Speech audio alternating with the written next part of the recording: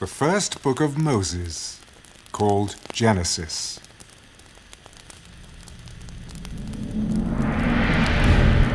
In the beginning, God created the heavens and the earth. The earth was without form and void, and darkness was on the face of the deep. And the Spirit of God was hovering over the face of the waters. Then God said, "Let there be light."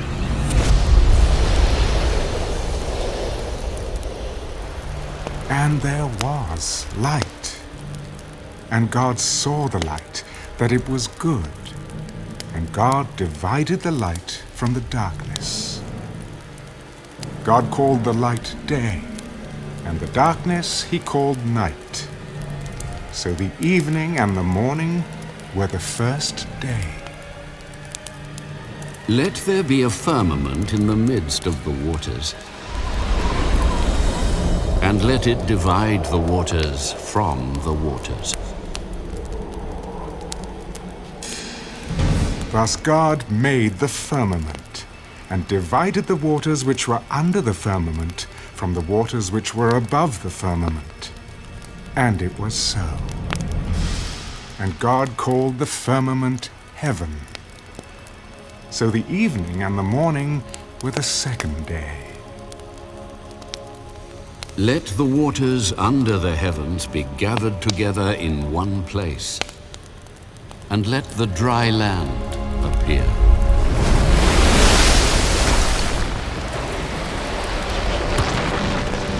And it was so. And God called the dry land earth, and the gathering together of the waters he called seas. And God saw that it was good. Let the earth bring forth grass, the herb that yields seed, and the fruit tree that yields fruit according to its kind, whose seed is in itself on the earth. And it was so. And the earth brought forth grass, the herb that yields seed according to its kind, and the tree that yields fruit, whose seed is in itself according to its kind. And God saw that it was good. So the evening and the morning were the third day. Let there be lights in the firmament of the heavens to divide the day from the night, and let them be for signs and seasons, and for days and years. And let them be for lights in the firmament of the heavens, to give light on the earth. And it was so.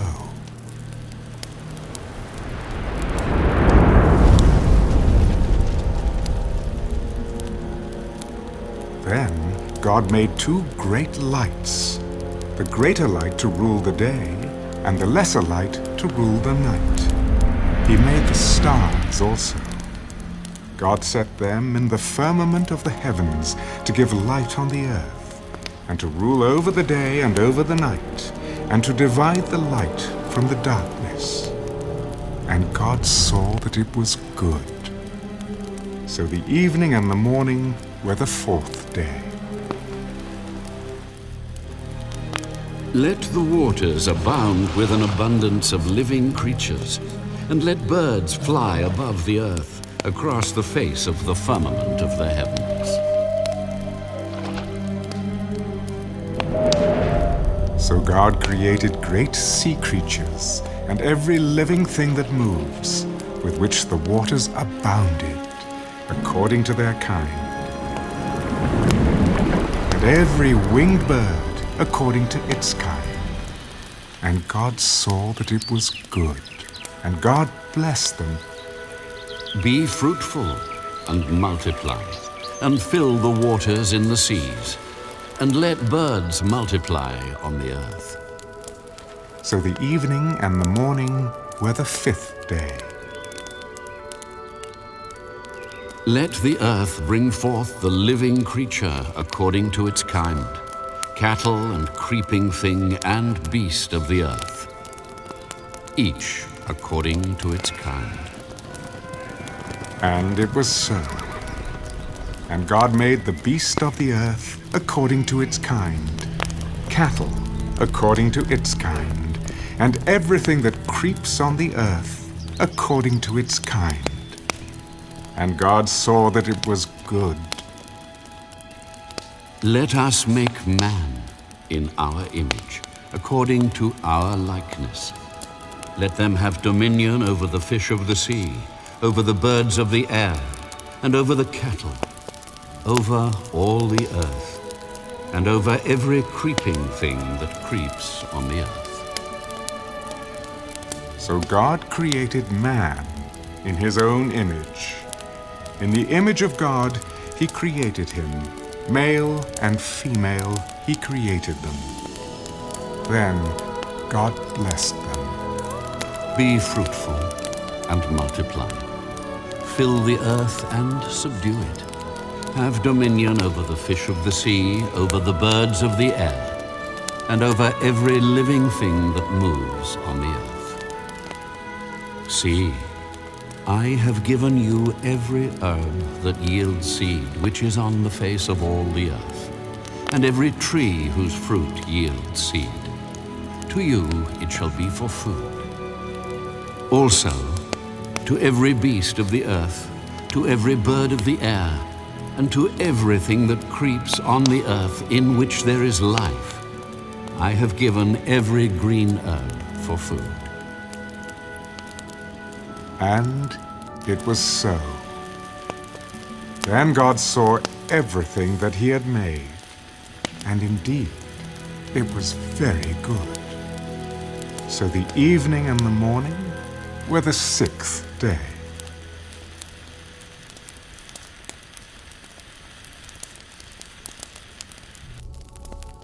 Thus the heavens and the earth, and all the host of them, were finished.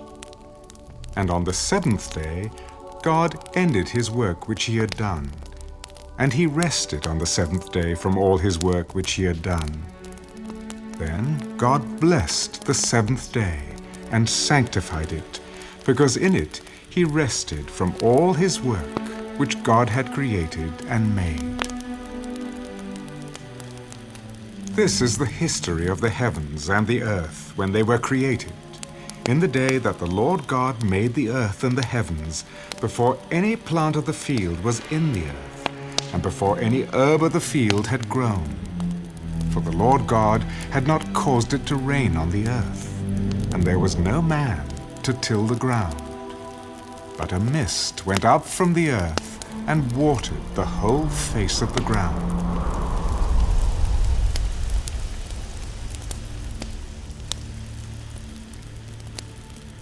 And the Lord God formed man of the dust of the ground, and breathed into his nostrils the breath of life.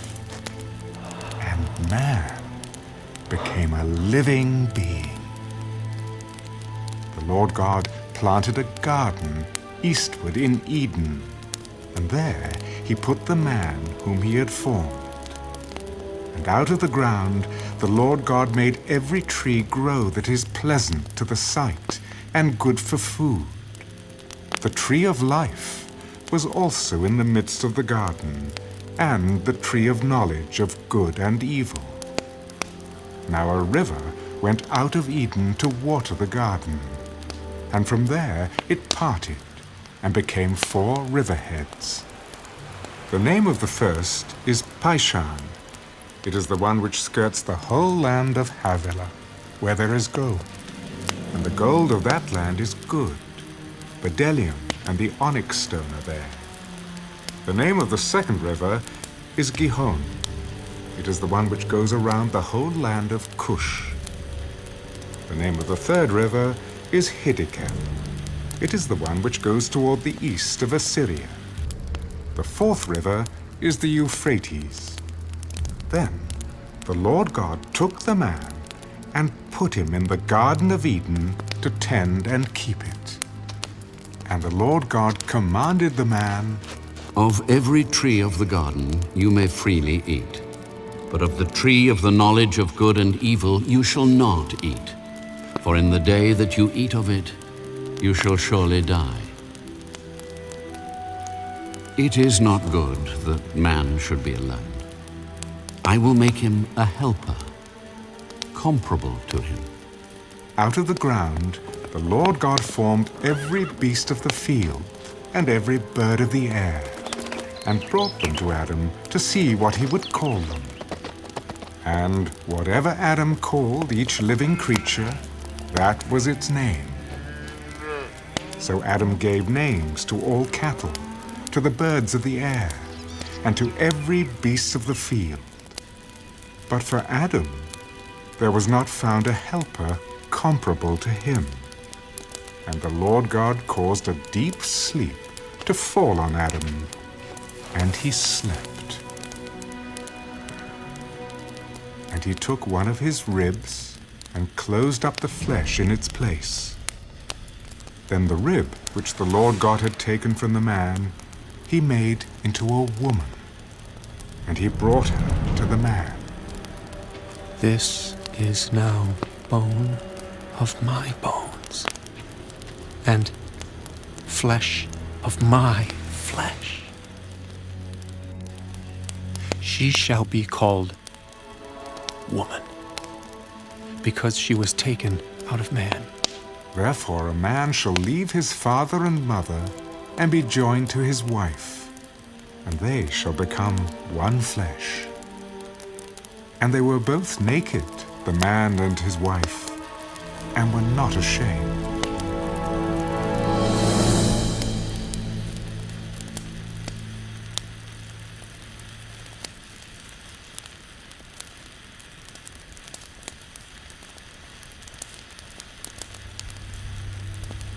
Now the serpent was more cunning than any beast of the field which the Lord God had made. And he said to the woman, As God indeed said, you shall not eat of every tree of the garden. We may eat the fruit of the trees of the garden, but of the fruit of the tree which is in the midst of the garden, God has said, you shall not eat it, nor shall you touch it, lest you die. You will not surely die, for God knows that in the day you eat of it, your eyes will be opened, and you will be like God, knowing good and evil. So when the woman saw that the tree was good for food, that it was pleasant to the eyes, and a tree desirable to make one wise, she took of its fruit and ate. She also gave to her husband with her, and he ate. Then the eyes of both of them were opened, and they knew that they were naked. And they sewed fig leaves together and made themselves coverings. And they heard the sound of the Lord God walking in the garden in the cool of the day. And Adam and his wife hid themselves from the presence of the Lord God among the trees of the garden. Then the Lord God called to Adam, Where are you? I heard your voice in the garden, and I was afraid because I was naked, and I hid myself. Who told you that you were naked? Have you eaten from the tree of which I commanded you that you should not eat? The woman whom you gave to be with me, she gave me of the tree, and I ate.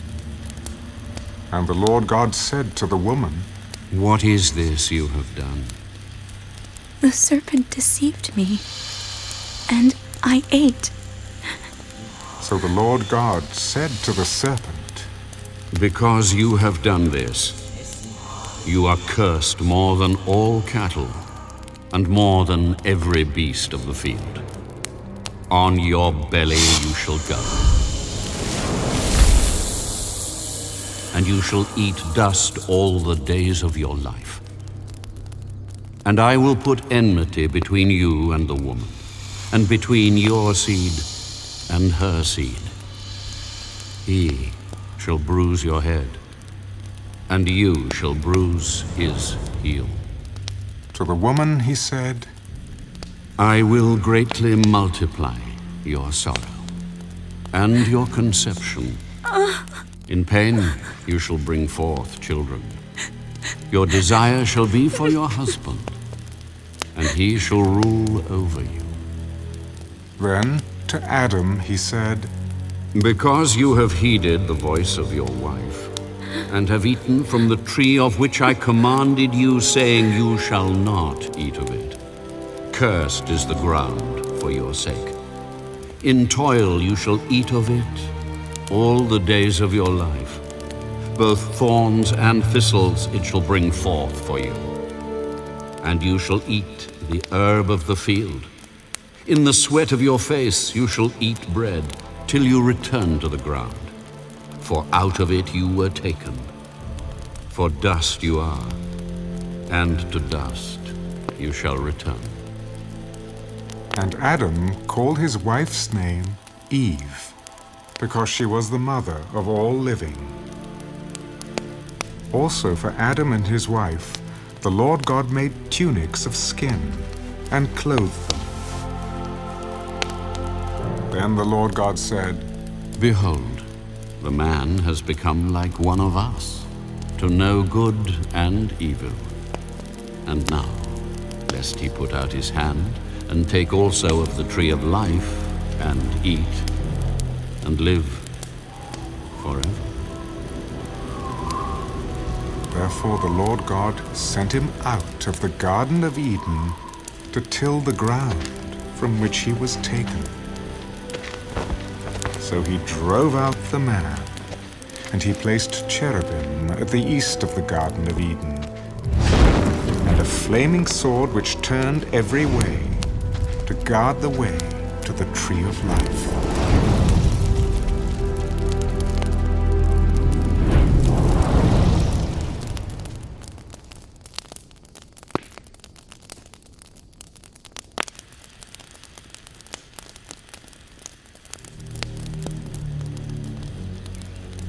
Now Adam knew Eve his wife, and she conceived and bore Cain. I have acquired a man from the Lord. Then she bore again, this time his brother Abel.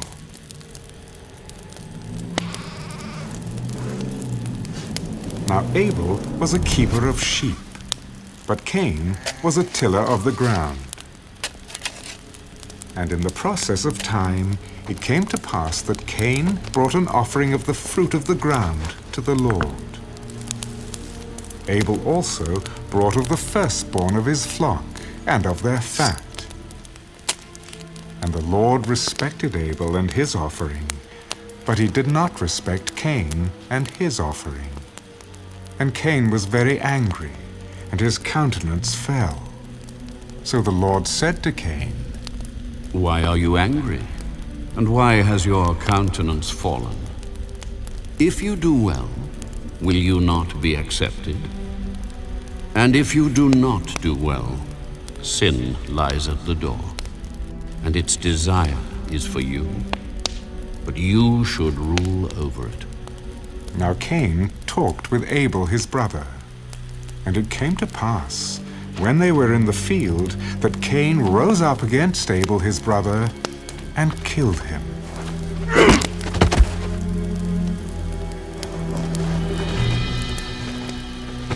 Then the Lord said to Cain, Where is Abel, your brother? I do not know. Am I my brother's keeper? What have you done? The voice of your brother's blood cries out to me from the ground. So now you are cursed from the earth, which has opened its mouth to receive your brother's blood from your hand. When you till the ground, it shall no longer yield its strength to you. A fugitive and a vagabond you shall be on the earth. My punishment is greater than I can bear. Surely you have driven me out this day from the face of the ground, I shall be hidden from your face. I shall be a fugitive and a vagabond on the earth, and it will happen that anyone who finds me will kill me. Therefore, whoever kills Cain, vengeance shall be taken on him sevenfold. And the Lord set a mark on Cain, lest anyone finding him should kill him. Then Cain went out from the presence of the Lord, and dwelt in the land of Nod, on the east of Eden. And Cain knew his wife, and she conceived, and bore Enoch. And he built a city, and called the name of the city after the name of his son, Enoch. To Enoch was born Irad, and Irad begot Mehujael, and Mehujael begot Methushael, and Methushael begot Lamech. Then Lamech took for himself 2 wives. The name of one was Ada, and the name of the second was Zillah. And Ada bore Jabal. He was the father of those who dwell in tents and have livestock. His brother's name was Jubal. He was the father of all those who play the harp and flute. And as for Zillah, she also bore Tubal-Cain, an instructor of every craftsman in bronze and iron. And the sister of Tubal-Cain was Naamah. Then Lamech said to his wives, Ada and Zillah, hear my voice. Wives of Lamech, listen to my speech, for I have killed a man for wounding me, even a young man for hurting me. If Cain shall be avenged sevenfold, then Lamech 77-fold. And Adam knew his wife again, and she bore a son, and named him Seth. For God has appointed another seed for me instead of Abel, whom Cain killed. And as for Seth, to him also a son was born, and he named him Enosh. Then men began to call on the name of the Lord.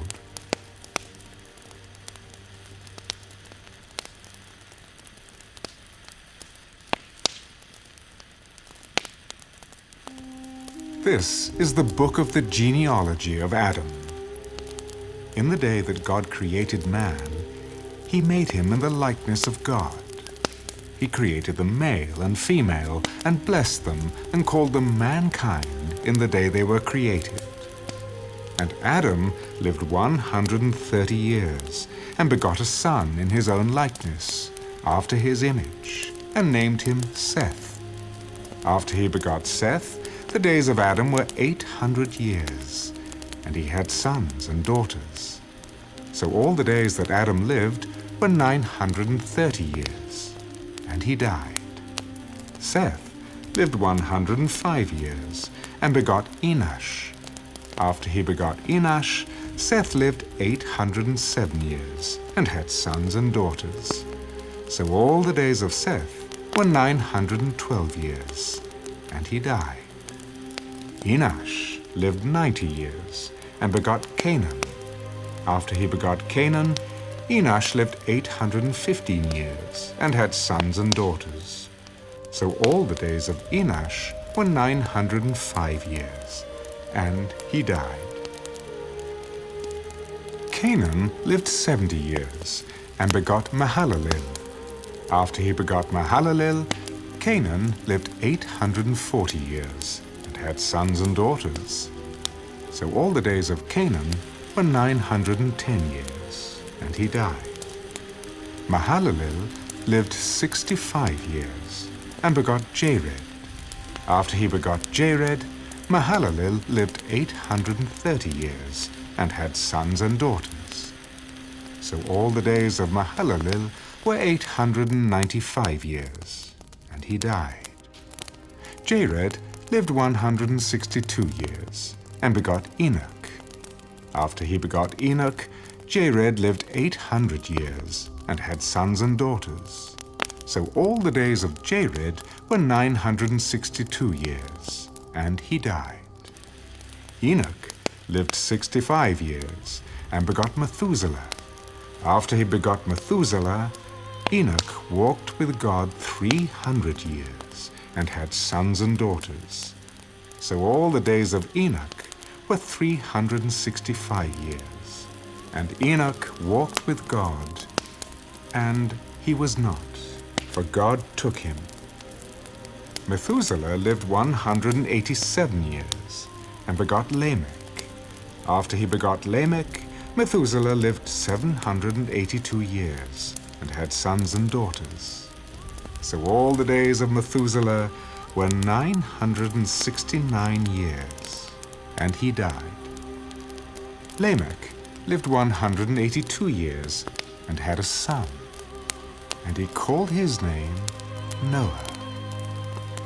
This one will comfort us concerning our work and the toil of our hands, because of the ground which the Lord has cursed.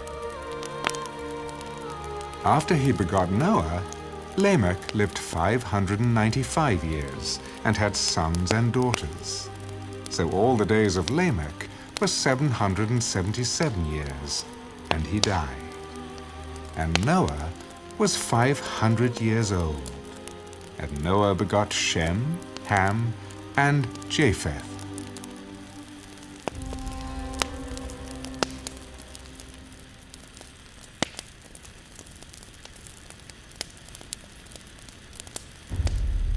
Now it came to pass, when men began to multiply on the face of the earth, and daughters were born to them, that the sons of God saw the daughters of men, that they were beautiful, and they took wives for themselves of all whom they chose. And the Lord said, My spirit shall not strive with man forever, for he is indeed flesh. Yet his days shall be 120 years. There were giants on the earth in those days, and also afterward, when the sons of God came in to the daughters of men, and they bore children to them. Those were the mighty men who were of old, men of renown. Then the Lord saw that the wickedness of man was great in the earth, and that every intent of the thoughts of his heart was only evil continually. And the Lord was sorry that he had made man on the earth, and he was grieved in his heart. I will destroy man whom I have created from the face of the earth, both man and beast, creeping thing, and birds of the air. For I am sorry that I have made them. But Noah found grace in the eyes of the Lord. This is the genealogy of Noah. Noah was a just man, perfect in his generations. Noah walked with God. And Noah begot 3 sons, Shem, Ham, and Japheth. The earth also was corrupt before God, and the earth was filled with violence. So God looked upon the earth, and indeed it was corrupt, for all flesh had corrupted their way on the earth. And God said to Noah, The end of all flesh has come before me, for the earth is filled with violence through them, and behold, I will destroy them with the earth. Make yourself an ark of gopher wood. Make rooms in the ark, and cover it inside and outside with pitch. And this is how you shall make it. The length of the ark shall be 300 cubits, its width 50 cubits, and its height 30 cubits. You shall make a window for the ark, and you shall finish it to a cubit from above, and set the door of the ark in its side. You shall make it with lower, second, and third decks. And behold, I myself am bringing floodwaters on the earth, to destroy from under heaven all flesh in which is the breath of life. Everything that is on earth shall die. But I will establish my covenant with you, and you shall go into the ark, you your sons, your wife, and your sons' wives with you. And of every living thing of all flesh you shall bring 2 of every sort into the ark, to keep them alive with you. They shall be male and female, of the birds after their kind, of animals after their kind, and of every creeping thing of the earth after its kind. 2 of every kind will come to you to keep them alive. And you shall take for yourself of all food that is eaten, and you shall gather it to yourself, and it shall be food for you and for them.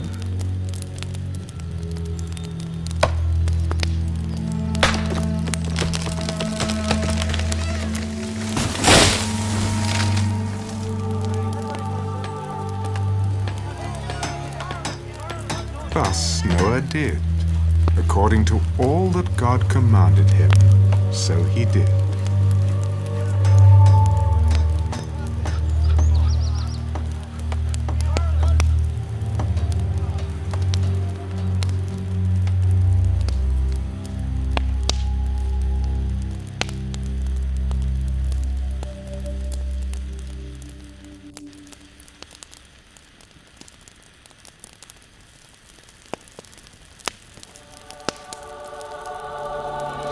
Then the Lord said to Noah, Come into the ark, you and all your household, because I have seen that you are righteous before me in this generation.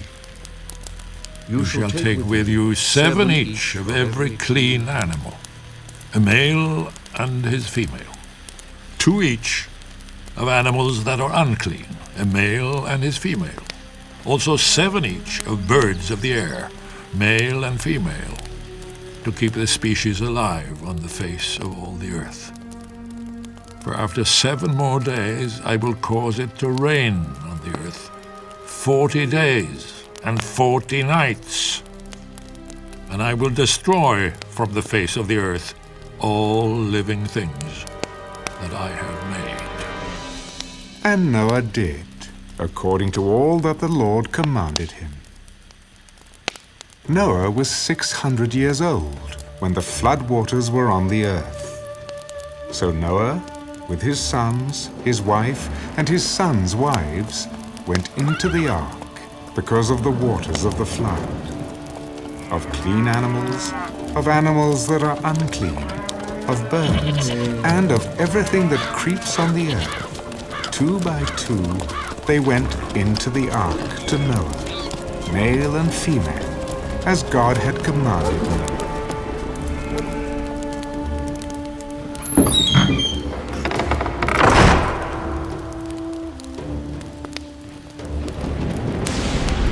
And it came to pass, after 7 days, that the waters of the flood were on the earth.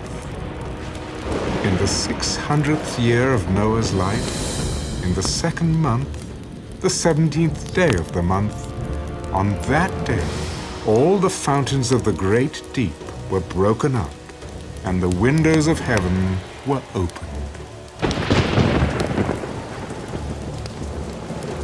And the rain was on the earth 40 days and 40 nights.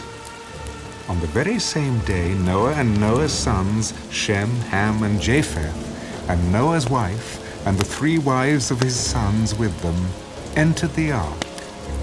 They and every beast after its kind, all cattle after their kind, every creeping thing that creeps on the earth after its kind, and every bird after its kind, every bird of every sort. And they went into the ark to Noah, 2 by 2, of all flesh in which is the breath of life. So those that entered, male and female of all flesh, went in as God commanded him, and the Lord shut him in.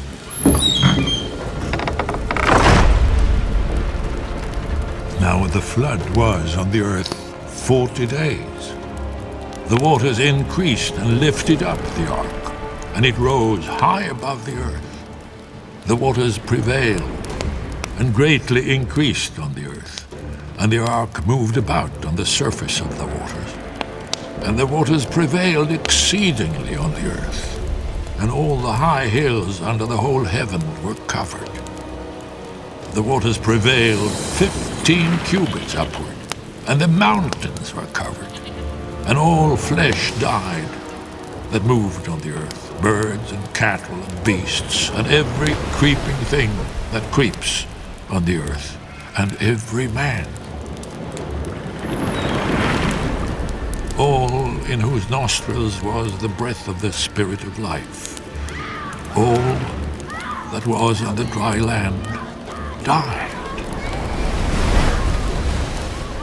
So he destroyed all living things which were on the face of the ground, both man and cattle, creeping thing and bird of the air. They were destroyed from the earth. Only Noah and those who were with him in the ark remained alive, and the waters prevailed on the earth 150 days.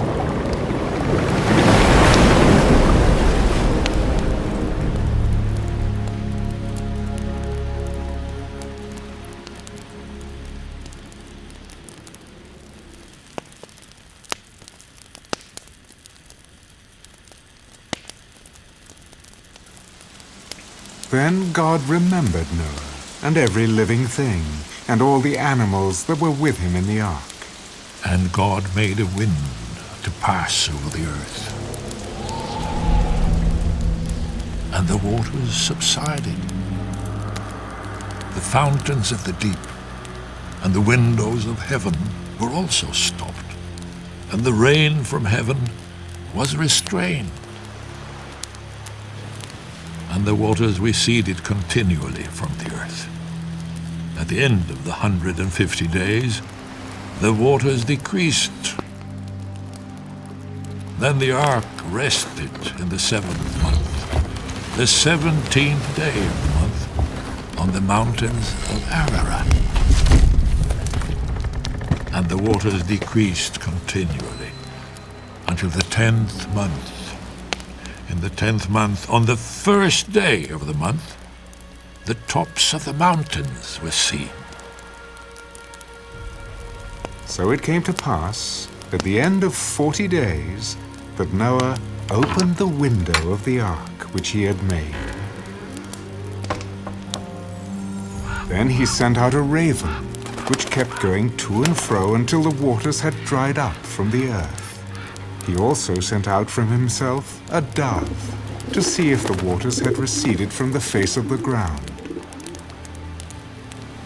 But the dove found no resting place for the sole of her foot, and she returned into the ark to him, for the waters were on the face of the whole earth. So he put out his hand and took her, and drew her into the ark to himself. And he waited yet another 7 days, and again he sent the dove out from the ark. Then the dove came to him in the evening, and behold, a freshly plucked olive leaf was in her mouth. And Noah knew that the waters had receded from the earth. So he waited yet another 7 days, and sent out the dove, which did not return again to him any more. And it came to pass in the 601st year, in the 1st month, the 1st day of the month, that the waters were dried up from the earth. And Noah removed the covering of the ark and looked, and indeed the surface of the ground was dry. And in the 2nd month, on the 27th day of the month, the earth was dried. Then God spoke to Noah. Go out of the ark, you and your wife, and your sons wives with you. Bring out with you every living thing of all flesh that is with you, birds and cattle, and every creeping thing that creeps on the earth, so that they may abound on the earth, and be fruitful and multiply on the earth. So Noah went out, and his sons, and his wife, and his sons' wives with him. every animal, every creeping thing, every bird, and whatever creeps on the earth, according to their families, went out of the ark.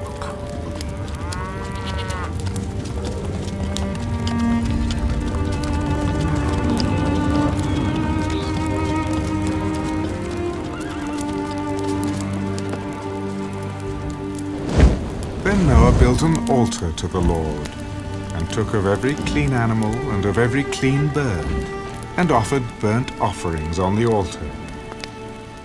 And the Lord smelled a soothing aroma. Then the Lord said in his heart, I will never again curse the ground for man's sake, although the imagination of man's heart is evil from his youth. Nor will I again destroy every living thing, as I have done. While the earth remains, seed time and harvest, cold and heat, winter and summer, and day and night shall not cease.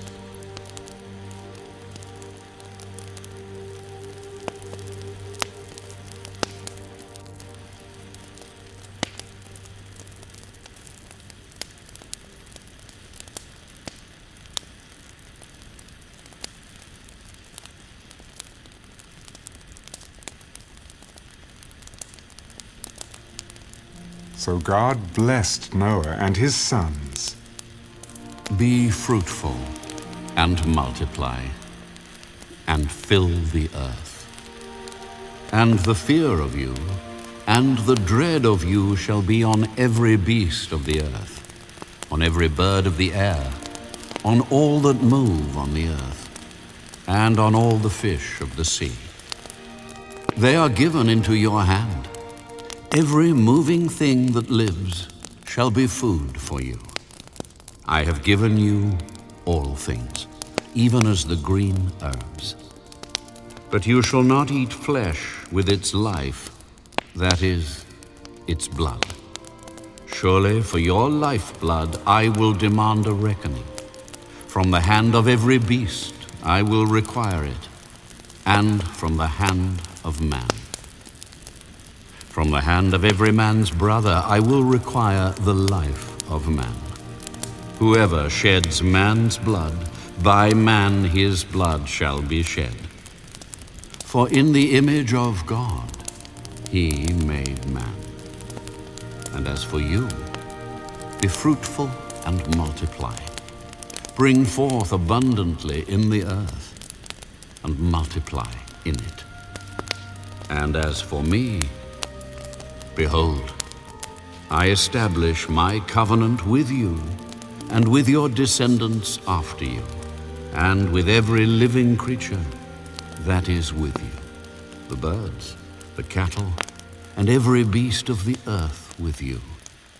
Of all that go out of the ark, every beast of the earth. Thus I establish my covenant with you. Never again shall all flesh be cut off by the waters of the flood. Never again shall there be a flood to destroy the earth. This is the sign of the covenant which I make between me and you, and every living creature that is with you, for perpetual generations. I set my rainbow in the cloud, and it shall be for the sign of the covenant between me and the earth. It shall be, when I bring a cloud over the earth, that the rainbow shall be seen in the cloud. And I will remember my covenant, which is between me and you and every living creature of all flesh. The waters shall never again become a flood to destroy all flesh. The rainbow shall be in the cloud, and I will look on it to remember the everlasting covenant between God and every living creature of all flesh that is on the earth. This is the sign of the covenant which I have established between me and all flesh that is on the earth. Now the sons of Noah who went out of the ark were Shem, Ham, and Japheth. And Ham was the father of Canaan. These three were the sons of Noah, and from these the whole earth was populated. And Noah began to be a farmer, and he planted a vineyard. Then he drank of the wine and was drunk, and became uncovered in his tent. And Ham, the father of Canaan, saw the nakedness of his father, and told his two brothers outside. But Shem and Japheth took a garment, laid it on both their shoulders, and went backward and covered the nakedness of their father. Their faces were turned away, and they did not see their father's nakedness. So Noah awoke from his wine and knew what his younger son had done to him. Then he said, Cursed be Canaan. A servant of servants he shall be to his brethren. Blessed be the Lord, the God of Shem, and may Canaan be his servant. May God enlarge Japheth, and may he dwell in the tents of Shem, and may Canaan be his servant. And Noah lived after the flood 350 years. So all the days of Noah were 950 years, and he died.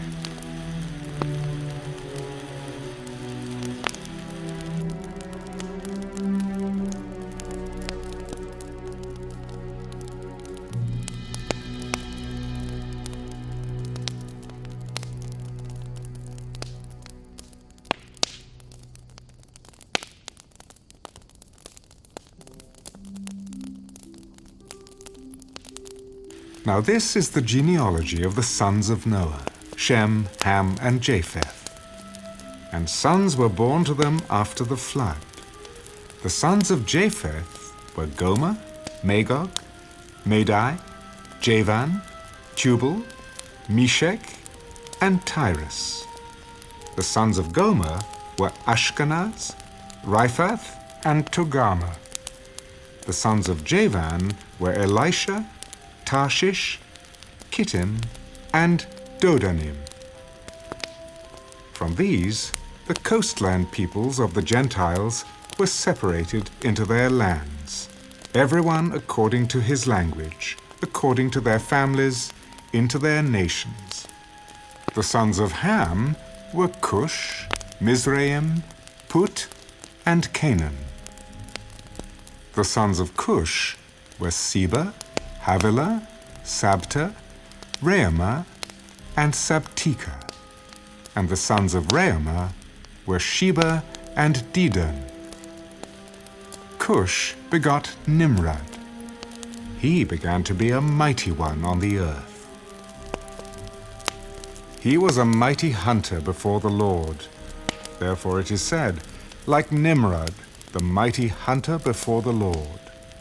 And the beginning of his kingdom was Babel, Erech, Akkad, and Calneh in the land of Shinar. From that land he went to Assyria and built Nineveh, Rehoboth-ir, Calah, and Resen, between Nineveh and Calah. That is the principal city.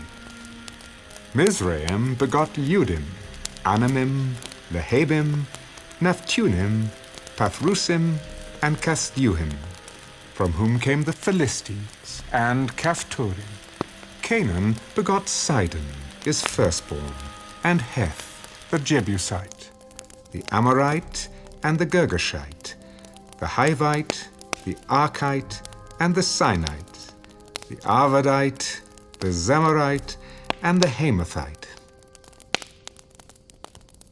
Afterward, the families of the Canaanites were dispersed, and the border of the Canaanites was from Sidon as you go towards Gerar, as far as Gaza.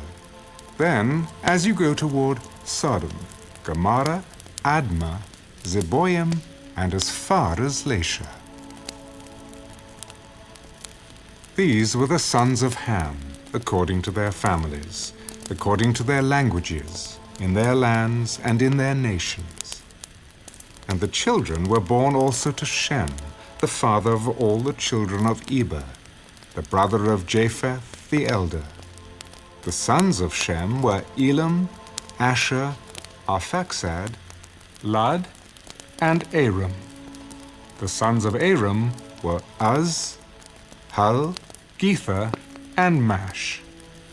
Arphaxad begot Salah, and Salah begot Eber. To Eber were born two sons. The name of one was Peleg, for in his days the earth was divided, and his brother's name was Joktan. Joktan begat Almodad, Sheleph, Hazarmapheth, Jira, Hadoram, Uzal, Dikla, Obul, Abimael, Sheba, Ophir, Havilah, and Jobab. All these were the sons of Joktan, and their dwelling place was from Mesha as you go towards Sephar, the mountain of the east. These were the sons of Shem, according to their families, according to their languages, in their lands, according to their nations. These were the families of the sons of Noah, according to their generations, in their nations, and from these the nations were divided on the earth after the flood.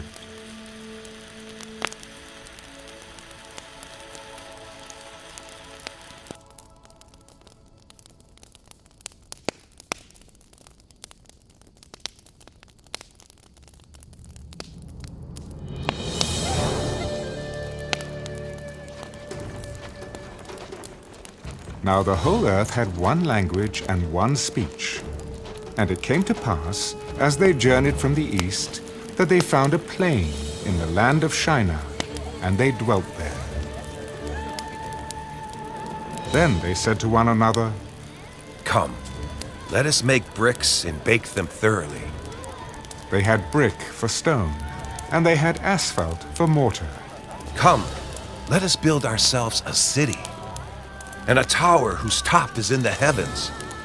Let us make a name for ourselves, lest we be scattered abroad over the face of the whole earth. But the Lord came down to see the city and the tower, which the sons of men had built. Indeed, the people are one, and they all have one language. And this is what they begin to do. Now, nothing that they propose to do will be withheld from them. Come, let us go down and there confuse their language, that they may not understand one another's speech. So the Lord scattered them abroad from there over the face of all the earth, and they ceased building the city. Therefore its name is called Babel, because there the Lord confused the language of all the earth, and from there the Lord scattered them abroad over the face of all the earth.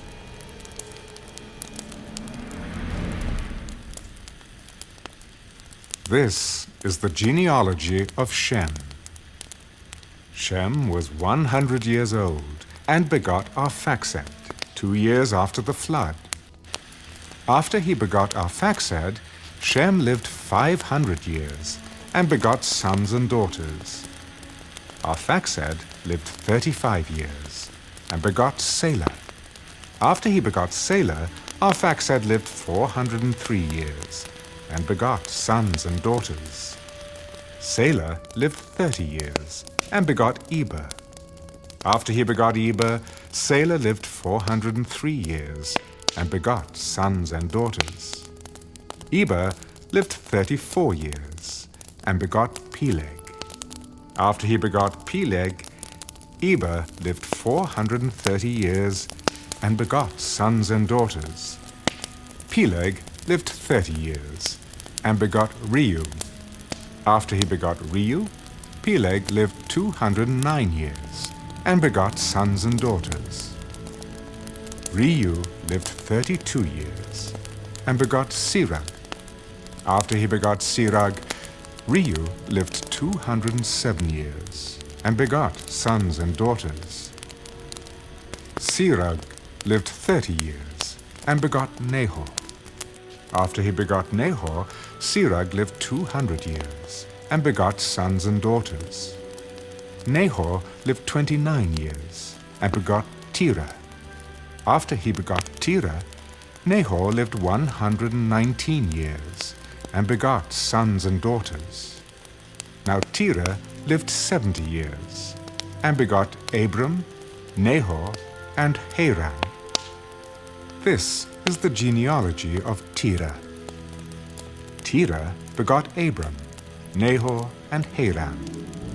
Haran begot Lot, and Haran died before his father, Terah, in his native land, in Ur of the Chaldeans.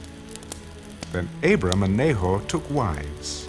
The name of Abram's wife was Sarai, and the name of Nahor's wife, Milcah, the daughter of Haran, the father of Milcah, and the father of Iscah.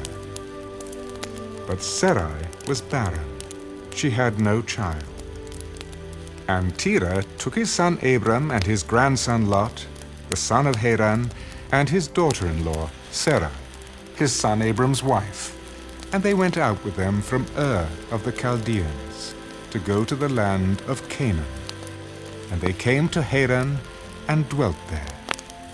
So the days of Terah were 205 years, and Terah died in Haran.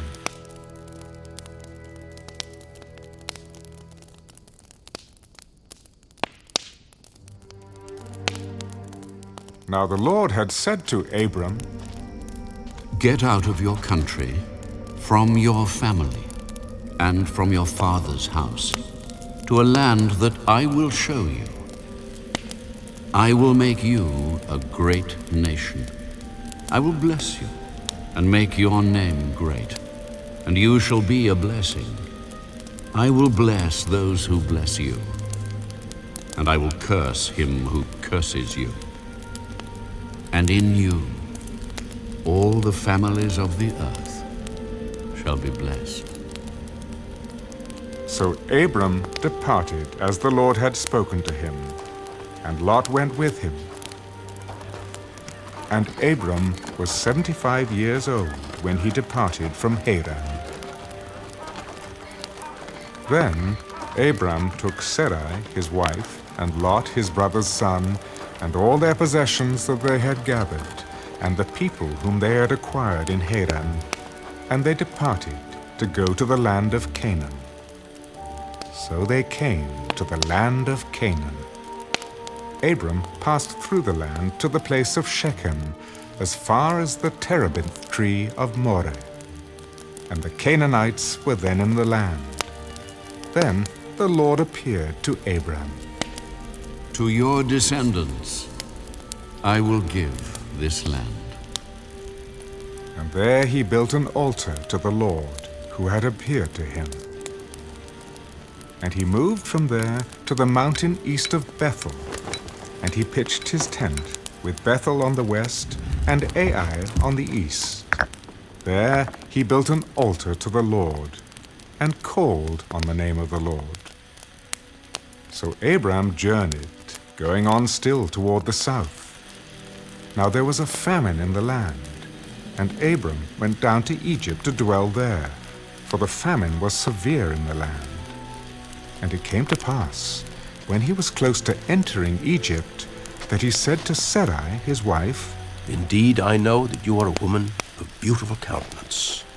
Therefore it will happen when the Egyptians see you that they will say, This is his wife, and they will kill me. But they will let you live. Please say you are my sister, that it may be well with me for your sake, and that I may live because of you. So it was, when Abram came into Egypt, that the Egyptians saw the woman, that she was very beautiful.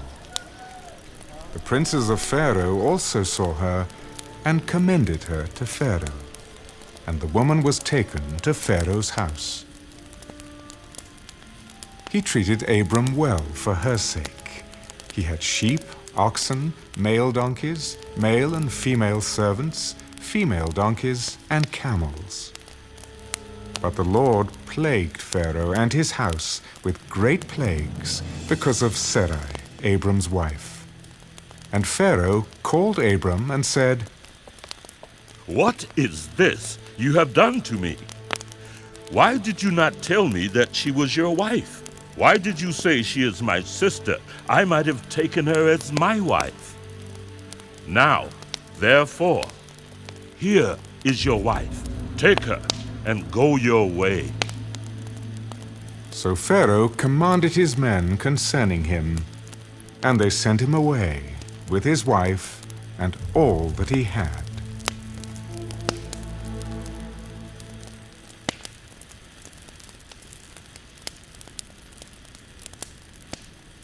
Then Abram went up from Egypt, he and his wife, and all that he had, and Lot with him, to the south. Abram was very rich in livestock, in silver and in gold. And he went on his journey from the south as far as Bethel, to the place where his tent had been at the beginning, between Bethel and Ai, to the place of the altar which he had made there at first. And there Abram called on the name of the Lord. Lot also, who went with Abram, had flocks and herds and tents. Now the land was not able to support them, that they might dwell together, for their possessions were so great that they could not dwell together. And there was strife between the herdsmen of Abram's livestock and the herdsmen of Lot's livestock. The Canaanites and the Perizzites then dwelt in the land. So Abram said to Lot, Please let there be no strife between you and me, and between my herdsmen and your herdsmen, for we are brethren. Is not the whole land before you? Please, separate from me. If you take the left, then I will go to the right. Or, if you go to the right, then I will go to the left. And Lot lifted his eyes and saw all the plain of Jordan, that it was well watered everywhere, before the Lord destroyed Sodom and Gomorrah, like the garden of the Lord, like the land of Egypt as you go toward Zoar. Then Lot chose for himself all the plain of Jordan, and Lot journeyed east, and they separated from each other. Abram dwelt in the land of Canaan, and Lot dwelt in the cities of the plain, and pitched his tent even as far as Sodom. But the men of Sodom were exceedingly wicked and sinful against the Lord.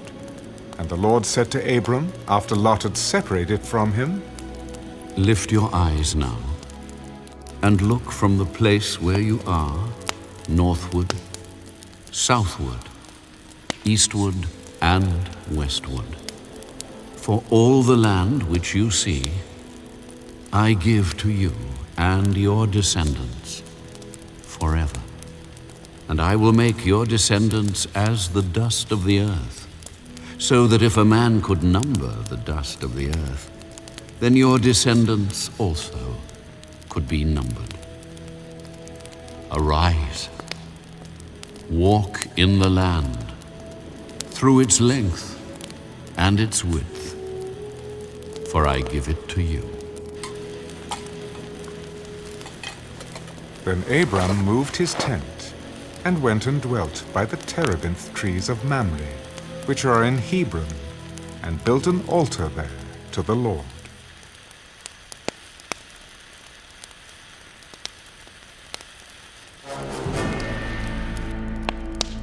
And it came to pass, in the days of Amraphel, king of Shinar, Arioch, king of Elasa, Kedorlaomer, king of Elam, and Tidal, king of nations, that they made war with Bera, king of Sodom, Birsha, king of Gomorrah, Shinab, king of Admah, Shemeba, king of Zeboim, and the king of Bela, that is Zoar.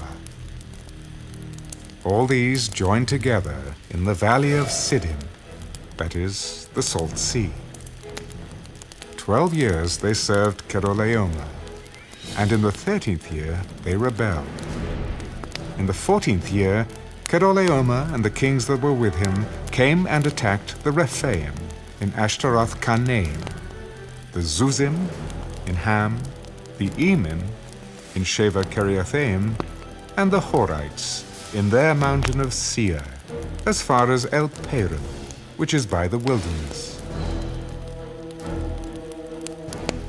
Then they turned back and came to En-Mishpat, that is, Kadesh, and attacked all the country of the Amalekites and also the Amorites, who dwelt in Hazazon Tamar. And the king of Sodom, the king of Gomorrah, the king of Admah, the king of Zeboim, and the king of Bela, that is Zoar, went out and joined together in battle in the valley of Siddim against Kedorlaomer, king of Elam, Tidal, king of nations, Amraphel, king of Shinar, and Eriach, king of Elasar, 4 kings against 5. Now the valley of Siddim was full of asphalt pits, and the kings of Sodom and Gomorrah fled. Some fell there, and the remainder fled to the mountains. Then they took all the goods of Sodom and Gomorrah and all their provisions, and went their way. They also took Lot, Abram's brother's son, who dwelt in Sodom, and his goods, and departed. Then one who had escaped came and told Abram the Hebrew, for he dwelt by the terebinth trees of Mamre, the Amorite, brother of Eshcol and brother of Anah, and they were allies with Abram. Now when Abram heard that his brother was taken captive, he armed his 318 trained servants who were born in his own house, and went in pursuit as far as Dan. He divided his forces against them by night, and he and his servants attacked them and pursued them as far as Hobah, which is north of Damascus. So he brought back all the goods, and also brought back his brother Lot and his goods, as well as the women and the people. And the king of Sodom went out to meet him at the valley of Sheva, that is, the king's valley, after his return from the defeat of Kedorlaomer, and the kings who were with him. Then Melchizedek, king of Salem, brought out bread and wine. He was the priest of God Most High. And he blessed him. Blessed be Abram of God Most High, possessor of heaven and earth. And blessed be God Most High, who has delivered your enemies into your hand. And he gave him a tithe of all. Now the king of Sodom said to Abram, Give me the persons, and take the goods for yourself. But Abram said to the king of Sodom, I have raised my hand to the Lord God Most High, the possessor of heaven and earth, that I will take nothing, from a thread to a sandal strap, and that I will not take anything that is yours, lest you should say, I have made Abram rich, except only what the young men have eaten, and the portion of the men who went with me, Aner, Eshcol, and Mamre. Let them take their portion.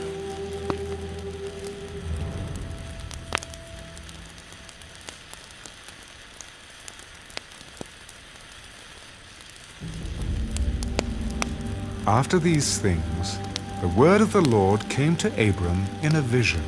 Do not be afraid, Abram. I am your shield, your exceedingly great reward. Lord God, what will you give me, seeing I go childless, and the heir of my house is Eliezer of Damascus? Look, you have given me no offspring. Indeed, one born in my house is my heir. And behold, the word of the Lord came to him. This one shall not be your heir, but one who will come from your own body shall be your heir. Then he brought him outside. Look now toward heaven, and count the stars if you are able to number them. So shall your descendants be. And he believed in the Lord, and he accounted it to him for righteousness.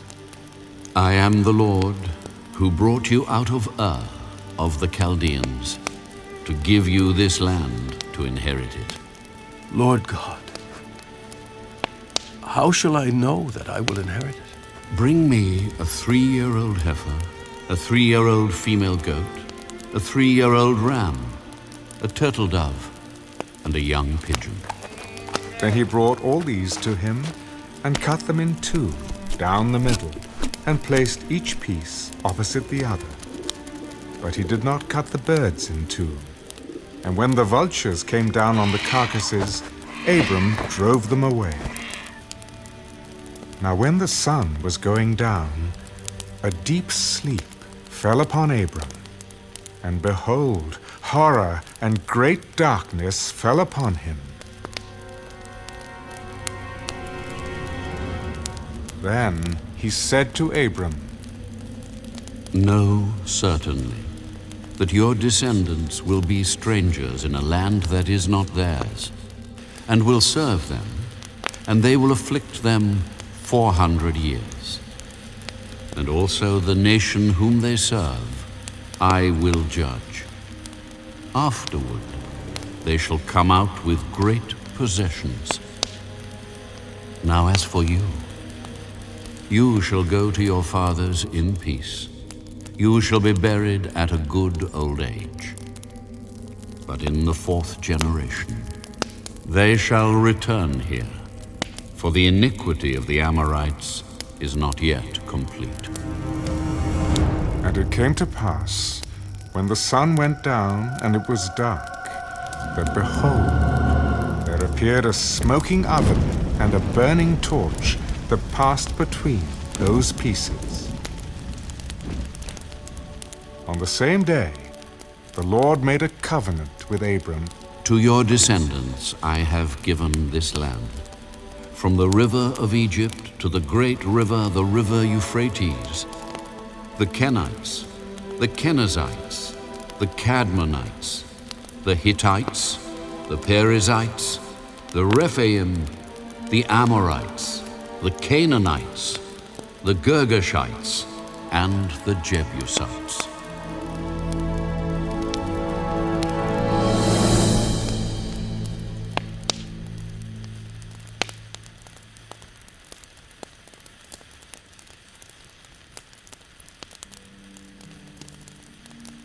Now Sarai, Abram's wife, had borne him no children, and she had an Egyptian maidservant whose name was Hagar. So Sarai said to Abram, See now, the Lord has restrained me from bearing children. Please, go into my maid. Perhaps I shall obtain children by her. And Abram heeded the voice of Sarai. Then Sarai, Abram's wife, took Hagar, her maid, the Egyptian, and gave her to her husband, Abram, to be his wife, after Abram had dwelt 10 years in the land of Canaan. So he went in to Hagar, and she conceived. And when she saw that she had conceived, her mistress became despised in her eyes. Then Sarai said to Abram, My wrong be upon you. I gave my maid into your embrace, and when she saw that she had conceived, I became despised in her eyes. The Lord judge between you and me. Indeed, your maid is in your hand. Do to her as you please. And when Sarai dealt harshly with her, she fled from her presence. Now the angel of the Lord found her by a spring of water in the wilderness, by the spring on the way to Shur. And he said, Hagar, Sarai's maid, where have you come from? And where are you going? I'm fleeing from the presence of my mistress, Sarai. Return to your mistress and submit yourself under her hand. I will multiply your descendants exceedingly, so that they shall not be counted for multitude. Behold, you are with child, and you shall bear a son. You shall call his name Ishmael, because the Lord has heard your affliction. He shall be a wild man. His hand shall be against every man, and every man's hand against him. And he shall dwell in the presence of all his brethren. Then she called the name of the Lord who spoke to her, "You are the God who sees." For she said, Have I also here seen him who sees me? Therefore the well was called Beela Hairoi. Observe, it is between Kadesh and Bered. So Hagar bore Abram a son. And Abram named his son, whom Hagar bore, Ishmael. Abram was 86 years old when Hagar bore Ishmael to Abram.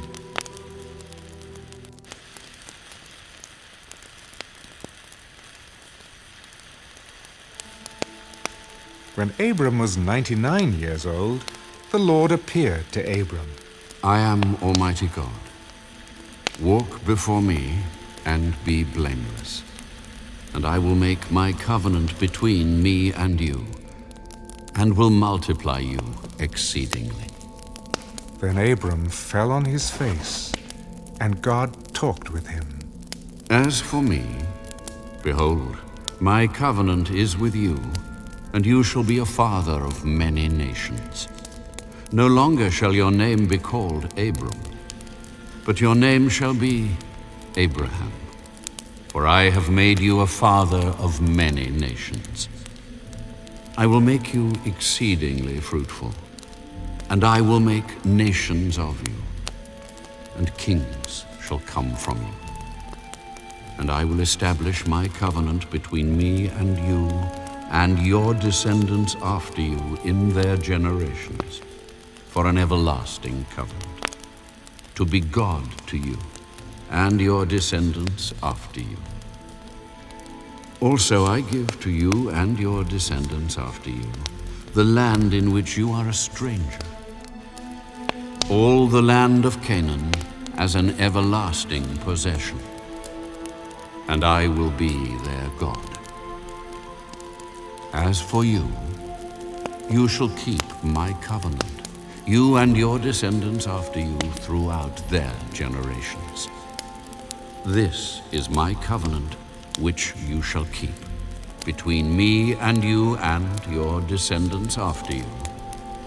Every male child among you shall be circumcised, and you shall be circumcised in the flesh of your foreskins, and it shall be a sign of the covenant between me and you. He who is 8 days old among you shall be circumcised, every male child in your generations, he who is born in your house, or bought with money from any foreigner who is not your descendant. He who is born in your house, and he who is bought with your money, must be circumcised. And my covenant shall be in your flesh, for an everlasting covenant. And the uncircumcised male child, who is not circumcised in the flesh of his foreskin, that person shall be cut off from his people. He has broken my covenant. As for Sarai, your wife, you shall not call her name Sarai, but Sarah shall be her name. And I will bless her, and also give you a son by her. Then I will bless her, and she shall be a mother of nations. Kings of peoples shall be from her. Then Abraham fell on his face and laughed, and said in his heart, Shall a child be born to a man who is 100 years old? And shall Sarah, who is 90 years old, bear a child? And Abraham said to God, Oh, that Ishmael might live before you. No, Sarah, your wife, shall bear you a son, and you shall call his name Isaac. I will establish my covenant with him for an everlasting covenant, and with his descendants after him. And as for Ishmael, I have heard you. Behold, I have blessed him, and will make him fruitful, and will multiply him exceedingly. He shall beget 12 princes, and I will make him a great nation. But my covenant I will establish with Isaac, whom Sarah shall bear to you at this set time next year. Then he finished talking with him, and God went up from Abraham. So Abraham took Ishmael his son, all who were born in his house, and all who were bought with his money, every male among the men of Abraham's house, and circumcised the flesh of their foreskins that very same day, as God had said to him. Abraham was 99 years old when he was circumcised in the flesh of his foreskin, and Ishmael his son was 13 years old when he was circumcised in the flesh of his foreskin. That very same day Abraham was circumcised, and his son Ishmael, and all the men of his house, born in the house or bought with money from a foreigner, were circumcised with him.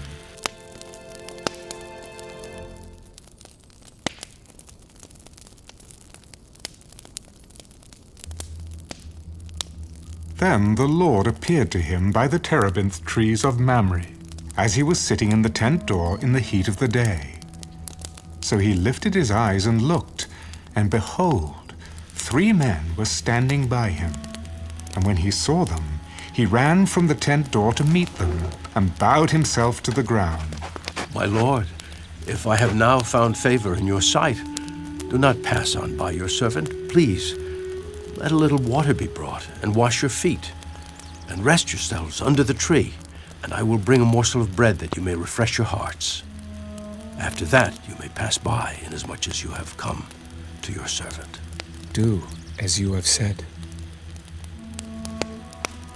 So Abraham hurried into the tent to Sarah and said, Quickly make ready 3 measures of fine meal, knead it and make cakes. And Abraham ran to the herd, took a tender and good calf, gave it to the young man, and he hastened to prepare it. So he took butter and milk and the calf which he had prepared, and set it before them. And he stood by them under the tree as they ate. Then they said to him, Where is Sarah, your wife? Here, in the tent. I will certainly return to you according to the time of life. And behold, Sarah, your wife, shall have a son. Sarah was listening in the tent door, which was behind him. Now Abraham and Sarah were old, well advanced in age, and Sarah had passed the age of childbearing. Therefore Sarah laughed within herself, saying, After I have grown old, shall I have pleasure, my lord being old also? And the Lord said to Abraham, Why did Sarah laugh, saying, Shall I surely bear a child, since I am old? Is anything too hard for the Lord? At the appointed time I will return to you, according to the time of life. And Sarah shall have a son. But Sarah denied it, for she was afraid. I did not laugh. No, but you did laugh. Then the men rose from there and looked towards Sodom. And Abraham went with them to send them on the way. And the Lord said, Shall I hide from Abraham what I am doing? Since Abraham shall surely become a great and mighty nation, and all the nations of the earth shall be blessed in him. For I have known him, in order that he may command his children and his household after him, that they keep the way of the Lord to do righteousness and justice, that the Lord may bring to Abraham what he has spoken to him. Because the outcry against Sodom and Gomorrah is great, and because their sin is very grave, I will go down now and see whether they have done altogether according to the outcry against it that has come to me. And if not, I will know. Then the men turned away from there and went toward Sodom. But Abraham still stood before the Lord, and Abraham came near. Would you also destroy the righteous with the wicked? Suppose there were 50 righteous within the city. Would you also destroy the place and not spare it for the 50 righteous that were in it? Far be it from you to do such a thing as this, to slay the righteous with the wicked, so that the righteous should be as the wicked. Far be it from you. Shall not the judge of all the earth do right? If I find in Sodom 50 righteous within the city, then I will spare all the place for their sakes. Indeed, now, I who am but dust and ashes have taken it upon myself to speak to the Lord. Suppose there were 5 less than the 50 righteous. Would you destroy all of the city for lack of 5? If I find there 45, I will not destroy it. Suppose there should be 40 found there. I will not do it for the sake of 40. Let not the Lord be angry, and I will speak. Suppose 30 should be found there. I will not do it if I find 30 there.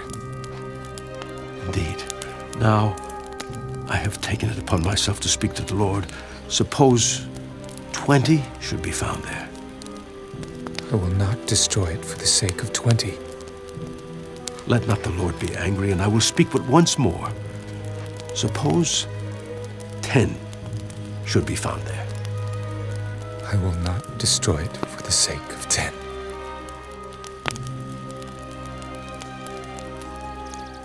So the Lord went his way as soon as he had finished speaking with Abraham. And Abraham returned to his place.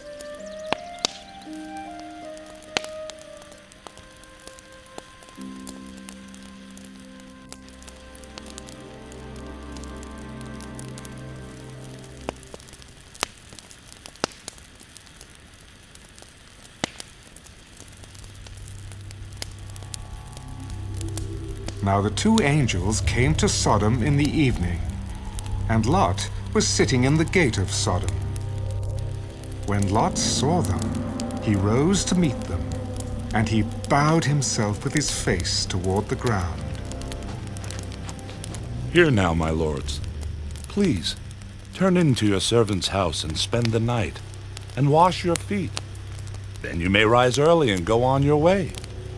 No, but we will spend the night in the open square. But he insisted strongly. So they turned into him and entered his house.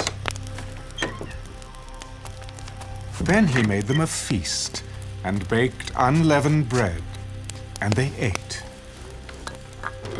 Now before they lay down, the men of the city, the men of Sodom, both old and young, all the people from every quarter, surrounded the house, and they called to Lot. Where are the men who came to you tonight? Bring them out to us, that we may know them carnally. So Lot went out to them through the doorway, shut the door behind him, and said, Please, my brethren, do not do so wickedly. See now, I have 2 daughters who have not known a man. Please, let me bring them out to you, and you may do to them as you wish. Only do nothing to these men, since this is the reason they have come under the shadow of my roof. Stand back! This one came in to stay here, and he keeps acting as a judge. Now we will deal worse with you than with them. So they pressed hard against the man Lot, and came near to break down the door.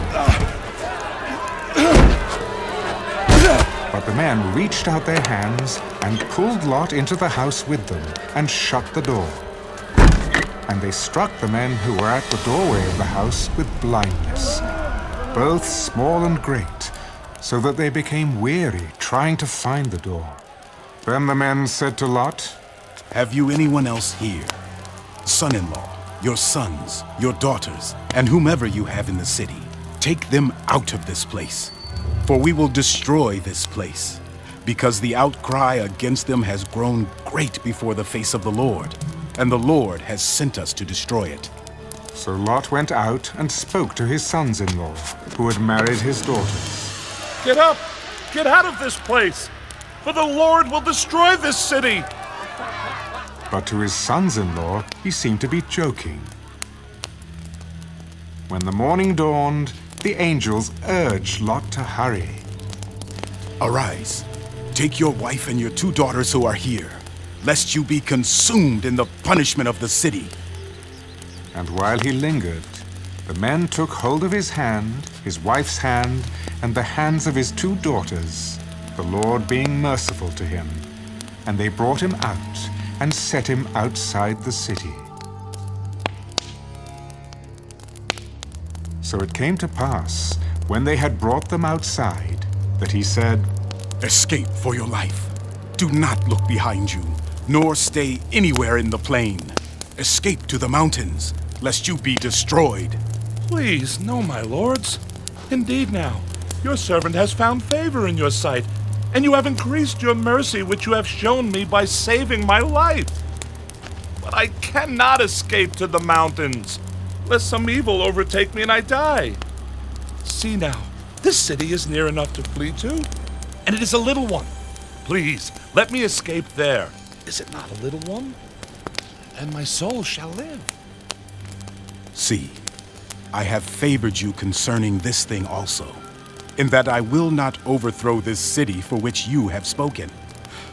Hurry, escape there, for I cannot do anything until you arrive there. Therefore the name of the city was called Zoar. The sun had risen upon the earth when Lot entered Zoar. Then the Lord rained brimstone and fire on Sodom and Gomorrah from the Lord out of the heavens. So he overthrew those cities, all the plain, all the inhabitants of the cities, and what grew on the ground.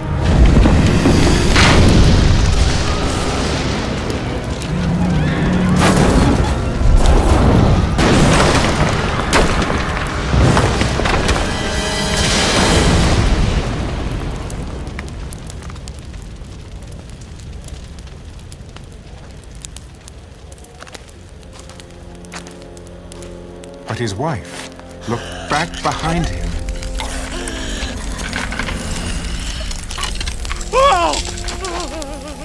And she became a pillar of salt.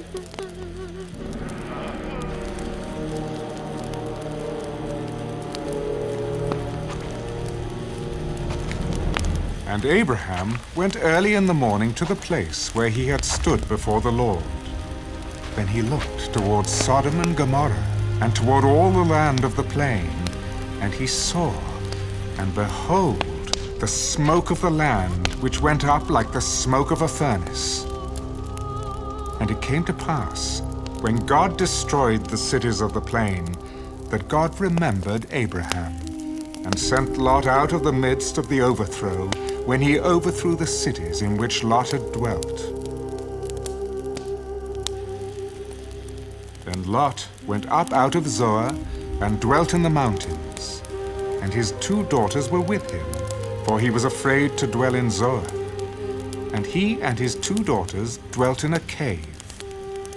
Now the firstborn said to the younger, "Our father is old, and there is no man on the earth to come into us, as is the custom of all the earth. Come, let us make our father drink wine, and we will lie with him, that we may preserve the lineage of our father. So they made their father drink wine that night.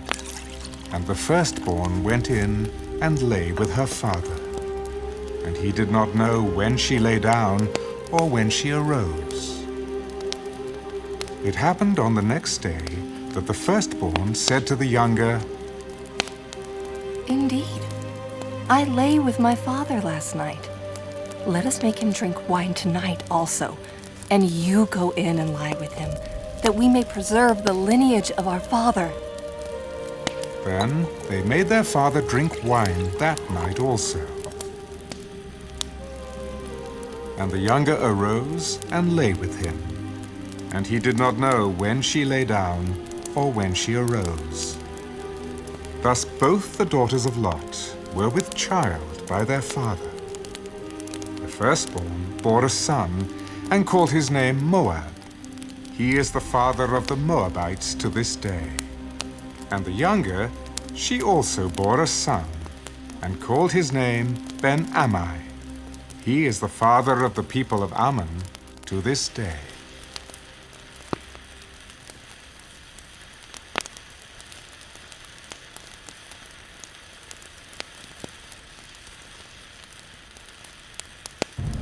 And Abraham journeyed from there to the south, and dwelt between Kadesh and Shur, and stayed in Gerar.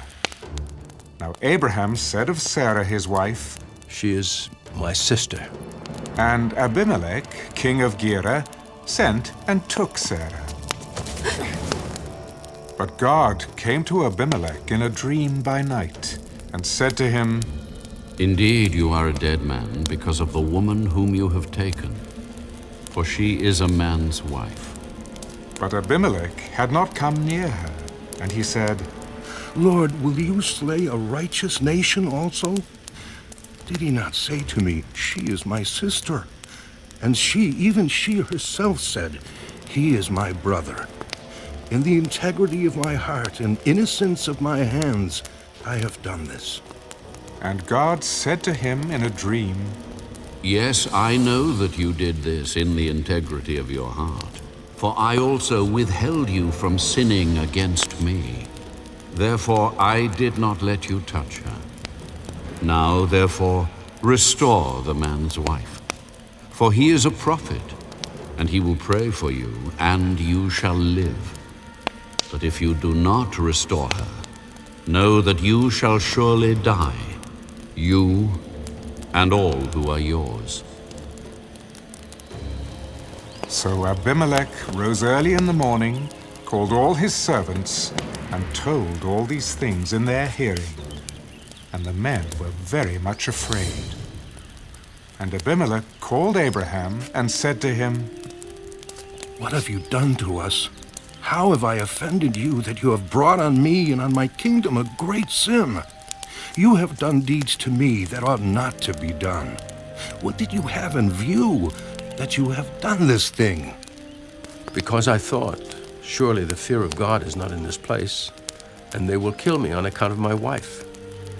But indeed, she is truly my sister. She is the daughter of my father, but not the daughter of my mother, and she became my wife. And it came to pass, when God caused me to wander from my father's house, that I said to her, This is your kindness that you should do for me. In every place, wherever we go, say of me, He is my brother. Then Abimelech took sheep, oxen, and male and female servants, and gave them to Abraham. And he restored Sarah his wife to him. See, my land is before you. Dwell where it pleases you. Then to Sarah he said, Behold, I have given your brother 1,000 pieces of silver. Indeed, this vindicates you before all who are with you and before everybody. Thus she was rebuked. So Abraham prayed to God, and God healed Abimelech, his wife, and his female servants. Then they bore children. For the Lord had closed up all the wombs of the house of Abimelech because of Sarah, Abraham's wife.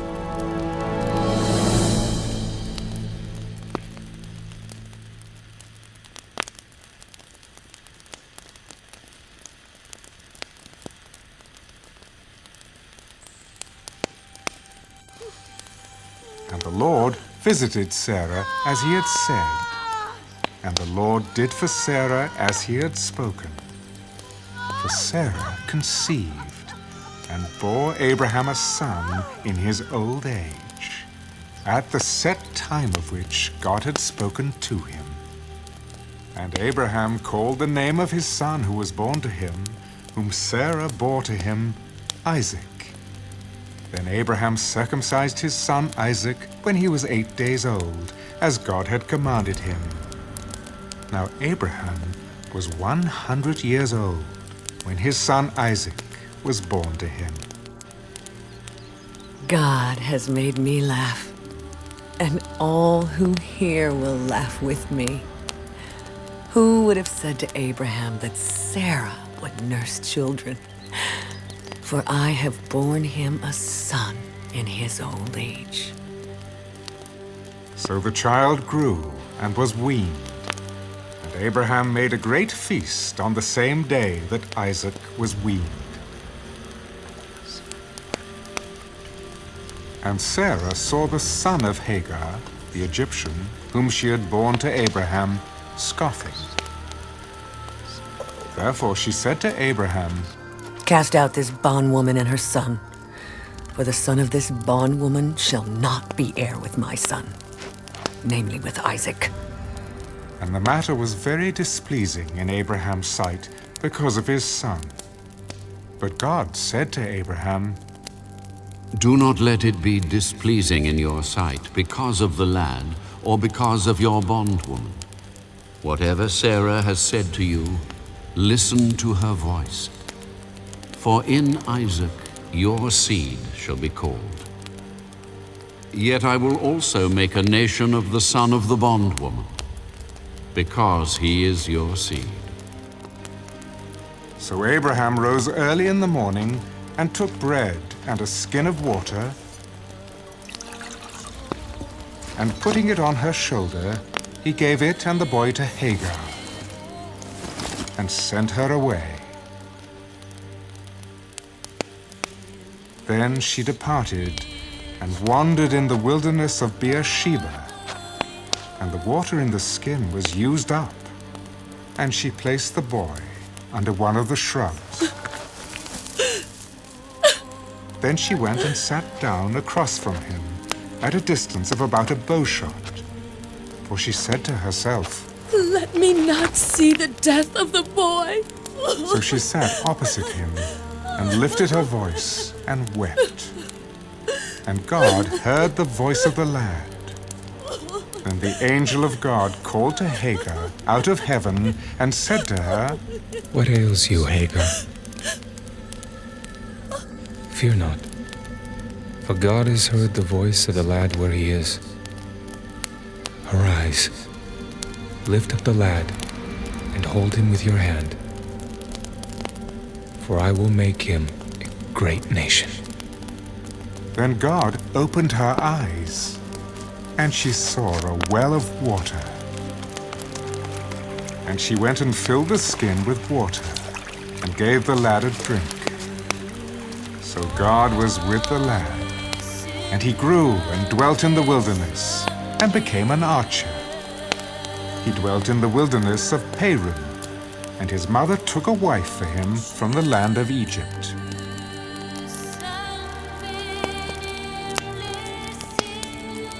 And it came to pass at that time that Abimelech and Phicol, the commander of his army, spoke to Abraham.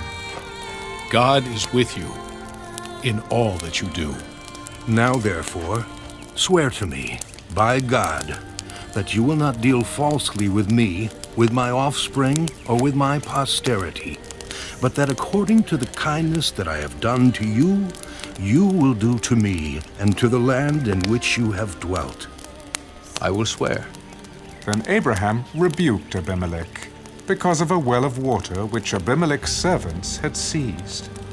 I do not know who has done this thing. You did not tell me, nor had I heard of it until today. So Abraham took sheep and oxen and gave them to Abimelech, and the two of them made a covenant. And Abraham set 7 ewe lambs of the flock by themselves, Then Abimelech asked Abraham, "What is the meaning of these 7 ewe lambs which you have set by themselves?" You will take these 7 ewe lambs from my hand, that they may be my witness that I have done this well. Therefore he called that place Beersheba, because the 2 of them swore an oath there. Thus they made a covenant at Beersheba. So Abimelech rose with Phicol, the commander of his army, and they returned to the land of the Philistines. Then Abraham planted a tamarisk tree in Beersheba, and there called on the name of the Lord, the everlasting God. And Abraham stayed in the land of the Philistines many days.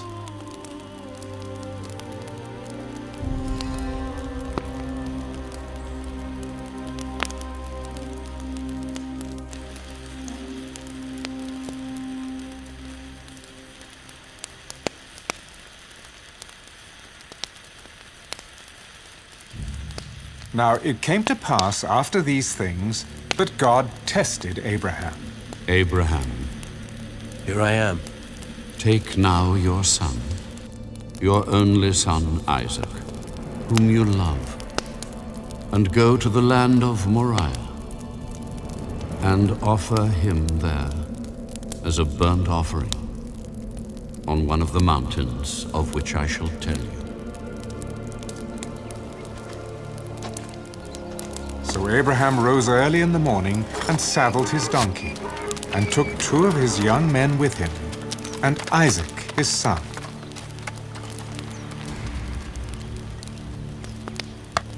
And he split the wood for the burnt offering, and arose, and went to the place of which God had told him. Then on the 3rd day, Abraham lifted his eyes, and saw the place afar off. And Abraham said to his young men, Stay here with the donkey. The lad and I will go yonder and worship, and we will come back to you. So Abraham took the wood of the burnt offering and laid it on Isaac his son. And he took the fire in his hand and a knife, and the 2 of them went together. But Isaac spoke to Abraham his father. My father. Here I am, my son.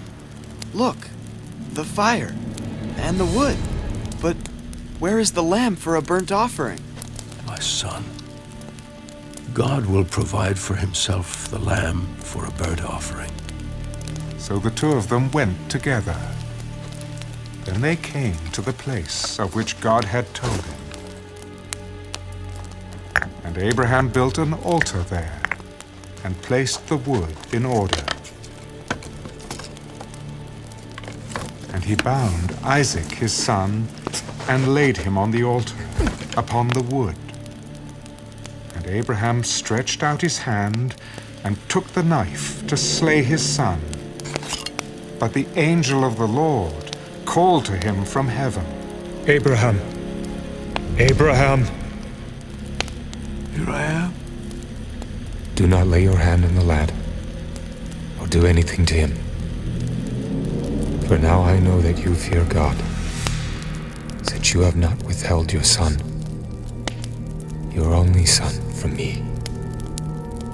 Then Abraham lifted his eyes and looked, and there behind him was a ram caught in a thicket by its horns.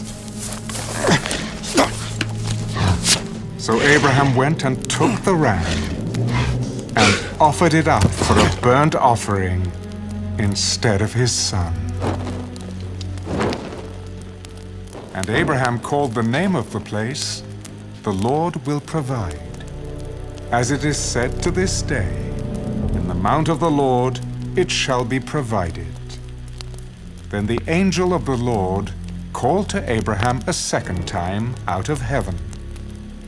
By myself I have sworn, says the Lord, because you have done this thing, and have not withheld your son, your only son.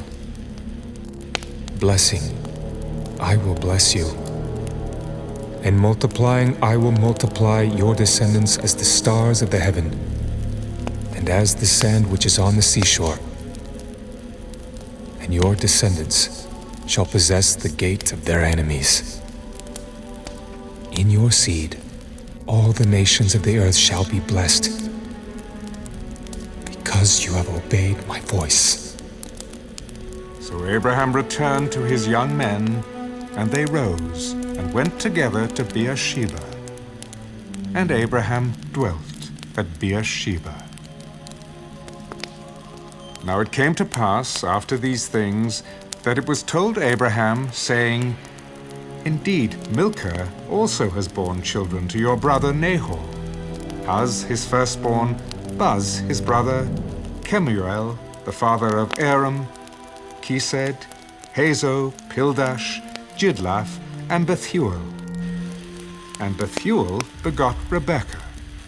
These 8 Milcah bore to Nahor, Abraham's brother.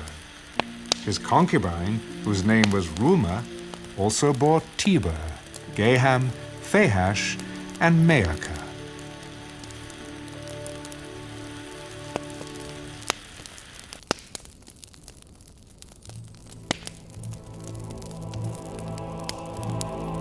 Sarah lived 127 years. These were the years of the life of Sarah. So Sarah died in Kirjath Arba, that is, Hebron, in the land of Canaan.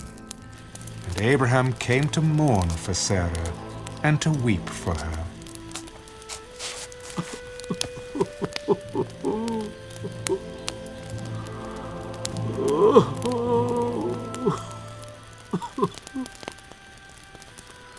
Then Abraham stood up before his dead and spoke to the sons of Heth. I am a foreigner and a visitor among you. Give me property for a burial place among you, that I may bury my dead out of my sight. And the sons of Heth answered Abraham, Hear us, my lord. You are a mighty prince among us. Bury your dead in the choicest of our burial places. None of us will withhold from you his burial place, that you may bury your dead. Then Abraham stood up and bowed himself to the people of the land, the sons of Heth. And he spoke with them. If it is your wish that I bury my dead out of my sight, hear me, and meet with Ephron the son of Zohar for me, that he may give me the cave of Machpelah which he has, which is at the end of his field. Let him give it to me at the full price, as property for a burial place among you. Now Ephron dwelt among the sons of Heth, and Ephron the Hittite answered Abraham in the presence of the sons of Heth, all who entered at the gate of his city. No, my lord, hear me. I give you the field and the cave that is in it. I give it to you in the presence of the sons of my people. I give it to you. Bury your dead. Then Abraham bowed himself down before the people of the land. And he spoke to Ephron in the hearing of the people of the land. If you will give it, please hear me. I will give you money for the field. Take it from me, and I will bury my dead there. And Ephron answered Abraham, My lord, listen to me. The land is worth 400 shekels of silver. What is that between you and me? So bury your dead. And Abraham listened to Ephron. And Abraham weighed out the silver for Ephron, which he had named in the hearing of the sons of Heth, 400 shekels of silver, currency of the merchants. So the field of Ephron, which was in Machpelah, which was before Mamre, the field and the cave which was in it, and all the trees that were in the field, which were within all the surrounding borders, were deeded to Abraham as a possession in the presence of the sons of Heth, before all who went in at the gate of his city. And after this, Abraham buried Sarah his wife in the cave of the field of Machpelah, before Mamre, that is Hebron, in the land of Canaan. So the field and the cave that is in it were deeded to Abraham by the sons of Heth as property for a burial place.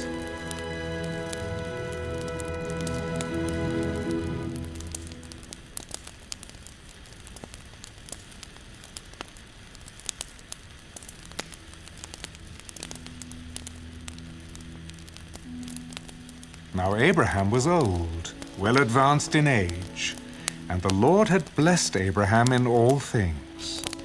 So Abraham said to the oldest servant of his house, who ruled over all that he had, Please, put your hand under my thigh, and I will make you swear by the Lord, the God of heaven and the God of earth, that you will not take a wife for my son from the daughters of the Canaanites among whom I dwell.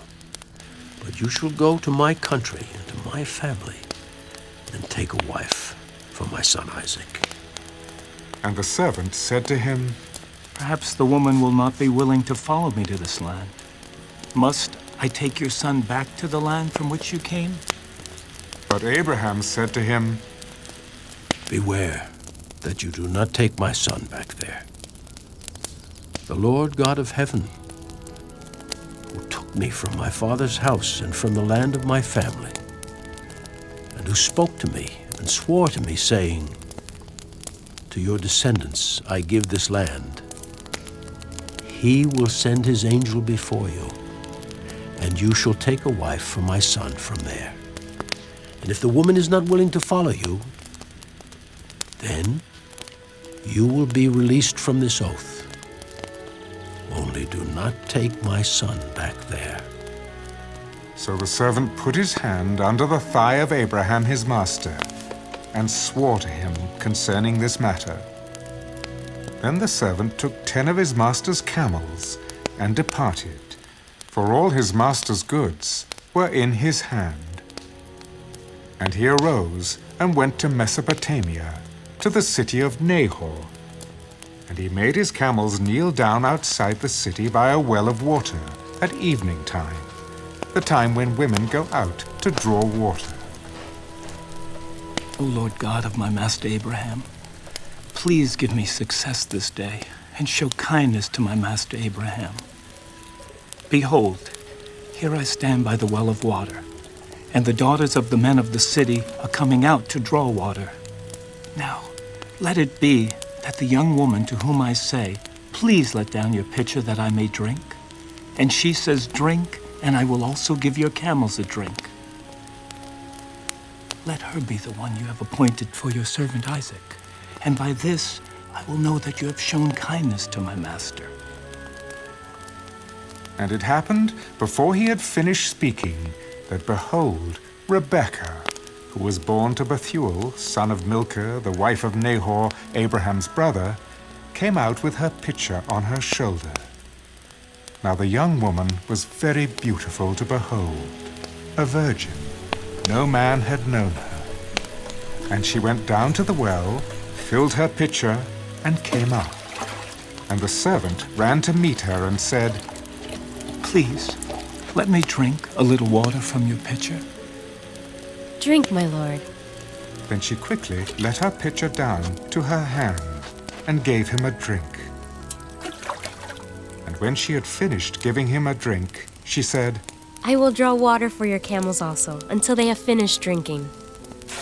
Then she quickly emptied her pitcher into the trough, ran back to the well to draw water, and drew for all his camels. And the man, wondering at her, remained silent, so as to know whether the Lord had made his journey prosperous or not. So it was, when the camels had finished drinking, that the man took a golden nose ring weighing 1/2 shekel, and 2 bracelets for her wrists, weighing 10 shekels of gold, and said, Whose daughter are you? Tell me, please, is there room in your father's house for us to lodge? I am the daughter of Bethuel, Milcah's son, whom she bore to Nahor. We have both straw and feed enough, and room to lodge. Then the man bowed down his head and worshipped the Lord. Blessed be the Lord God of my master Abraham, who has not forsaken his mercy and his truth toward my master. As for me, being on the way, the Lord led me to the house of my master's brethren. So the young woman ran and told her mother's household these things. Now Rebekah had a brother whose name was Laban, and Laban ran out to the man by the well. So it came to pass, when he saw the nose ring and the bracelets on his sister's wrists, and when he heard the words of his sister Rebekah saying, Thus the man spoke to me, that he went to the man. And there he stood by the camels at the well. Come in, O blessed of the Lord. Why do you stand outside? For I've prepared the house and a place for the camels. Then the man came to the house, and he unloaded the camels and provided straw and feed for the camels, and water to wash his feet and the feet of the men who were with him. Food was set before him to eat, but he said, I will not eat until I have told about my errand. Speak on. I am Abraham's servant. The Lord has blessed my master greatly, and he has become great. And he has given him flocks and herds, silver and gold, male and female servants, and camels and donkeys.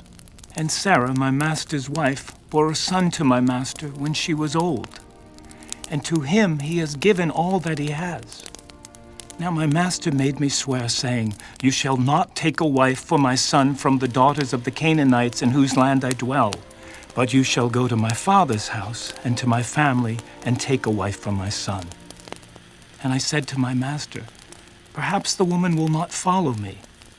But he said to me, The Lord before whom I walk will send his angel with you and prosper your way, and you shall take a wife for my son from my family and from my father's house. You will be clear from this oath when you arrive among my family. For if they will not give her to you, then you will be released from my oath. And this day I came to the well and said, O Lord God of my master Abraham, if you will now prosper the way in which I go, behold, I stand by the well of water. And it shall come to pass that when the virgin comes out to draw water, and I say to her, Please, give me a little water from your pitcher to drink. And she says to me, Drink, and I will draw for your camels also. Let her be the woman whom the Lord has appointed for my master's son. But before I had finished speaking in my heart, there was Rebekah coming out with her pitcher on her shoulder, and she went down to the well and drew water. And I said to her, Please let me drink. And she made haste and let her pitcher down from her shoulder and said, Drink, and I will give your camels a drink also. So I drank, and she gave the camels a drink also. Then I asked her and said, Whose daughter are you? And she said, The daughter of Bethuel, Nahor's son, whom Milcah bore to him. So I put the nose ring on her nose and the bracelets on her wrists, and I bowed my head and worshipped the Lord and blessed the Lord God of my master Abraham, who had led me in the way of truth to take the daughter of my master's brother for his son. Now, if you will deal kindly and truly with my master, tell me, and if not, tell me that I may turn to the right hand or to the left. Then Laban and Bethuel answered, The thing comes from the Lord. We cannot speak to you either bad or good. Here is Rebekah before you. Take her and go, and let her be your master's son's wife, as the Lord has spoken. And it came to pass, when Abraham's servant heard their words, that he worshipped the Lord, bowing himself to the earth. Then the servant brought out jewelry of silver, jewelry of gold, and clothing, and gave them to Rebekah. He also gave precious things to her brother and to her mother. And he and the man who were with him ate and drank and stayed all night. Then they arose in the morning. Send me away to my master. But her brother and her mother said, Let the young woman stay with us a few days, at least 10. After that, she may go. Do not hinder me, since the Lord has prospered my way. Send me away, so that I may go to my master. We will call the young woman and ask her personally. Then they called Rebekah and said to her, "Will you go with this man?" I will go. So they sent away Rebekah, their sister, and her nurse, and Abraham's servant and his men. And they blessed Rebekah and said to her, "Our sister, may you become the mother of thousands of 10,000s. And may your descendants possess the gates of those who hate them." Then Rebekah and her maids arose, and they rode on the camels and followed the man. So the servant took Rebekah and departed. Now Isaac came from the way of Beer-lahai-roi, for he dwelt in the south. And Isaac went out to meditate in the field in the evening. And he lifted his eyes and looked, and there the camels were coming. Then Rebekah lifted her eyes, and when she saw Isaac, she dismounted from her camel. For she had said to the servant, Who is this man walking in the field to meet us? It is my master. So she took a veil and covered herself. And the servant told Isaac all the things that he had done. Then Isaac brought her into his mother Sarah's tent, and he took Rebekah, and she became his wife, and he loved her. So Isaac was comforted after his mother's death.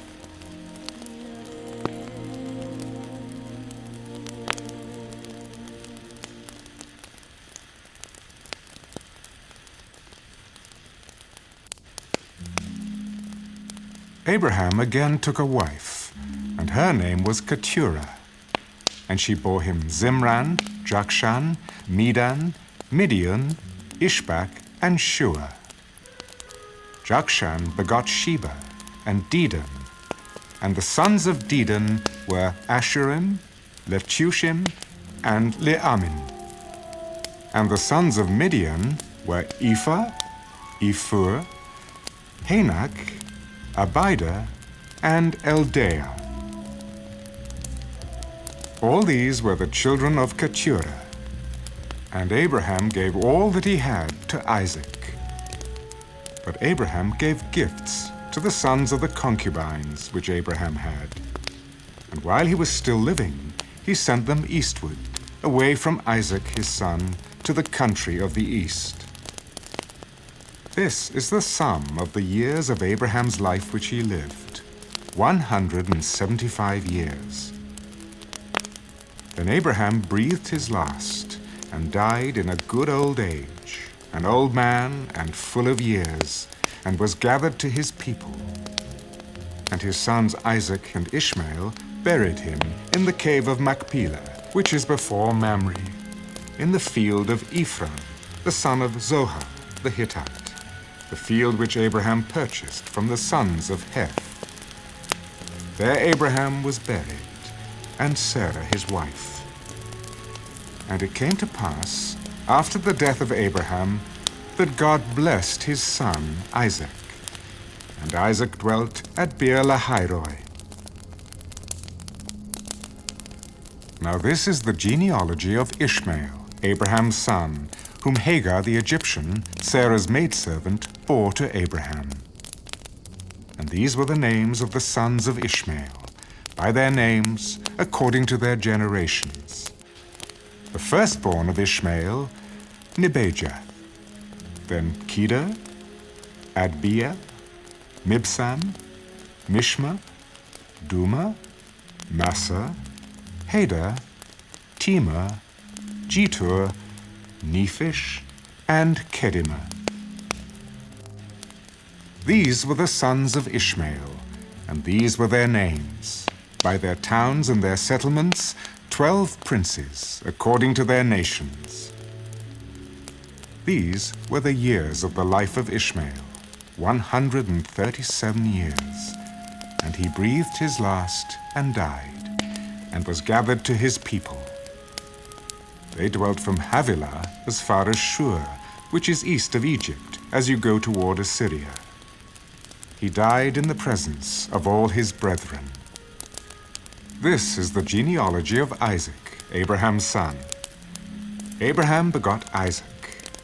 Isaac was 40 years old when he took Rebekah as wife, the daughter of Bethuel the Syrian of Padan Aram, the sister of Laban the Syrian. Now Isaac pleaded with the Lord for his wife, because she was barren.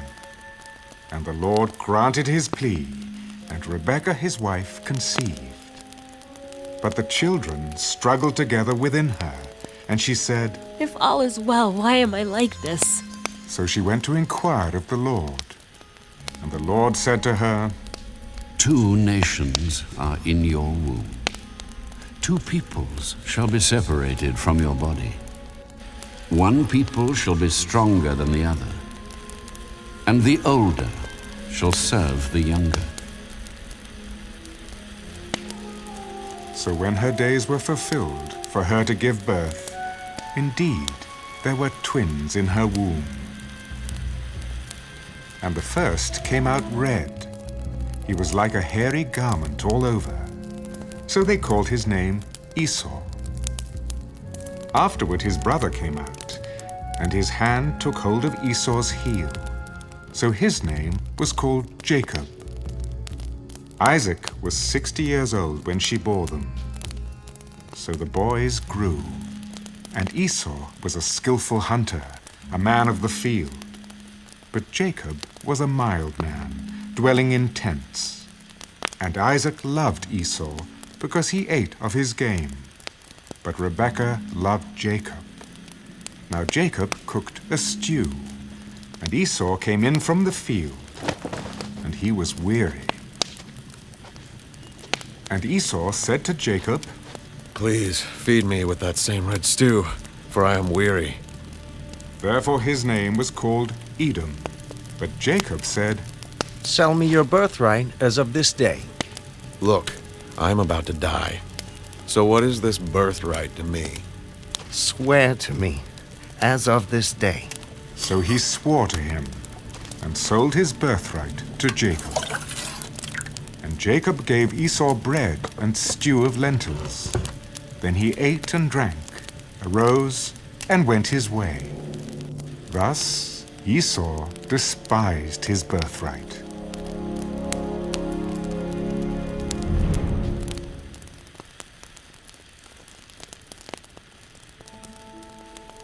There was a famine in the land, besides the first famine that was in the days of Abraham.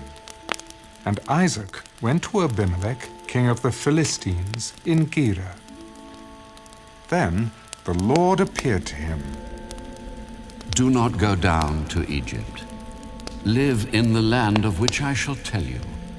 Dwell in this land, and I will be with you and bless you. For to you and your descendants I give all these lands. And I will perform the oath which I swore to Abraham your father. And I will make your descendants multiply as the stars of heaven. I will give to your descendants all these lands. And in your seed all the nations of the earth shall be blessed, because Abraham obeyed my voice, and kept my charge, my commandments, my statutes, and my laws. So Isaac dwelt in Gerar. And the men of the place asked about his wife. And he said, She is my sister. For he was afraid to say, She is my wife. Because he thought, Lest the men of the place kill me for Rebekah, because she is beautiful to behold. Now it came to pass, when he had been there a long time, that Abimelech, king of the Philistines, looked through a window, and saw, and there was Isaac, showing endearment to Rebekah his wife. Then Abimelech called Isaac and said, Quite obviously she is your wife. So how could you say, she is my sister? Because I said, lest I die on account of her. What is this you have done to us? One of the people might soon have lain with your wife, and you would have brought guilt on us. So Abimelech charged all his people He who touches this man or his wife shall surely be put to death." Then Isaac sowed in that land, and reaped in the same year 100-fold. And the Lord blessed him. The man began to prosper, and continued prospering until he became very prosperous. For he had possessions of flocks, and possessions of herds, and a great number of servants. So the Philistines envied him. Now the Philistines had stopped up all the wells which his father's servants had dug in the days of Abraham his father, and they had filled them with earth. And Abimelech said to Isaac, "Go away from us, for you are much mightier than we." Then Isaac departed from there, and pitched his tent in the valley of Gerar, and dwelt there. And Isaac dug again the wells of water which they had dug in the days of Abraham his father, for the Philistines had stopped them up after the death of Abraham. He called them by the names which his father had called them.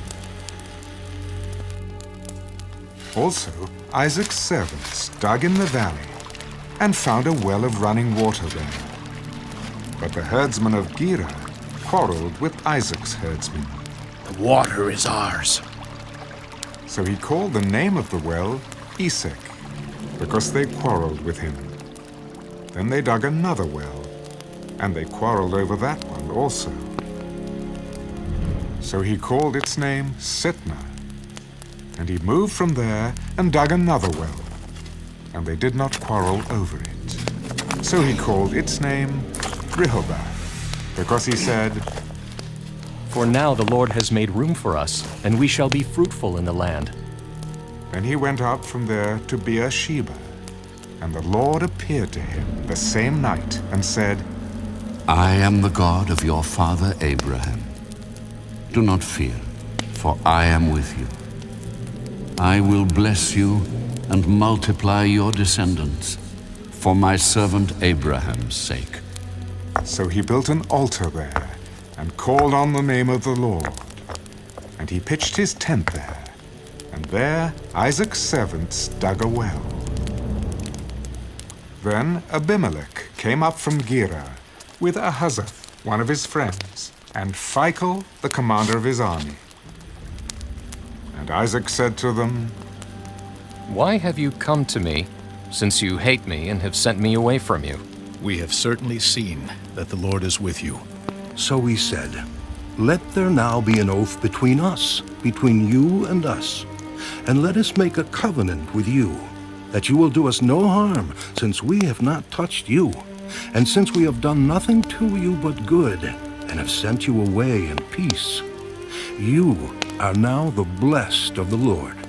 So he made them a feast, and they ate and drank.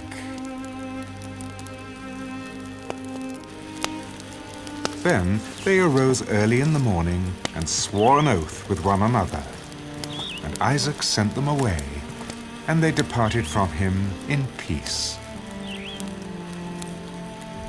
It came to pass the same day that Isaac's servants came and told him about the well which they had dug. "We have found water." So he called it Sheba.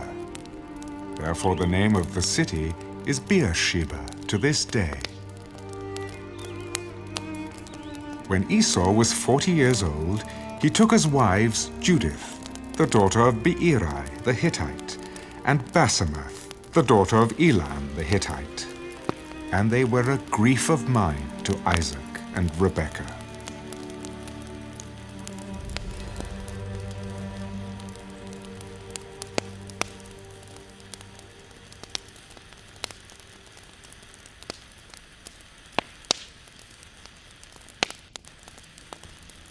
Now it came to pass, when Isaac was old, and his eyes were so dim that he could not see, that he called Esau his older son, and said to him, "My son." "Here I am." "Behold now, I am old. I do not know the day of my death. Now, therefore, please, take your weapons, your quiver and your bow, and go out to the field and hunt game for me.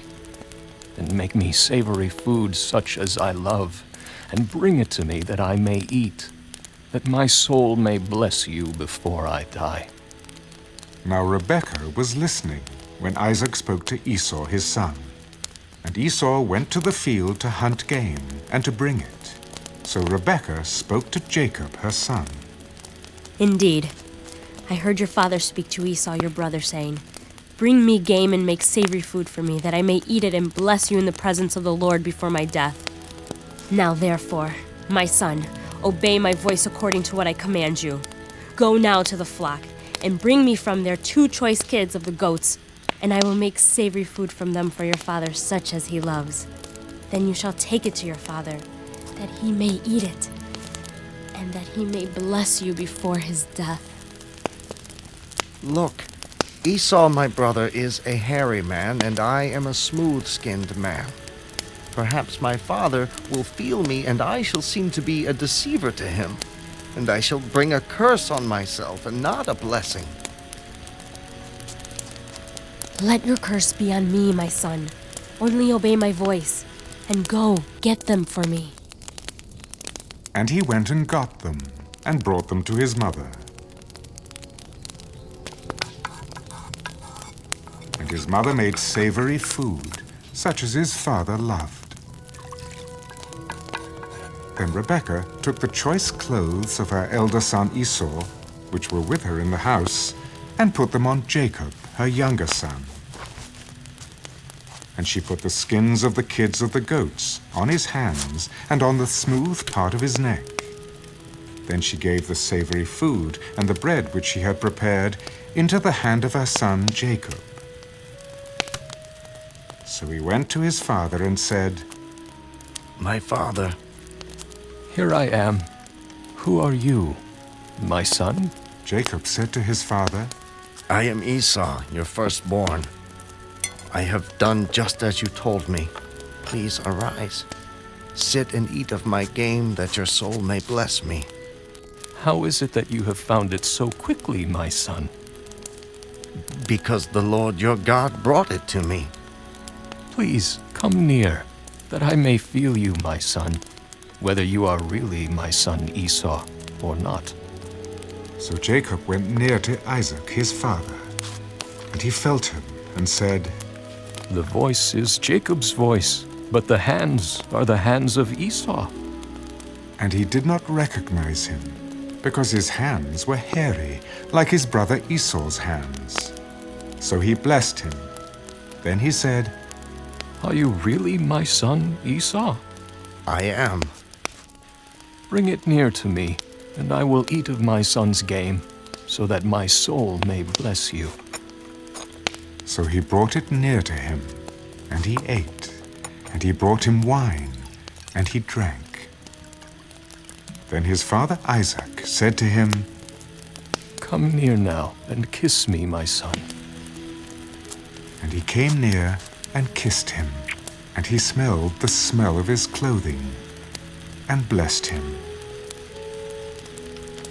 "Surely the smell of my son is like the smell of a field which the Lord has blessed.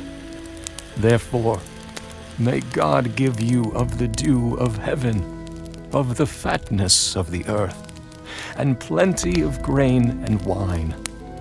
Let peoples serve you, and nations bow down to you. Be master over your brethren, and let your mother's sons bow down to you. Cursed be everyone who curses you, and blessed be those who bless you." Now it happened, as soon as Isaac had finished blessing Jacob, and Jacob had scarcely gone out from the presence of Isaac his father, that Esau his brother came in from his hunting. He also had made savory food, and brought it to his father. "Let my father arise, and eat of his son's game, that your soul may bless me." "Who are you?" "I am your son, your firstborn, Esau." Then Isaac trembled exceedingly. "Who? Where is the one who hunted game and brought it to me?" I ate all of it before you came, and I have blessed him, and indeed he shall be blessed. When Esau heard the words of his father, he cried with an exceedingly great and bitter cry. Bless me! Me also, O my father! Your brother came with deceit and has taken away your blessing. Is he not rightly named Jacob? For he has supplanted me these 2 times.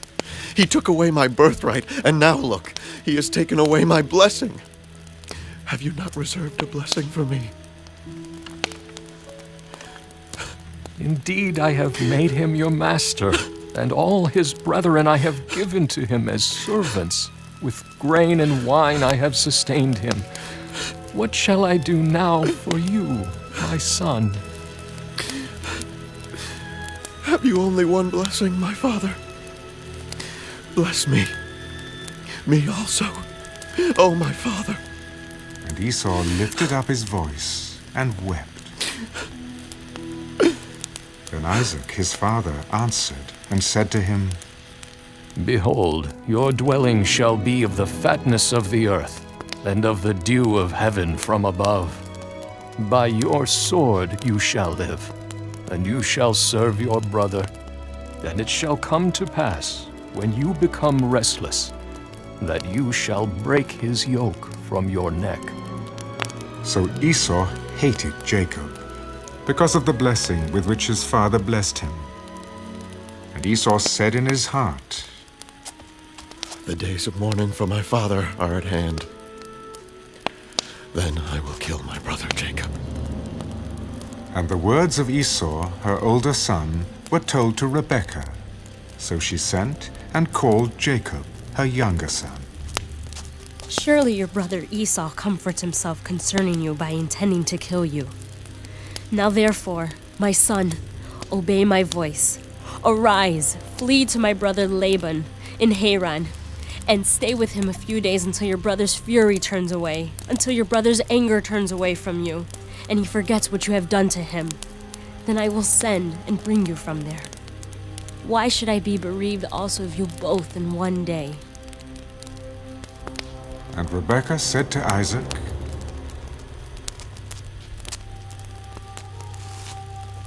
I am weary of my life because of the daughters of Heth. If Jacob takes a wife of the daughters of Heth, like these who are the daughters of the land, what good will my life be to me?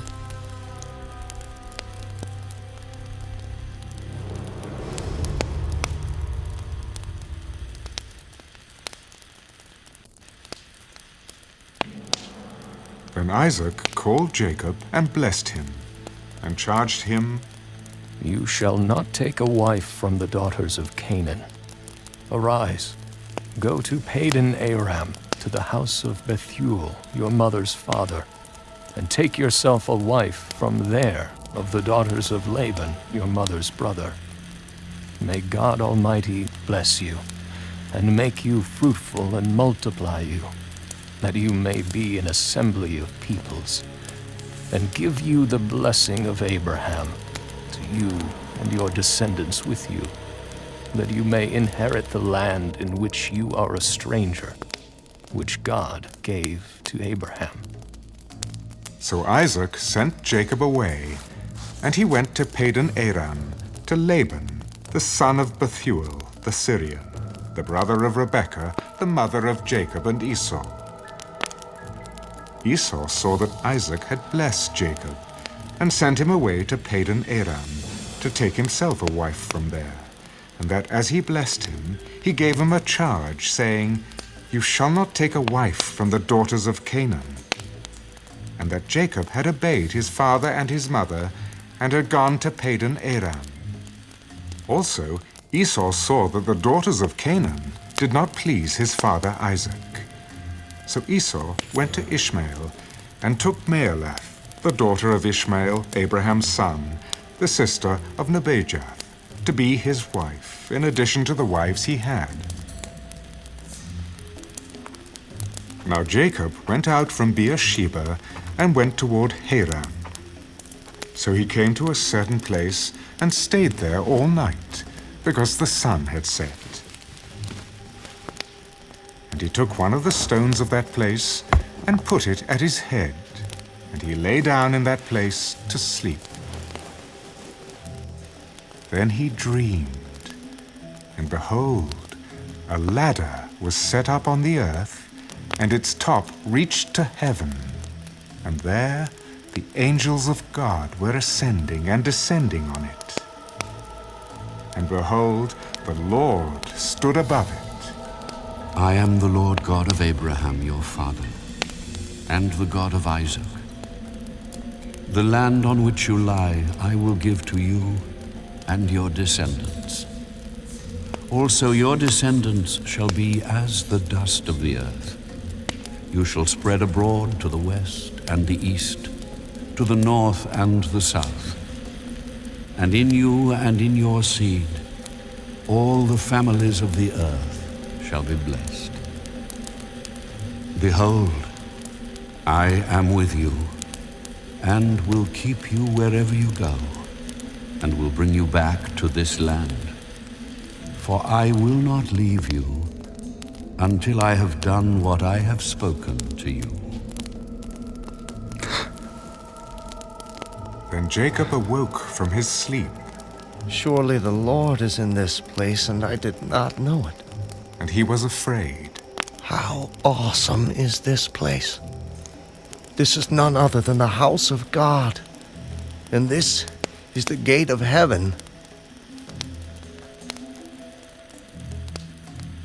Then Jacob rose early in the morning, and took the stone that he had put at his head, set it up as a pillar, and poured oil on top of it. And he called the name of that place Bethel, but the name of that city had been Luz previously. Then Jacob made a vow. If God will be with me, and keep me in this way that I am going, and give me bread to eat, and clothing to put on, so that I come back to my father's house in peace, then the Lord shall be my God. And this stone which I have set as a pillar shall be God's house. And of all that you give me, I will surely give a tenth to you.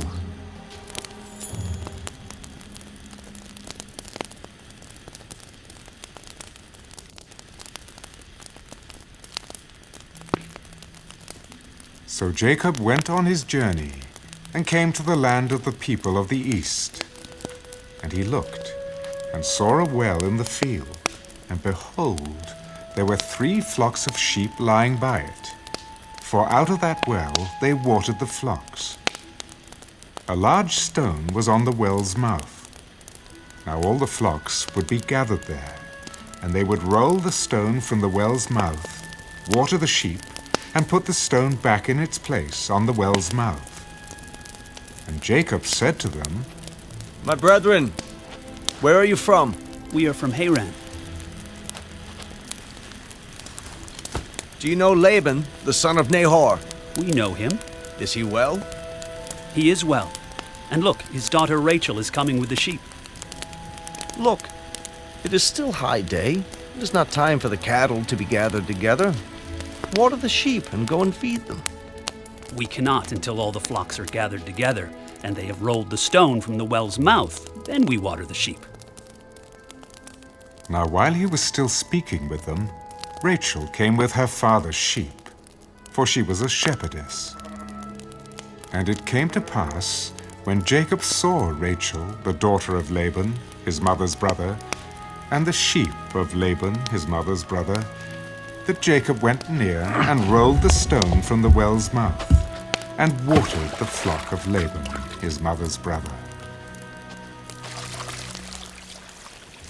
Then Jacob kissed Rachel, and lifted up his voice, and wept. And Jacob told Rachel that he was her father's relative, and that he was Rebekah's son. So she ran and told her father. Then it came to pass, when Laban heard the report about Jacob, his sister's son, that he ran to meet him, and embraced him and kissed him, and brought him to his house. So he told Laban all these things. And Laban said to him, Surely You are my bone and my flesh. And he stayed with him for a month. Then Laban said to Jacob, Because you are my relative, should you therefore serve me for nothing? Tell me, what should your wages be? Now Laban had 2 daughters. The name of the elder was Leah, and the name of the younger was Rachel. Leah's eyes were delicate, but Rachel was beautiful of form and appearance. Now Jacob loved Rachel, so he said, I will serve you 7 years for Rachel, your younger daughter. It is better that I give her to you than that I should give her to another man. Stay with me. So Jacob served 7 years for Rachel, and they seemed only a few days to him because of the love he had for her. Then Jacob said to Laban, Give me my wife, for my days are fulfilled, that I may go into her. And Laban gathered together all the men of the place and made a feast. Now it came to pass in the evening that he took Leah his daughter and brought her to Jacob, and he went into her. And Laban gave his maid Zilpah to his daughter Leah as a maid. So it came to pass in the morning that, behold, it was Leah. And he said to Laban, What is this you have done to me? Was it not for Rachel that I served you? Why then have you deceived me? It must not be done so in our country, to give the younger before the firstborn. Fulfill her week, and we will give you this one also for the service which you will serve with me still another 7 years. Then Jacob did so, and fulfilled her week. So he gave him his daughter Rachel as wife also. And Laban gave his maid Bilhah to his daughter Rachel as a maid. Then Jacob also went in to Rachel, and he also loved Rachel more than Leah. And he served with Laban still another 7 years. When the Lord saw that Leah was unloved, he opened her womb, but Rachel was barren. So Leah conceived and bore a son, and she called his name Reuben, for she said, The Lord has surely looked on my affliction. Now, therefore, my husband will love me. Then she conceived again and bore a son. Because the Lord has heard that I am unloved, he has therefore given me this son also. And she called his name Simeon. She conceived again and bore a son. Now this time my husband will become attached to me, because I have borne him 3 sons. Therefore his name was called Levi. And she conceived again and bore a son. Now I will praise the Lord. Therefore she called his name Judah. Then she stopped bearing.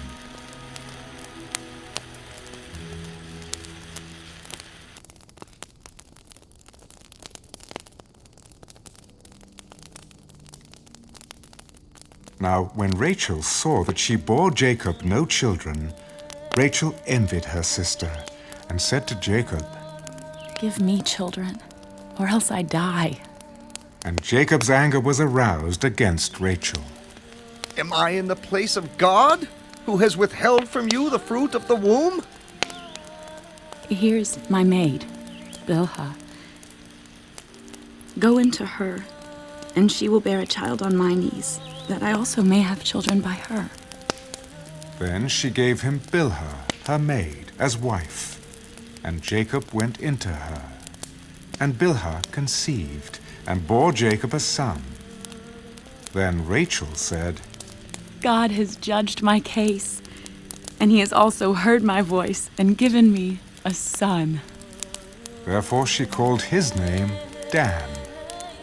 And Rachel's maid Bilhah conceived again, and bore Jacob a second son. Then Rachel said, With great wrestlings I have wrestled with my sister, and indeed I have prevailed. So she called his name Naphtali. When Leah saw that she had stopped bearing, she took Zilpah her maid and gave her to Jacob as wife. And Leah's maid Zilpah bore Jacob a son. Then Leah said, A troop comes. So she called his name Gad. And Leah's maid Zilpah bore Jacob a second son. I am happy, for the daughters will call me blessed. So she called his name Asher. Now Reuben went in the days of wheat harvest and found mandrakes in the field and brought them to his mother Leah. Then Rachel said to Leah, Please, give me some of your son's mandrakes. Is it a small matter that you have taken away my husband? Would you take away my son's mandrakes also? Therefore, he will lie with you tonight for your son's mandrakes. When Jacob came out of the field in the evening, Leah went out to meet him. You must come in to me, for I have surely hired you with my son's mandrakes. And he lay with her that night.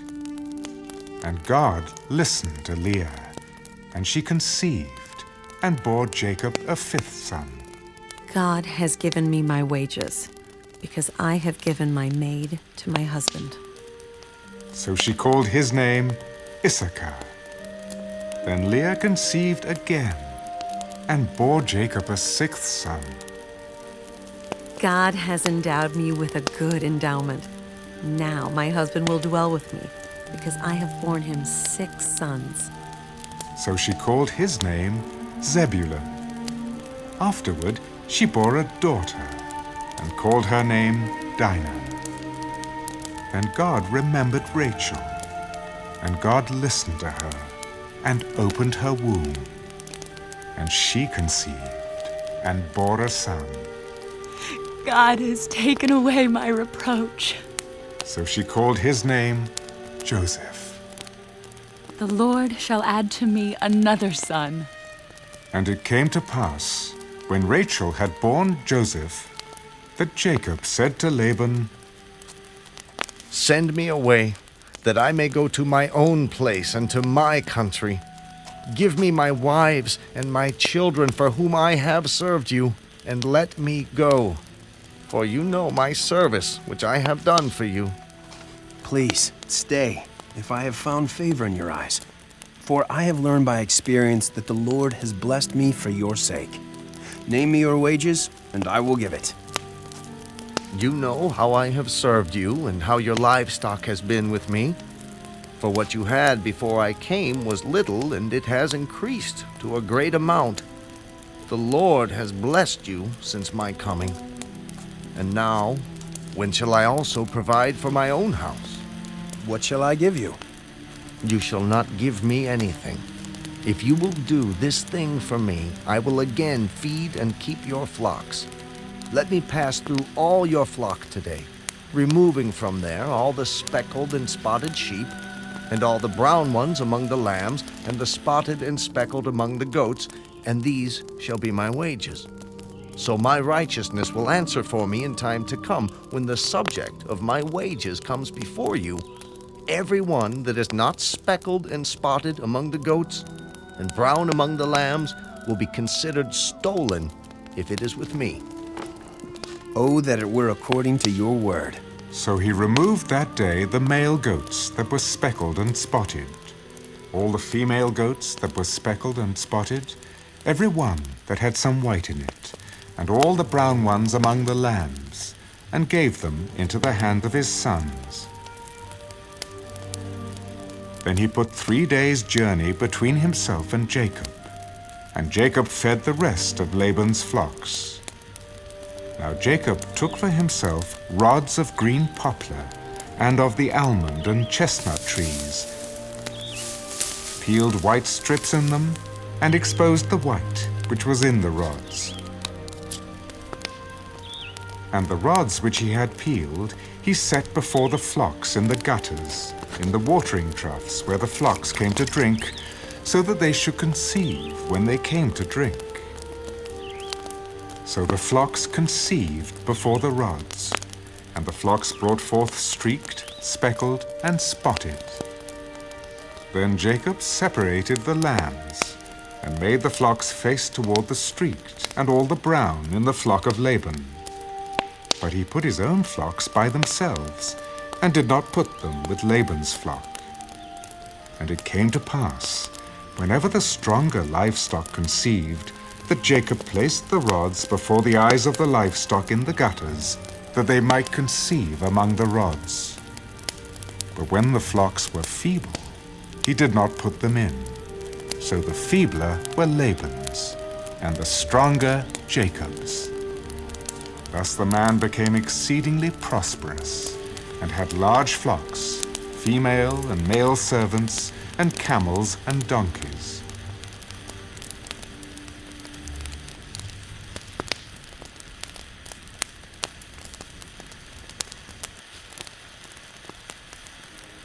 Now Jacob heard the words of Laban's sons.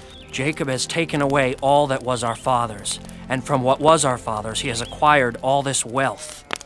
And Jacob saw the countenance of Laban, and indeed it was not favorable toward him as before. Then the Lord said to Jacob, "Return to the land of your fathers and to your family, and I will be with you." So Jacob sent and called Rachel and Leah to the field, to his flock. I see your father's countenance, that it is not favorable toward me as before, but the God of my father has been with me. And you know that with all my might I have served your father, yet your father has deceived me and changed my wages 10 times. But God did not allow him to hurt me. If he said thus, "The speckled shall be your wages," then all the flocks bore speckled. And if he said thus, "The streaked shall be your wages," then all the flocks bore streaked.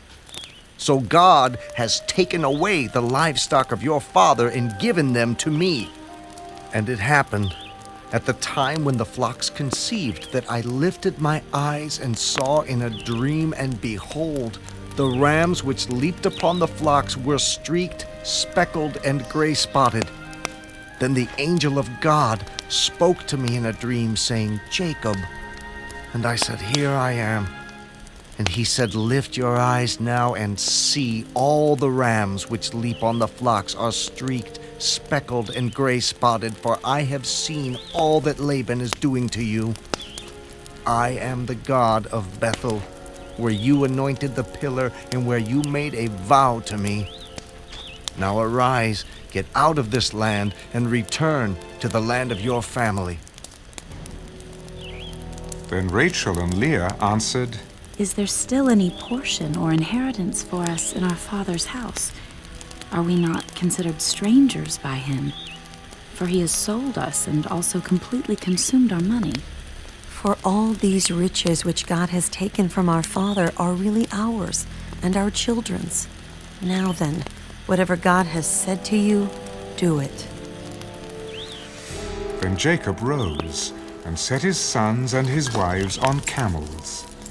And he carried away all his livestock and all his possessions which he had gained, his acquired livestock which he had gained in Padan Aram, to go to his father Isaac in the land of Canaan. Now Laban had gone to shear his sheep, and Rachel had stolen the household idols that were her father's. And Jacob stole away, unknown to Laban the Syrian, in that he did not tell him that he intended to flee. So he fled with all that he had. He arose and crossed the river, and headed toward the mountains of Gilead. And Laban was told on the 3rd day that Jacob had fled. Then he took his brethren with him, and pursued him for 7 days' journey.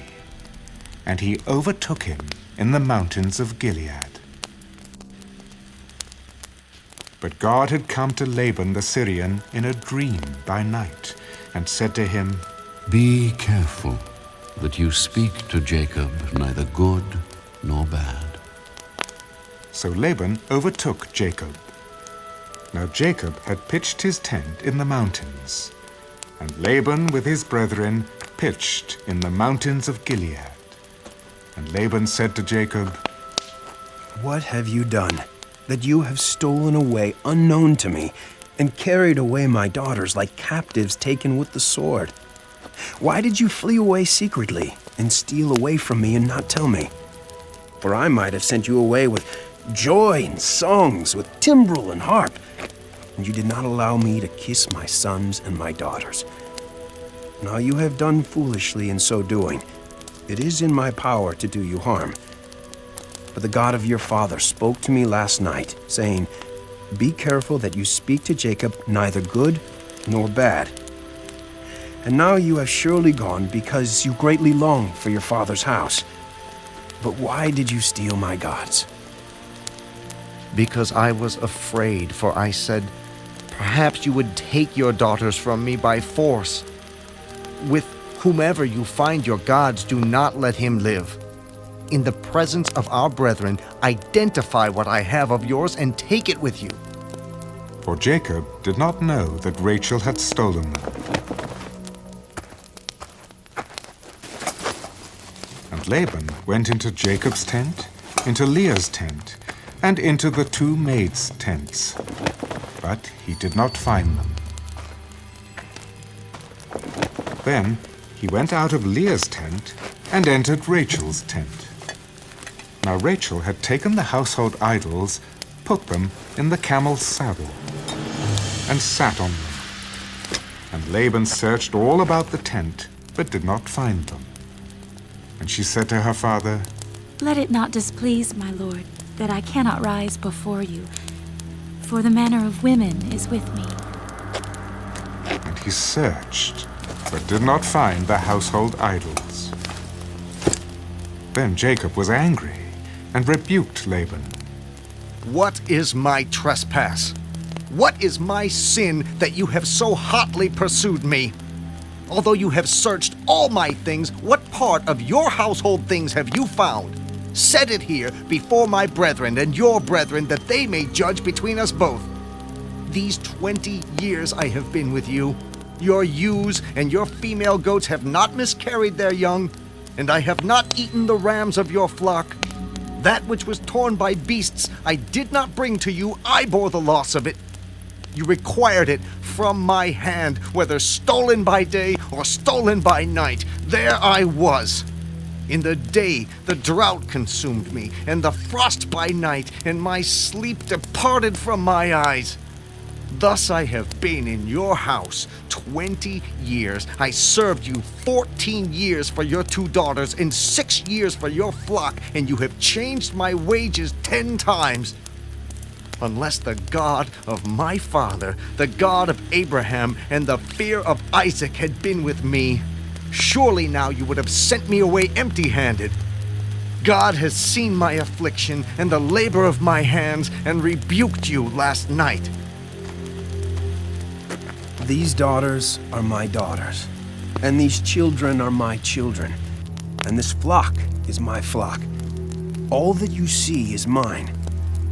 What can I do this day to these my daughters, or to their children whom they have borne? Now therefore come, let us make a covenant, you and I, and let it be a witness between you and me. So Jacob took a stone and set it up as a pillar. Then Jacob said to his brethren, Gather stones. And they took stones and made a heap, and they ate there on the heap. Laban called it Jegar-sahadutha, but Jacob called it Gilead. This heap is a witness between you and me this day. Therefore its name was called Gilead, also Mizpah, because he said, May the Lord watch between you and me, when we are absent one from another. If you afflict my daughters, or if you take other wives besides my daughters, although no man is with us, see, God is witness between you and me.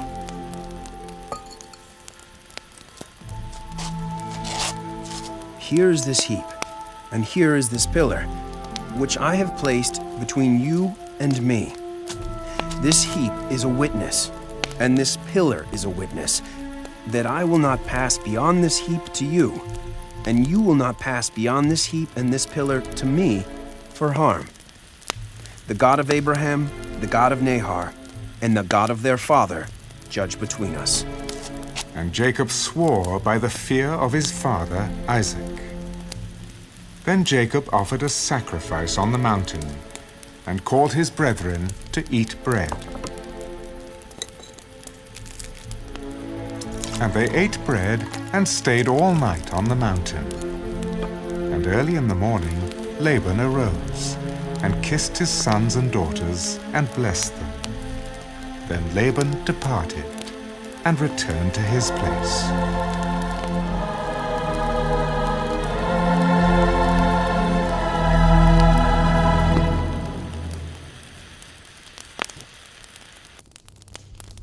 So Jacob went on his way, and the angels of God met him. When Jacob saw them, he said, "This is God's camp." And he called the name of that place Mahanaim. Then Jacob sent messengers before him to Esau his brother in the land of Seir, the country of Edom. And he commanded them, "Speak thus to my lord Esau. Thus your servant Jacob says, I have dwelt with Laban and stayed there until now. I have oxen, donkeys, flocks, and male and female servants, and I have sent to tell my lord, that I may find favor in your sight." Then the messengers returned to Jacob. "We came to your brother Esau, and he also is coming to meet you, and 400 men are with him." So Jacob was greatly afraid and distressed. And he divided the people that were with him, and the flocks and herds and camels, into 2 companies. "If Esau comes to the one company and attacks it, then the other company which is left will escape. O God of my father Abraham, and God of my father Isaac, the Lord who said to me, 'Return to your country and to your family, and I will deal well with you,' I am not worthy of the least of all the mercies and of all the truth which you have shown your servant. For I crossed over this Jordan with my staff, and now I have become 2 companies. Deliver me, I pray, from the hand of my brother, from the hand of Esau, for I fear him, lest he come and attack me. The mother with the children, for you said, I will surely treat you well and make your descendants as the sand of the sea, which cannot be numbered for multitude." So he lodged there that same night, and took what came to his hand as a present for Esau his brother: 200 female goats and 20 male goats, 200 ewes and 20 rams, 30 milk camels with their colts, 40 cows and 10 bulls, 20 female donkeys and 10 foals. Then he delivered them to the hand of his servants, every drove by itself, and said to his servants, "Pass over before me, and put some distance between successive droves." And he commanded the first one, "When Esau my brother meets you and asks you, saying, 'To whom do you belong, and where are you going? Whose are these in front of you?' Then you shall say, 'They are your servant Jacob's. It is a present sent to my lord Esau, and behold, he also is behind us.'" So he commanded the second, the third, and all who followed the droves, "In this manner you shall speak to Esau when you find him, and also say, 'Behold, your servant Jacob is behind us.' I will appease him with the present that goes before me, and afterward I will see his face. Perhaps he will accept me." So the present went on over before him. But he himself lodged that night in the camp.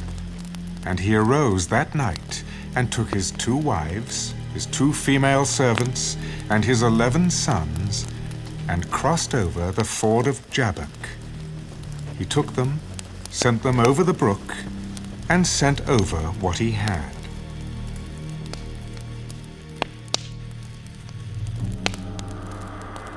Then Jacob was left alone, and a man wrestled with him until the breaking of day. Now when he saw that he did not prevail against him, he touched the socket of his hip, and the socket of Jacob's hip was out of joint as he wrestled with him. And he said, "Let me go, for the day breaks." I will not let you go unless you bless me. What is your name? Jacob! Your name shall no longer be called Jacob, but Israel. For you have struggled with God and with men, and have prevailed. Tell me your name, I pray. Why is it that you ask about my name? And he blessed him there. So Jacob called the name of the place Peniel. For I have seen God face to face, and my life is preserved. Just as he crossed over Peniel, the sun rose on him, and he limped on his hip. Therefore, to this day, the children of Israel do not eat the muscle that shrank, which is on the hip socket, because he touched the socket of Jacob's hip in the muscle that shrank.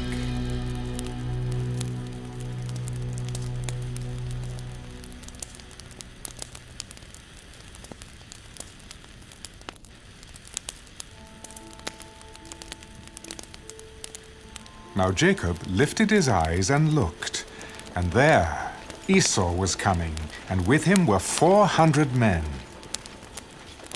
So he divided the children among Leah, Rachel, and the 2 maidservants. And he put the maidservants and their children in front, Leah and her children behind, and Rachel and Joseph last. Then he crossed over before them, and bowed himself to the ground 7 times, until he came near to his brother. But Esau ran to meet him, and embraced him, and fell on his neck, and kissed him, and they wept. And he lifted his eyes, and saw the women and children. Who are these with you? The children whom God has graciously given your servant. Then the maidservants came near, they and their children, and bowed down. And Leah also came near with her children, and they bowed down. Afterward Joseph and Rachel came near, and they bowed down. What do you mean by all this company which I met? These are to find favor in the sight of my Lord. I have enough, my brother. Keep what you have for yourself. No, please. If I have now found favor in your sight, then receive my present from my hand, inasmuch as I have seen your face as though I had seen the face of God, and you were pleased with me. Please, take my blessing that is brought to you, because God has dealt graciously with me, and because I have enough. So he urged him, and he took it. Then Esau said, "Let us take our journey. Let us go, and I will go before you." My Lord knows that the children are weak, and the flocks and herds which are nursing are with me. And if the men should drive them hard one day, all the flock will die. Please let my Lord go on ahead before his servant. I will lead on slowly, at a pace which the livestock that go before me and the children are able to endure, until I come to my Lord and see her. Now let me leave with you some of the people who are with me. What need is there? Let me find favor in the sight of my Lord. So Esau returned that day on his way to Seir. And Jacob journeyed to Succoth, built himself a house, and made booths for his livestock. Therefore the name of the place is called Succoth. Then Jacob came safely to the city of Shechem, which is in the land of Canaan, when he came from Padam Aram, and he pitched his tent before the city. and he bought the parcel of land where he had pitched his tent from the children of Hamor, Shechem's father, for 100 pieces of money. Then he erected an altar there and called it El Elohe Israel.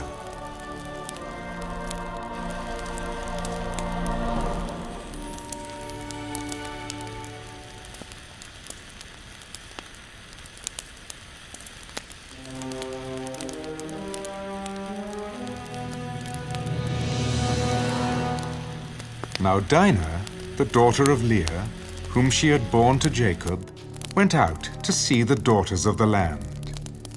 And when Shechem, the son of Hamor the Hivite, prince of the country, saw her, he took her and lay with her and violated her. His soul was strongly attracted to Dinah, the daughter of Jacob, and he loved the young woman and spoke kindly to the young woman.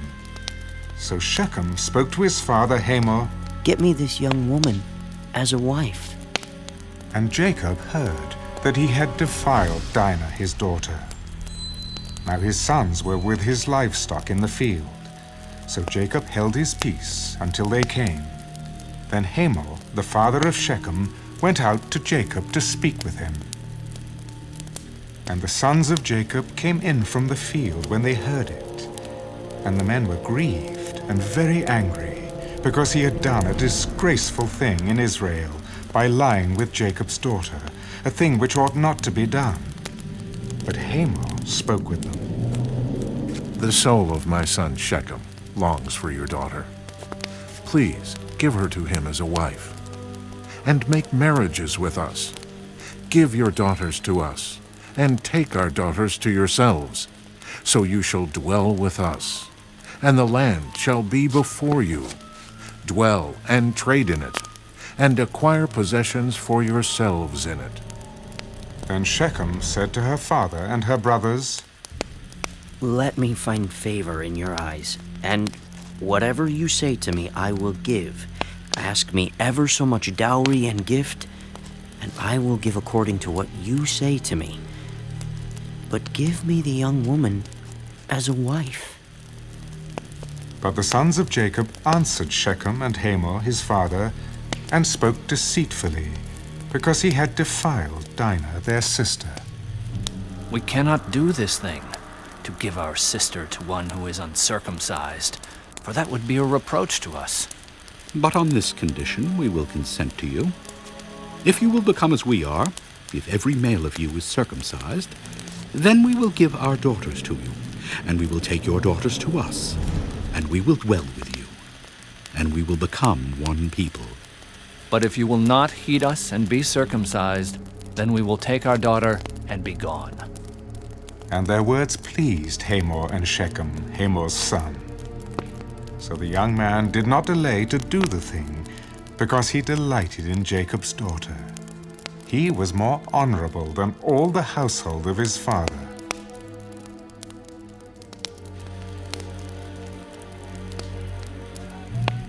And Hamor and Shechem his son came to the gate of their city, and spoke with the men of their city. These men are at peace with us. Therefore, let them dwell in the land and trade in it. For indeed, the land is large enough for them. Let us take their daughters to us as wives, and let us give them our daughters. Only on this condition will the men consent to dwell with us to be one people. If every male among us is circumcised, as they are circumcised, will not their livestock, their property, and every animal of theirs be ours? Only let us consent to them, and they will dwell with us." And all who went out of the gate of his city heeded Hamor and Shechem his son. Every male was circumcised, all who went out of the gate of his city. Now it came to pass on the third day, when they were in pain, that two of the sons of Jacob, Simeon and Levi, Dinah's brothers, each took his sword and came boldly upon the city and killed all the males. And they killed Hamor and Shechem his son with the edge of the sword, and took Dinah from Shechem's house and went out. sons of Jacob came upon the slain and plundered the city because their sister had been defiled. They took their sheep, their oxen, and their donkeys, what was in the city and what was in the field, and all their wealth. All their little ones and their wives they took captive, and they plundered even all that was in the houses. Then Jacob said to Simeon and Levi, "You have troubled me by making me obnoxious among the inhabitants of the land, among the Canaanites and the Perizzites. And since I am few in number, they will gather themselves together against me and kill me. I shall be destroyed, my household and I." Should he treat our sister like a harlot?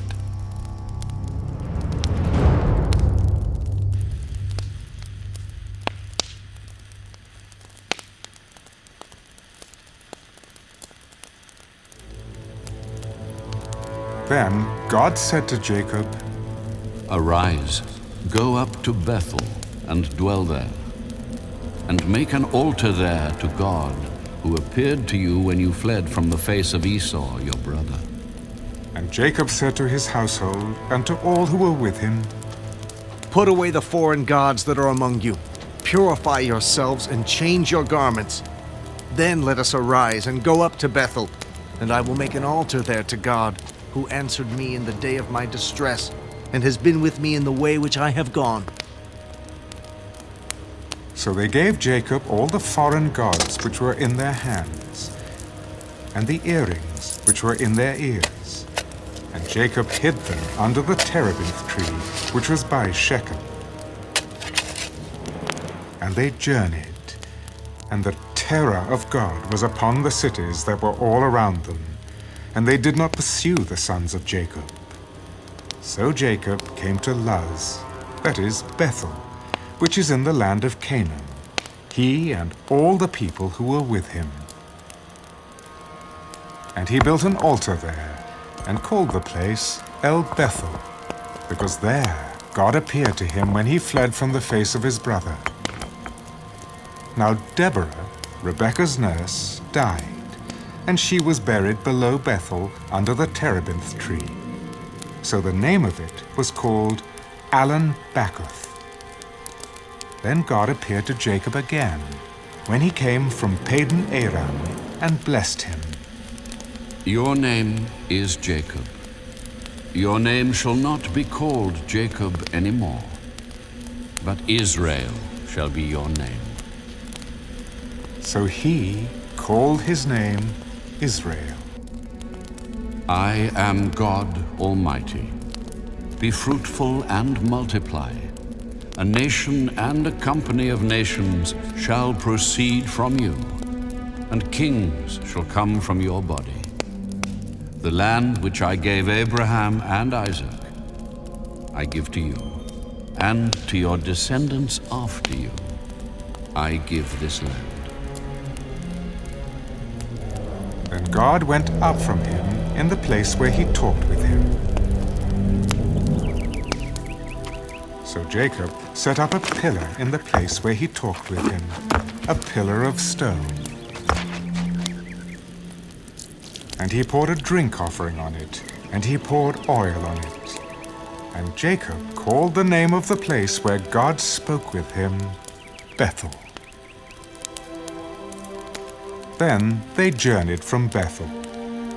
And when there was but a little distance to go to Ephrath, Rachel labored in childbirth, and she had hard labor.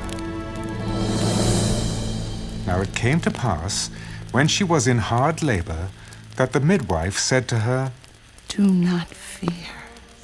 You will have this son also." And so it was, as her soul was departing, for she died, that she called his name Ben-Oni. But his father called him Benjamin. So Rachel died, and was buried on the way to Ephrath, that is, Bethlehem. And Jacob set a pillar on her grave, which is the pillar of Rachel's grave to this day. Then Israel journeyed, and pitched his tent beyond the Tower of Eder.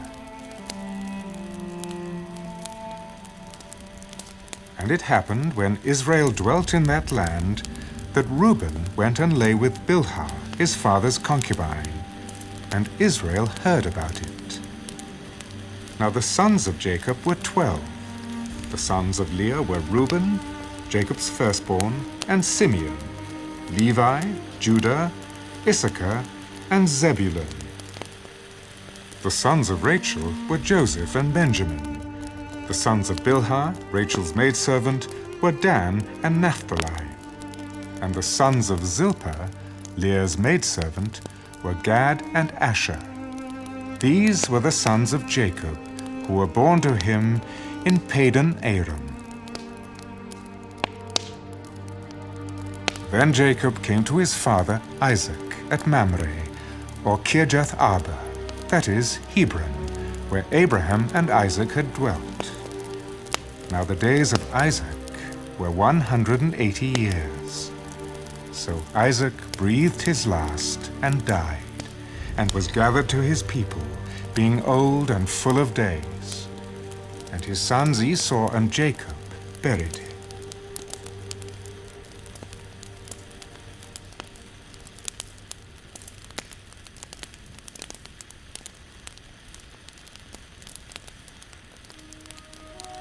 Now this is the genealogy of Esau, who is Edom. Esau took his wives from the daughters of Canaan: Adah, the daughter of Elon, the Hittite; Aholibamah, the daughter of Anah, the daughter of Zibeon, the Hivite; and Basemath, Ishmael's daughter, sister of Nebajoth. Now Adah bore Eliphaz to Esau, and Basemath bore Ruel. And Aholibamah bore Jeush, Jealam, and Korah. These were the sons of Esau, who were born to him in the land of Canaan.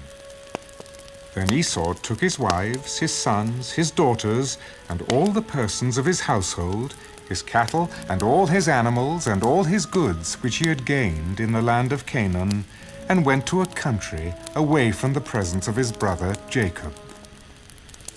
For their possessions were too great for them to dwell together, and the land where they were strangers could not support them because of their livestock.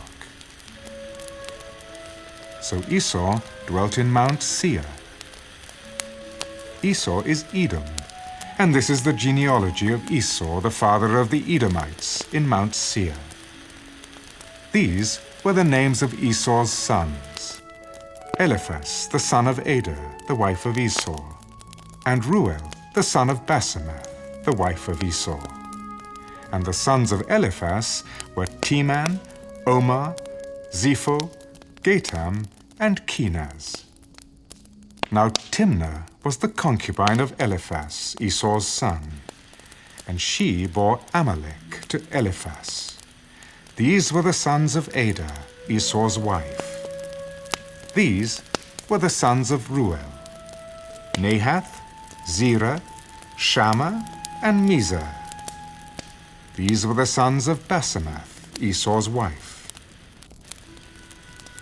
These were the sons of Aholibamah, Esau's wife, the daughter of Anah, the daughter of Zibeon. And she bore to Esau Jeush, Jealam, and Korah. These were the chiefs of the sons of Esau. The sons of Eliphaz, the firstborn son of Esau, were Chief Teman, Chief Omar, Chief Zepho, Chief Kenaz, Chief Korah, Chief Gatam, and Chief Amalek. These were the chiefs of Eliphaz in the land of Edom. They were the sons of Adah. These were the sons of Ruel, Esau's son: Chief Nahath, Chief Zerah, Chief Shammah, and Chief Mizah. These were the chiefs of Ruel in the land of Edom. These were the sons of Basemath, Esau's wife.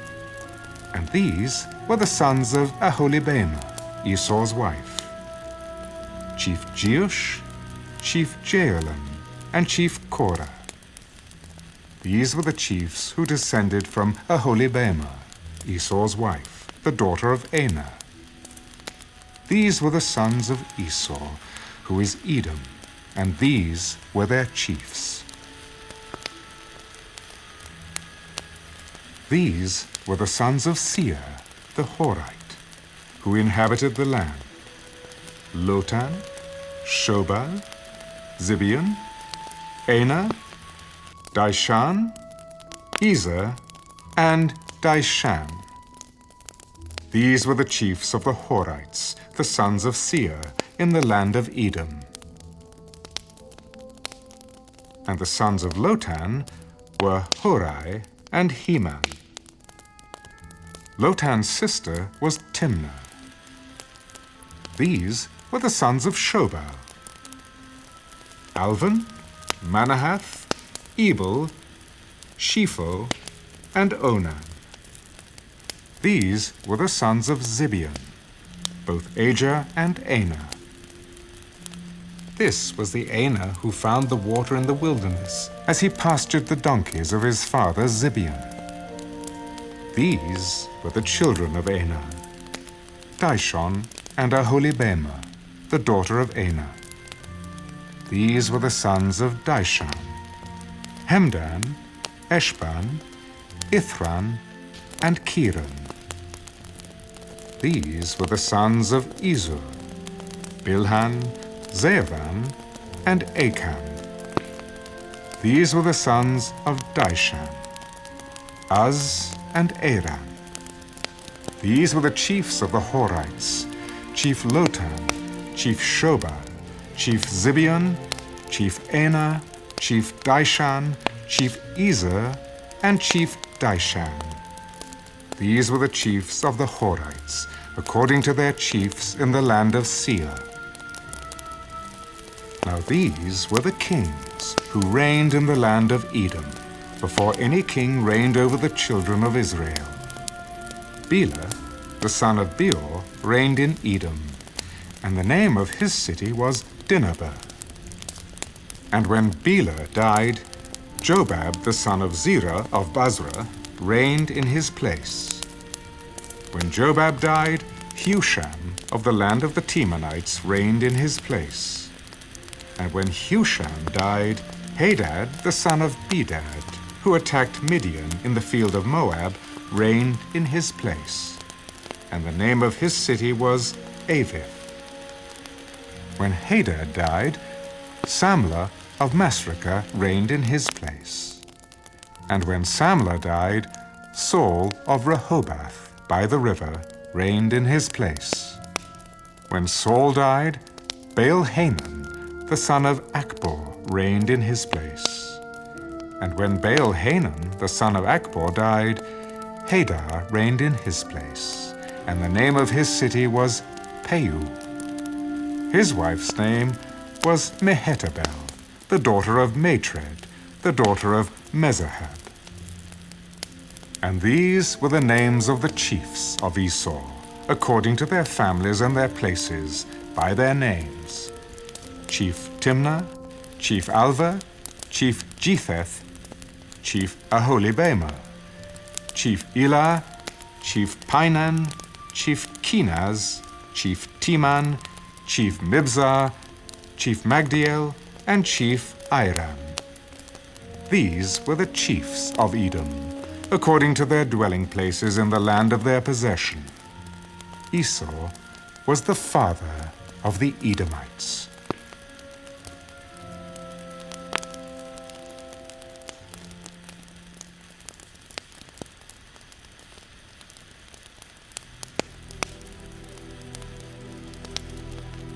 Now Jacob dwelt in the land where his father was a stranger, in the land of Canaan. This is the history of Jacob. Joseph, being 17 years old, was feeding the flock with his brothers, and the lad was with the sons of Bilhah and the sons of Zilpah, his father's wives. And Joseph brought a bad report of them to his father. Now Israel loved Joseph more than all his children, because he was the son of his old age. Also, he made him a tunic of many colors. But when his brothers saw that their father loved him more than all his brothers, they hated him and could not speak peaceably to him. Now Joseph had a dream, and he told it to his brothers, and they hated him even more. So he said to them, Please, hear this dream which I have dreamed. There we were, binding sheaves in the field. Then, behold, my sheaf arose and also stood upright. And indeed your sheaves stood all around and bowed down to my sheaf. And his brothers said to him, Shall you indeed reign over us? Or shall you indeed have dominion over us? So they hated him even more for his dreams and for his words. Then he dreamed still another dream and told it to his brothers. Look, I have dreamed another dream, and this time the sun, the moon, and the 11 stars bowed down to me. So he told it to his father and his brothers, and his father rebuked him. What is this dream that you have dreamed? Shall your mother and I and your brothers indeed come to bow down to the earth before you? And his brothers envied him, but his father kept the matter in mind. Then his brothers went to feed their father's flock in Shechem. And Israel said to Joseph, Are not your brothers feeding the flock in Shechem? Come, I will send you to them. So he said to him, Here I am. Please go and see if it is well with your brothers and well with the flocks, and bring back word to me. So he sent him out of the valley of Hebron, and he went to Shechem. Now a certain man found him, and there he was, wandering in the field. What are you seeking? I am seeking my brothers. Please, tell me where they are feeding their flocks. They have departed from here, for I heard them say, Let us go to Dothan. So Joseph went after his brothers, and found them in Dothan. Now when they saw him afar off, even before he came near them, they conspired against him to kill him. Look, this dreamer is coming. Come, therefore, let us now kill him and cast him into some pit, and we shall say, Some wild beast has devoured him. We shall see what will become of his dreams. But Reuben heard it, and he delivered him out of their hands. Let us not kill him. Shed no blood, but cast him into this pit which is in the wilderness. And do not lay a hand on him, that he might deliver him out of their hands, and bring him back to his father.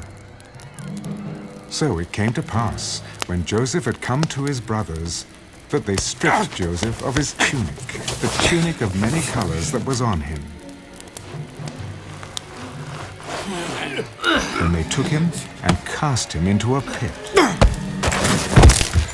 the pit was empty, there was no water in it. And they sat down to eat a meal. Then they lifted their eyes and looked, and there was a company of Ishmaelites coming from Gilead with their camels, bearing spices, balm, and myrrh, on their way to carry them down to Egypt. So Judah said to his brothers, What profit is there if we kill our brother and conceal his blood? Come and let us sell him to the Ishmaelites, and let not our hand be upon him, for he is our brother and our flesh. And his brothers listened. Then Midianite traders passed by. So the brothers pulled Joseph up and lifted him out of the pit, and sold him to the Ishmaelites for 20 shekels of silver, and they took Joseph to Egypt. Then Reuben returned to the pit, and indeed Joseph was not in the pit, and he tore his clothes, and he returned to his brothers. The lad is no more. And I, where shall I go? So they took Joseph's tunic, killed a kid of the goats, and dipped the tunic in the blood. Then they sent the tunic of many colors, and they brought it to their father. We have found this. Do you know whether it is your son's tunic or not? And he recognized it. It is my son's tunic. A wild beast has devoured him. Without doubt, Joseph is torn to pieces. Then Jacob tore his clothes, put sackcloth on his waist, and mourned for his son many days. And all his sons and all his daughters arose to comfort him. But he refused to be comforted. For I shall go down into the grave to my son in mourning. Thus his father wept for him. Now the Midianites had sold him in Egypt to Potiphar, an officer of Pharaoh and captain of the guard.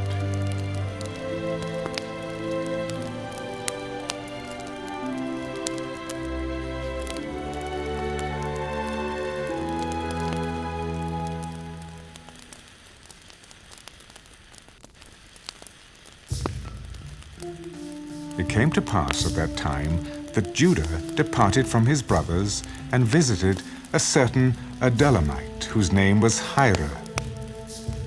And Judah saw there a daughter of a certain Canaanite whose name was Shua.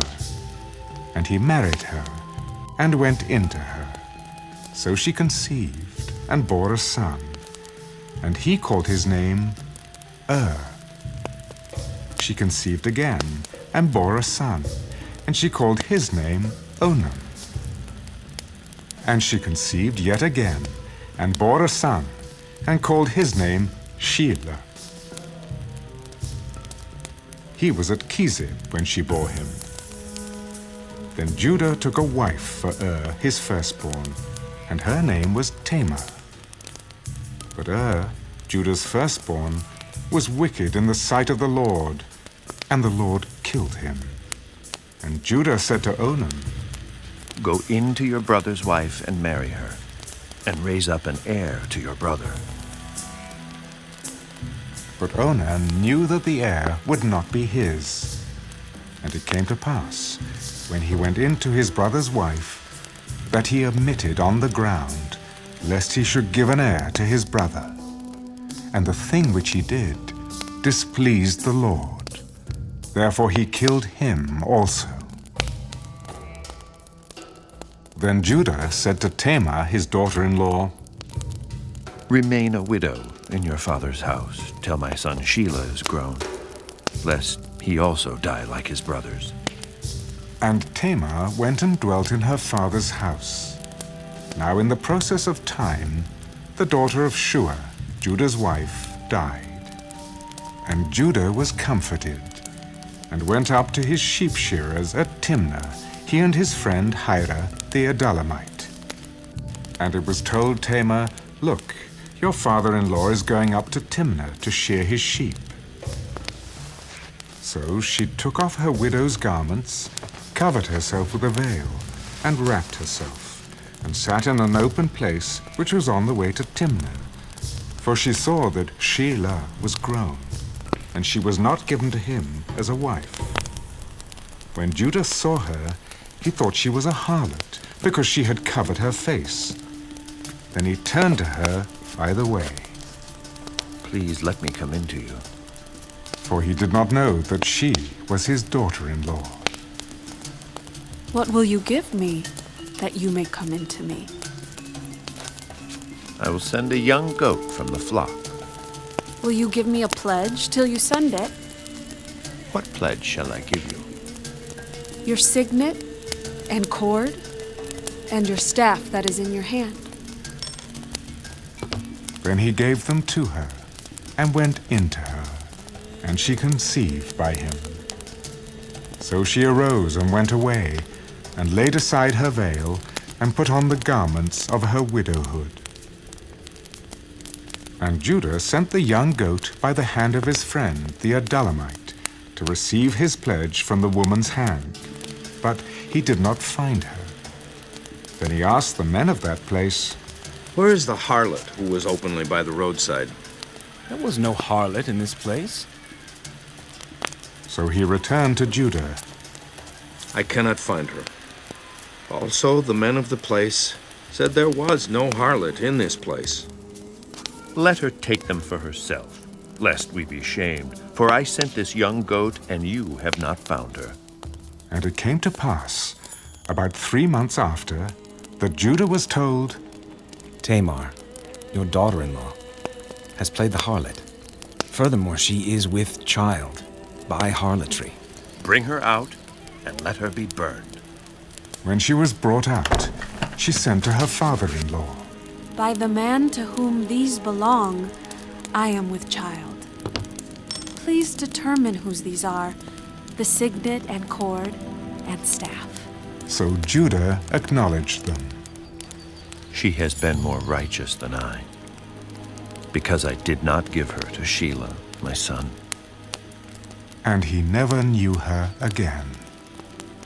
Now it came to pass, at the time for giving birth, that behold, twins were in her womb. And so it was, when she was giving birth, that the one put out his hand, and the midwife took a scarlet thread and bound it on his hand. This one came out first. And it happened, as he drew back his hand, that his brother came out unexpectedly. How did you break through? This breach be upon you. Therefore his name was called Perez. Afterward his brother came out who had the scarlet thread on his hand, and his name was called Zerah.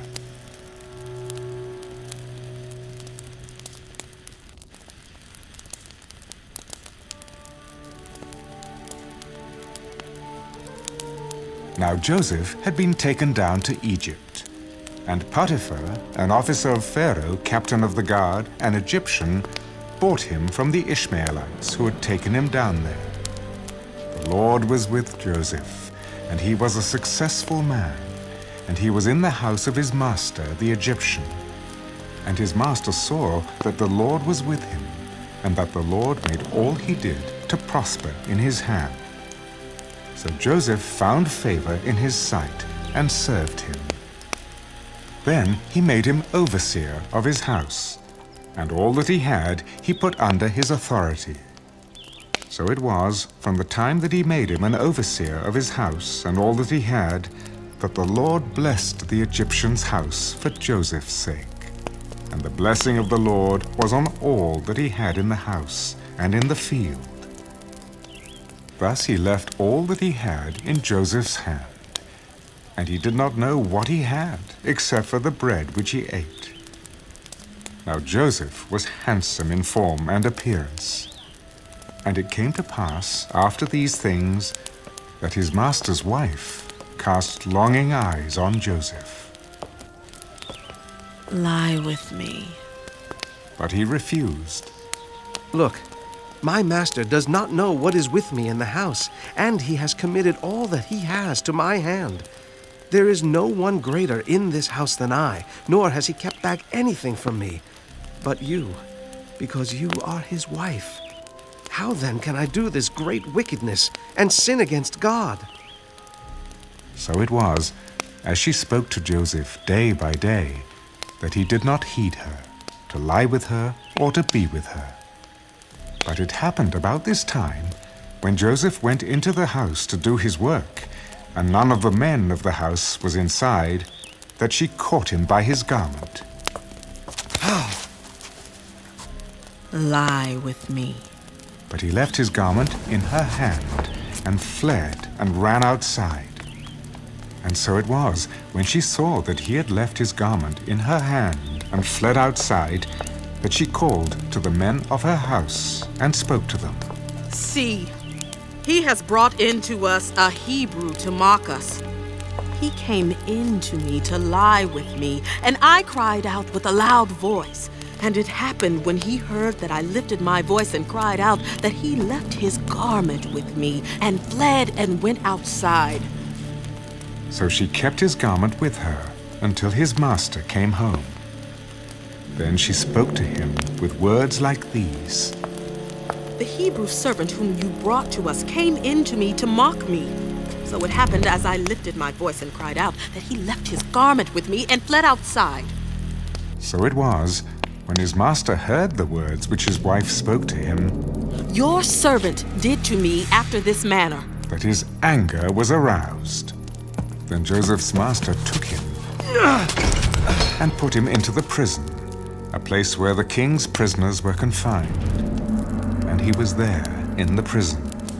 But the Lord was with Joseph and showed him mercy, and he gave him favor in the sight of the keeper of the prison.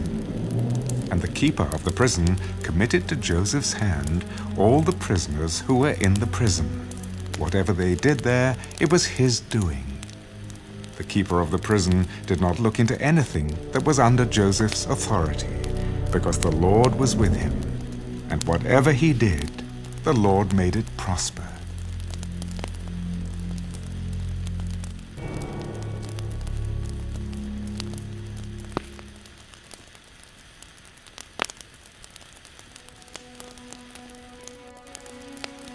It came to pass after these things that the butler and the baker of the king of Egypt offended their lord, the king of Egypt. And Pharaoh was angry with his two officers, the chief butler and the chief baker. So he put them in custody in the house of the captain of the guard, in the prison, the place where Joseph was confined. And the captain of the guard charged Joseph with them, and he served them. So they were in custody for a while. Then the butler and the baker of the king of Egypt, who were confined in the prison, had a dream. Both of them, each man's dream in one night, and each man's dream with its own interpretation.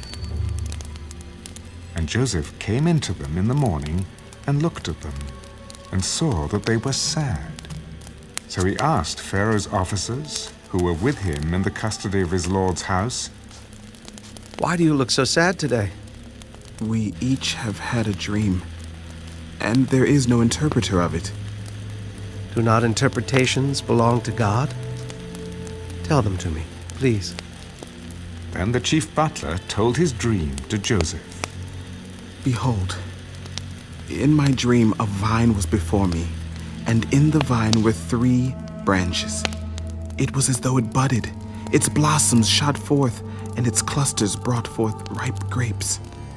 Then Pharaoh's cup was in my hand, and I took the grapes and pressed them into Pharaoh's cup, and placed the cup in Pharaoh's hand.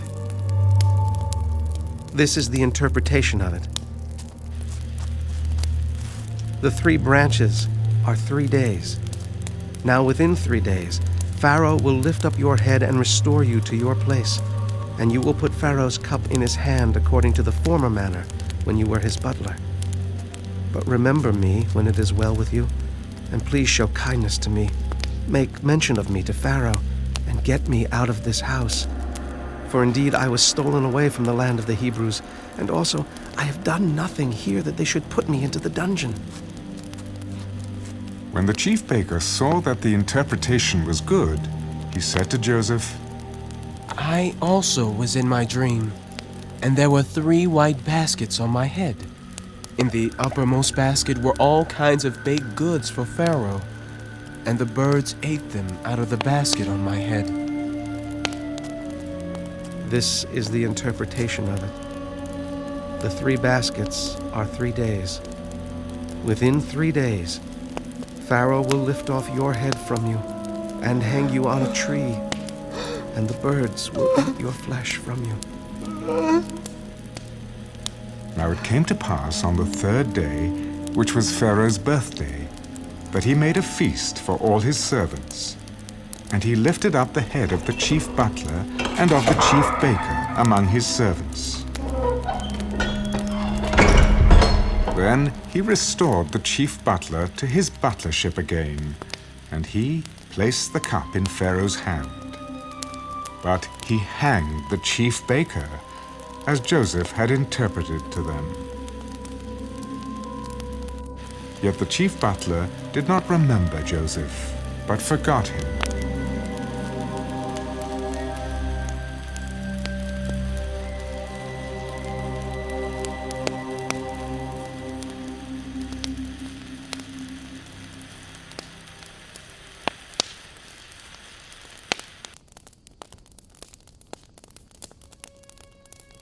Then it came to pass, at the end of 2 full years, that Pharaoh had a dream. And behold, he stood by the river. Suddenly there came up out of the river 7 cows, fine-looking and fat, and they fed in the meadow. Then behold, 7 other cows came up after them out of the river, ugly and gaunt, and stood by the other cows on the bank of the river. And the ugly and gaunt cows ate up the 7 fine-looking and fat cows.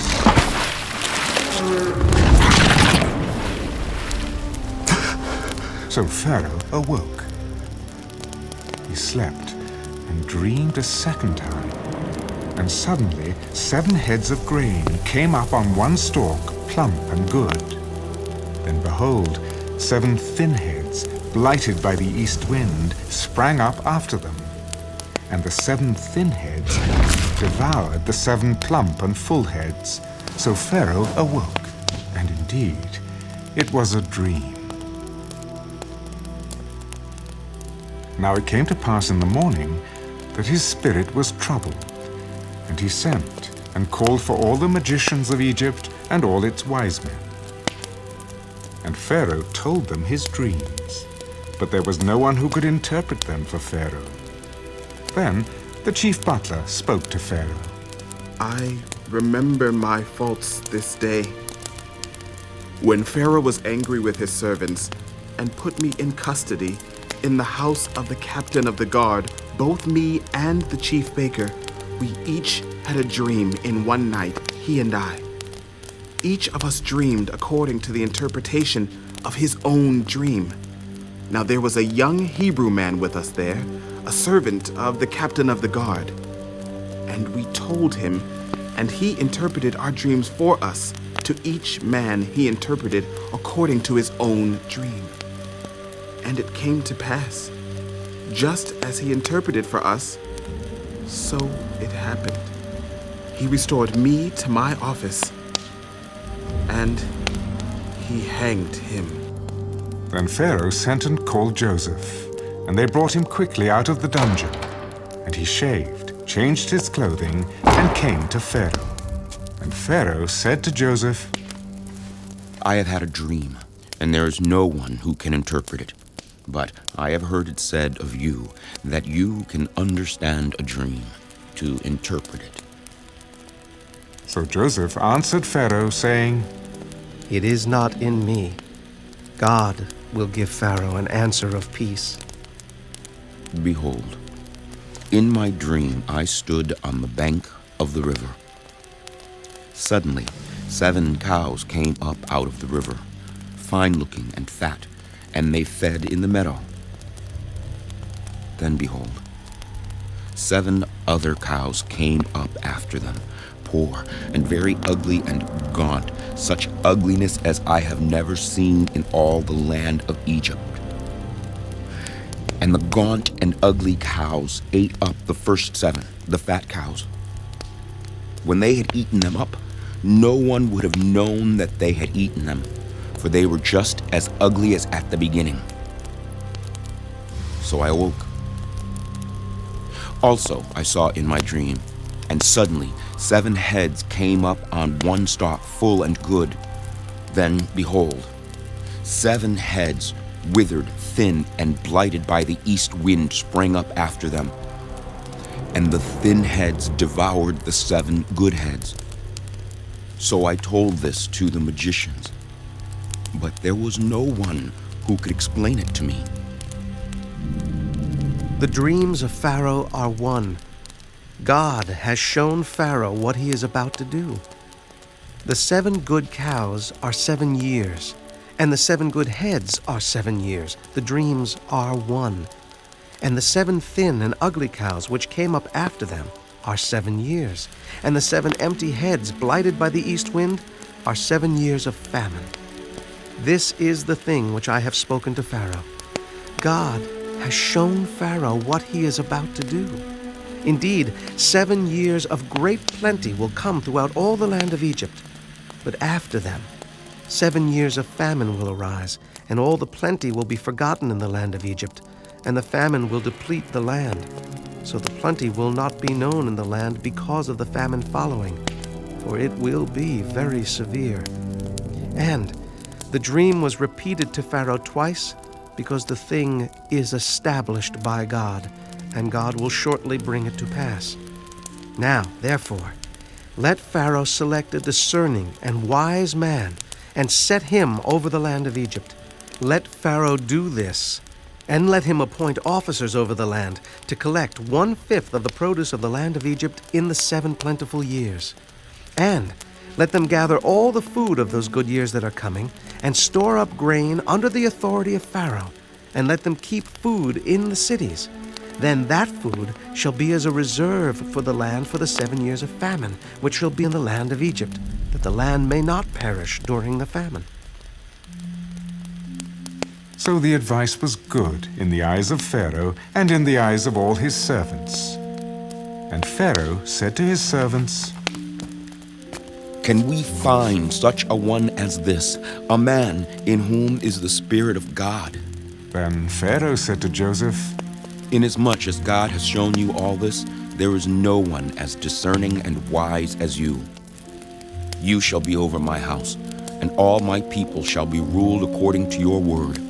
Only in regard to the throne will I be greater than you.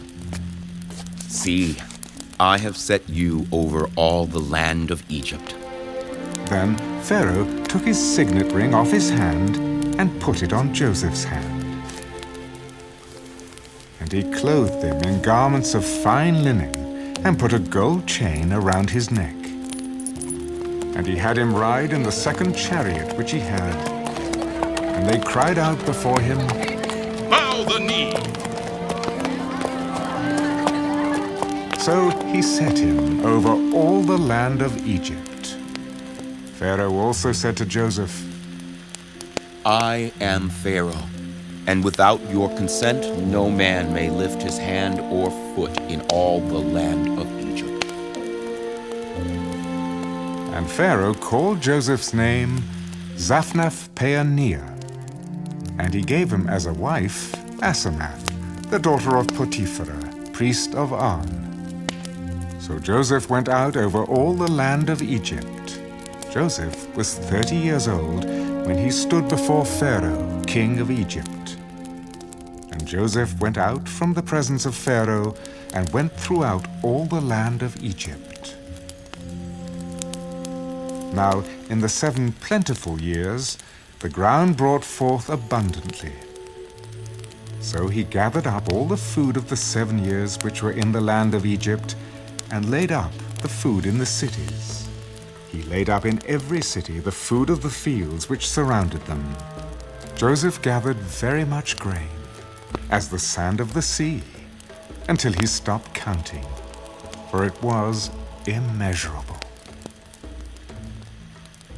And to Joseph were born 2 sons before the years of famine came, whom Asenath, the daughter of Potiphera, priest of On, bore to him. Joseph called the name of the firstborn Manasseh. For God has made me forget all my toil and all my father's house. And the name of the second he called Ephraim. For God has caused me to be fruitful in the land of my affliction. Then the 7 years of plenty which were in the land of Egypt ended, and the 7 years of famine began to come, as Joseph had said. The famine was in all lands, but in all the land of Egypt there was bread. So when all the land of Egypt was famished, the people cried to Pharaoh for bread. Then Pharaoh said to all the Egyptians, Go to Joseph. Whatever he says to you, do. The famine was over all the face of the earth, and Joseph opened all the storehouses and sold to the Egyptians. And the famine became severe in the land of Egypt. So all countries came to Joseph in Egypt to buy grain, because the famine was severe in all lands.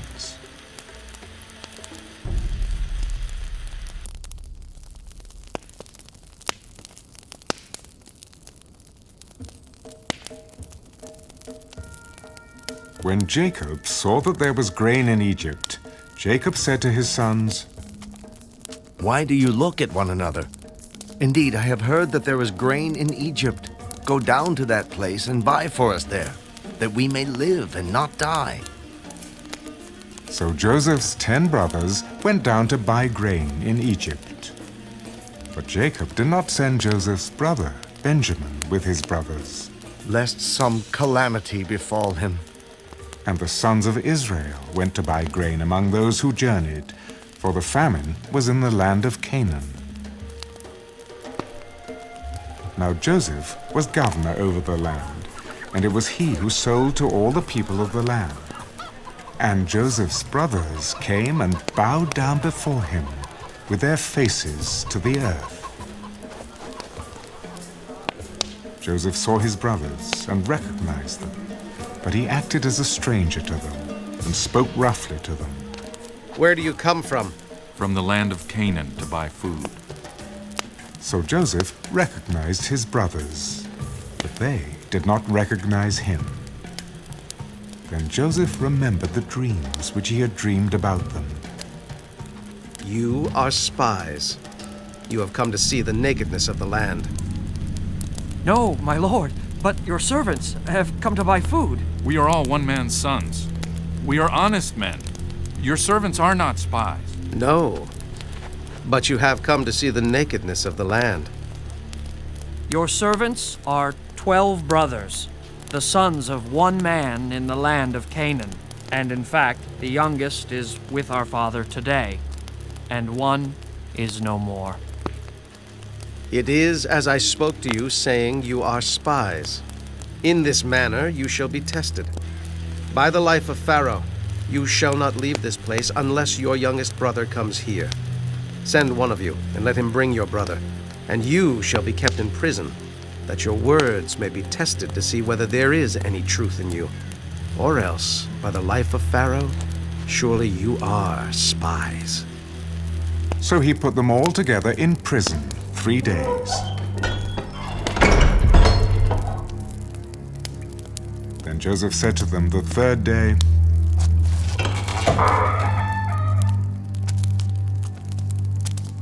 Do this and live, for I fear God. If you are honest men, let one of your brothers be confined to your prison house. But you, go and carry grain for the famine of your houses, and bring your youngest brother to me, so your words will be verified, and you shall not die. And they did so. Then they said to one another, We are truly guilty concerning our brother, for we saw the anguish of his soul when he pleaded with us, and we would not hear. Therefore, this distress has come upon us. And Reuben answered them, Did I not speak to you, saying, Do not sin against the boy, and you would not listen? Therefore, behold, his blood is now required of us. But they did not know that Joseph understood them, for he spoke to them through an interpreter. And he turned himself away from them and wept. Then he returned to them again and talked with them. And he took Simeon from them and bound him before their eyes. And Joseph gave a command to fill their sacks with grain, to restore every man's money to his sack, and to give them provisions for the journey. Thus he did for them. So they loaded their donkeys with the grain and departed from there.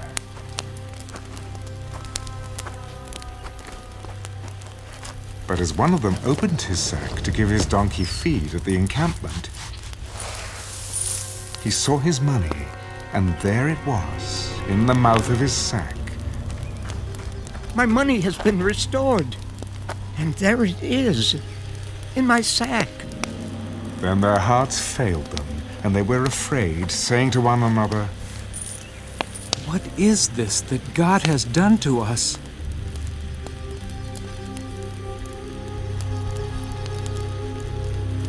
Then they went to Jacob their father in the land of Canaan, and told him all that had happened to them. The man who is lord of the land spoke roughly to us and took us for spies of the country. But we said to him, "We are honest men. We are not spies. We are 12 brothers, sons of our father. One is no more, and the youngest is with our father this day in the land of Canaan." Then the man, the lord of the country, said to us, "By this I will know that you are honest men. Leave one of your brothers here with me. Take food for the famine of your households, and be gone. And bring your youngest brother to me, so I shall know that you are not spies, but that you are honest men. I will grant your brother to you, and you may trade in the land." Then it happened, as they emptied their sacks, that surprisingly, each man's bundle of money was in his sack. And when they and their father saw the bundles of money, they were afraid. And Jacob their father said to them, "You have bereaved me. Joseph is no more, Simeon is no more, and you want to take Benjamin. All these things are against me." Then Reuben spoke to his father. Kill my 2 sons if I do not bring him back to you. Put him in my hands, and I will bring him back to you. My son shall not go down with you, for his brother is dead, and he is left alone. If any calamity should befall him along the way in which you go, then you would bring down my gray hair with sorrow to the grave."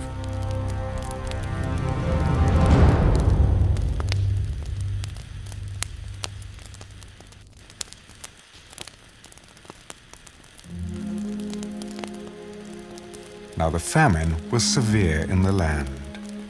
And it came to pass, when they had eaten up the grain which they had brought from Egypt, that their father said to them, "Go back, buy us a little food." But Judah spoke to him, "The man solemnly warned us, saying, 'You shall not see my face, unless your brother is with you. If you send our brother with us, we will go down and buy you food. But if you will not send him, we will not go down.' For the man said to us, 'You shall not see my face, unless your brother is with you.'" Why did you deal so wrongfully with me as to tell the man whether you had still another brother? The man asked us pointedly about ourselves and our family, saying, "Is your father still alive? Have you another brother?" And we told him according to these words. Could we possibly have known that he would say, "Bring your brother down"? Then Judah said to Israel his father, "Send the lad with me, and we will arise and go, that we may live and not die. Both we and you, and also our little ones. I myself will be surety for him. From my hand you shall require him. If I do not bring him back to you and set him before you, then let me bear the blame forever. For if we had not lingered, surely by now we would have returned the second time."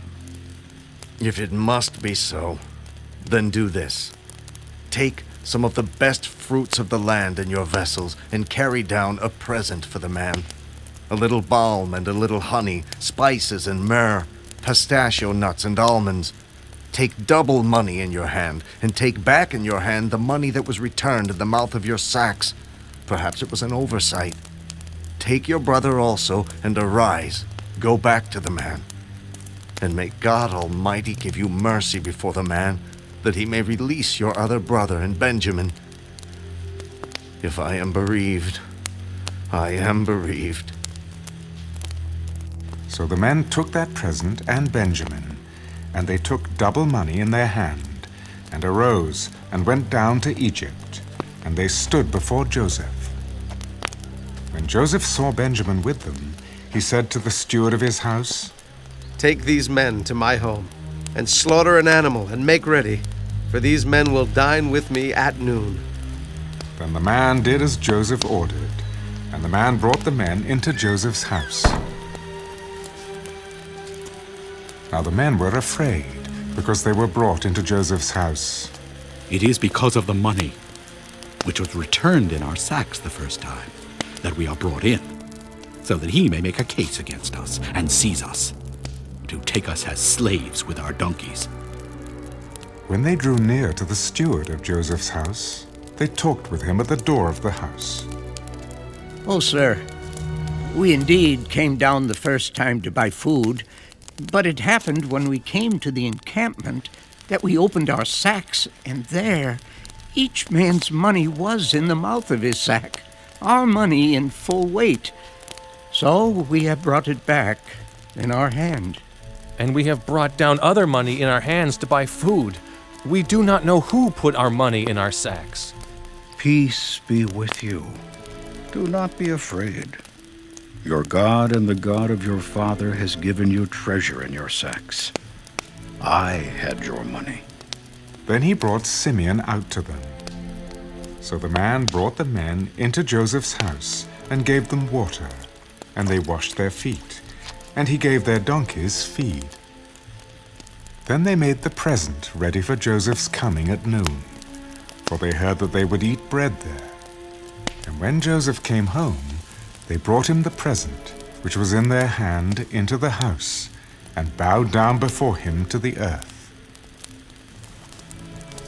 Then he asked them about their well-being. "Is your father well? The old man of whom you spoke? Is he still alive?" Your servant, our father, is in good health. He is still alive. And they bowed their heads down and prostrated themselves. Then he lifted his eyes and saw his brother Benjamin, his mother's son. "Is this your younger brother of whom you spoke to me? God be gracious to you, my son." Now his heart yearned for his brother. So Joseph made haste and sought somewhere to weep. And he went into his chamber and wept there. Then he washed his face and came out, and he restrained himself. "Serve the bread."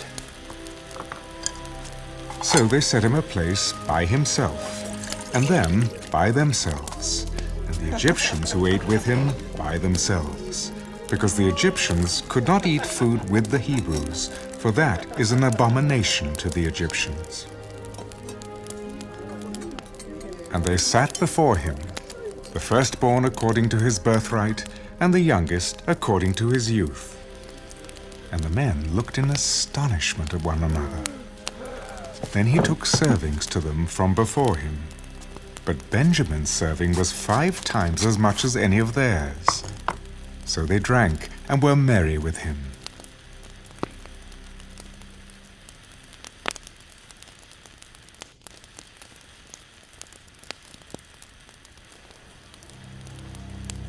And he commanded the steward of his house, "Fill the men's sacks with food, as much as they can carry, and put each man's money in the mouth of his sack. Also, put my cup, the silver cup, in the mouth of the sack of the youngest and his grain money." So he did, according to the word that Joseph had spoken. As soon as the morning dawned, the men were sent away, they and their donkeys.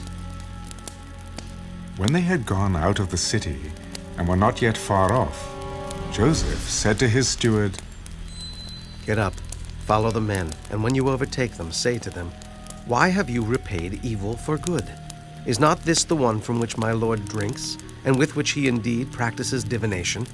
You have done evil in so doing.'" So he overtook them, and he spoke to them these same words. And they said to him, Why does my lord say these words? Far be it from us that your servants should do such a thing. Look, we brought back to you from the land of Canaan the money which we found in the mouth of our sacks.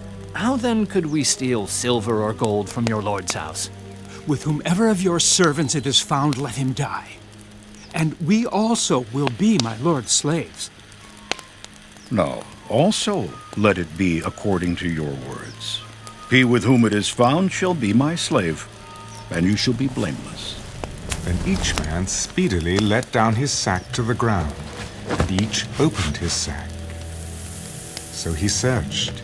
He began with the oldest and left off with the youngest. And the cup was found in Benjamin's sack.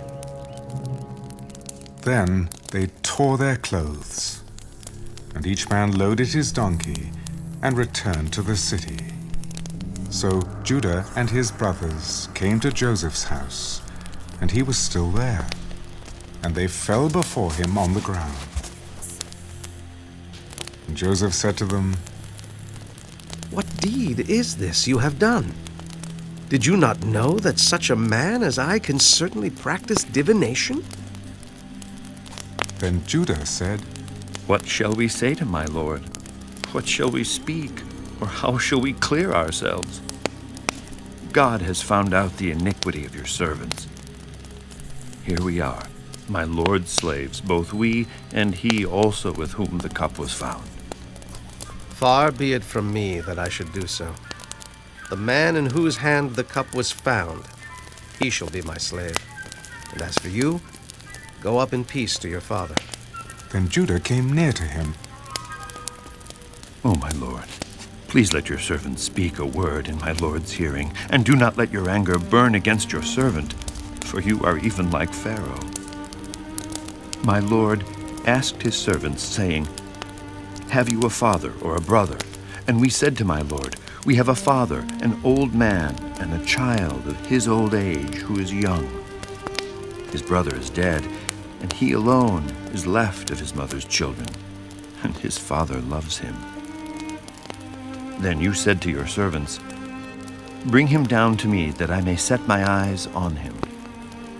And we said to my lord, The lad cannot leave his father, for if he should leave his father would die. But you said to your servants, Unless your youngest brother comes down with you, you shall see my face no more. So it was, when we went up to your servant my father, that we told him the words of my lord. And our father said, Go back and buy us a little food. But we said, We cannot go down. If our youngest brother is with us, then we will go down. For we may not see the man's face unless our youngest brother is with us.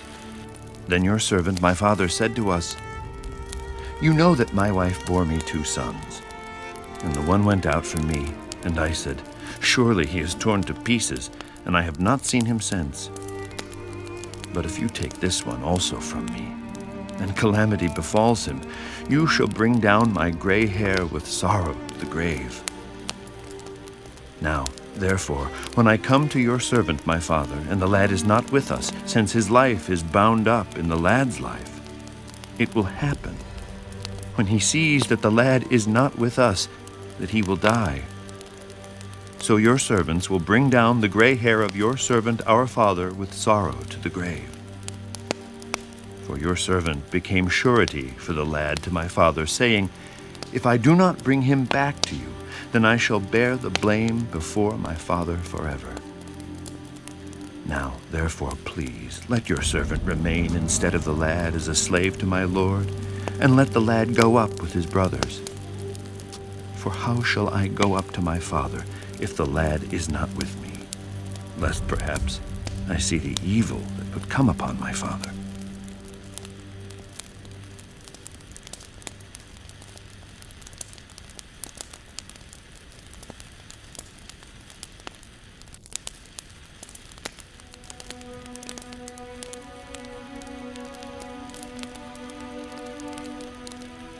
Then Joseph could not restrain himself before all those who stood by him. Make everyone go out from me.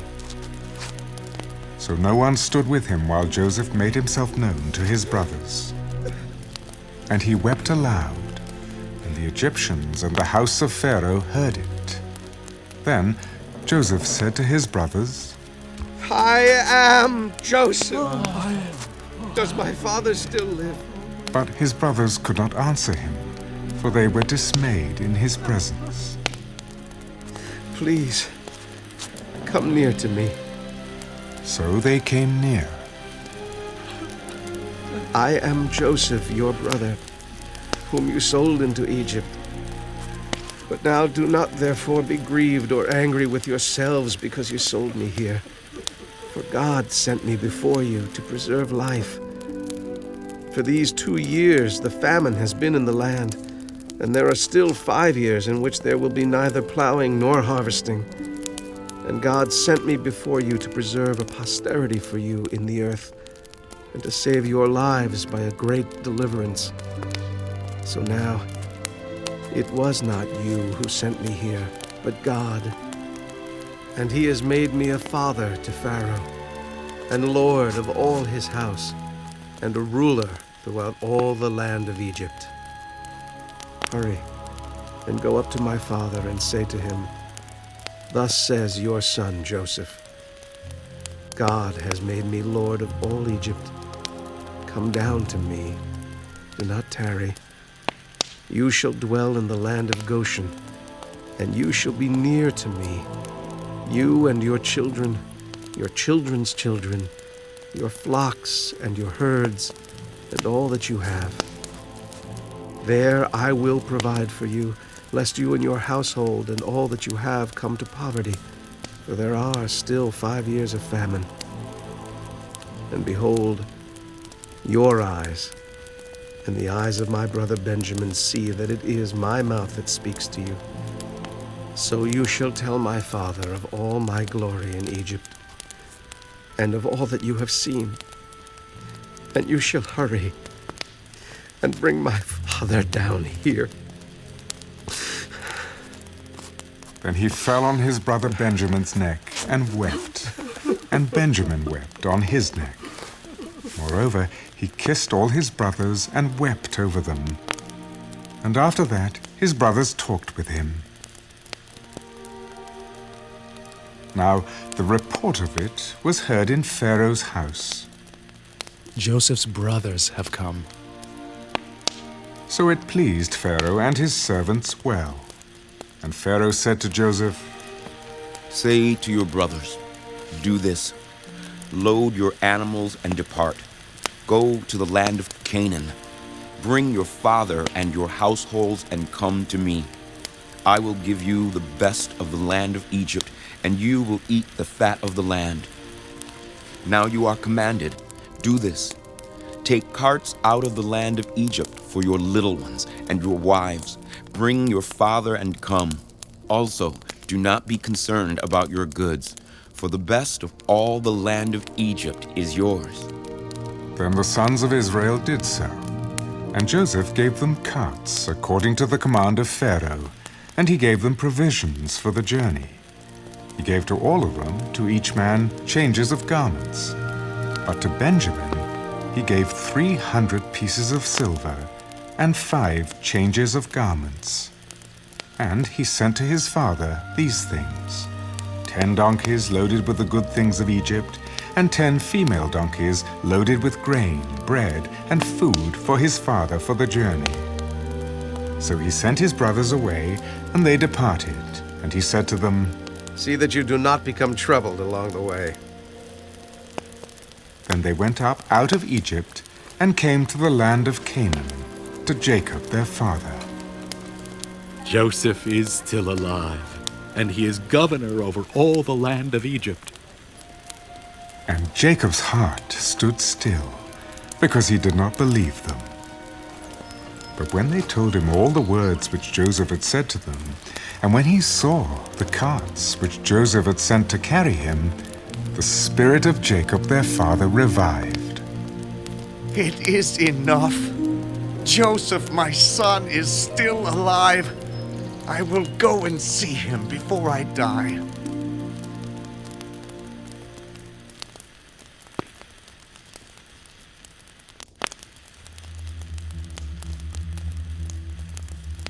So Israel took his journey with all that he had, and came to Beersheba, and offered sacrifices to the God of his father Isaac. Then God spoke to Israel in the visions of the night.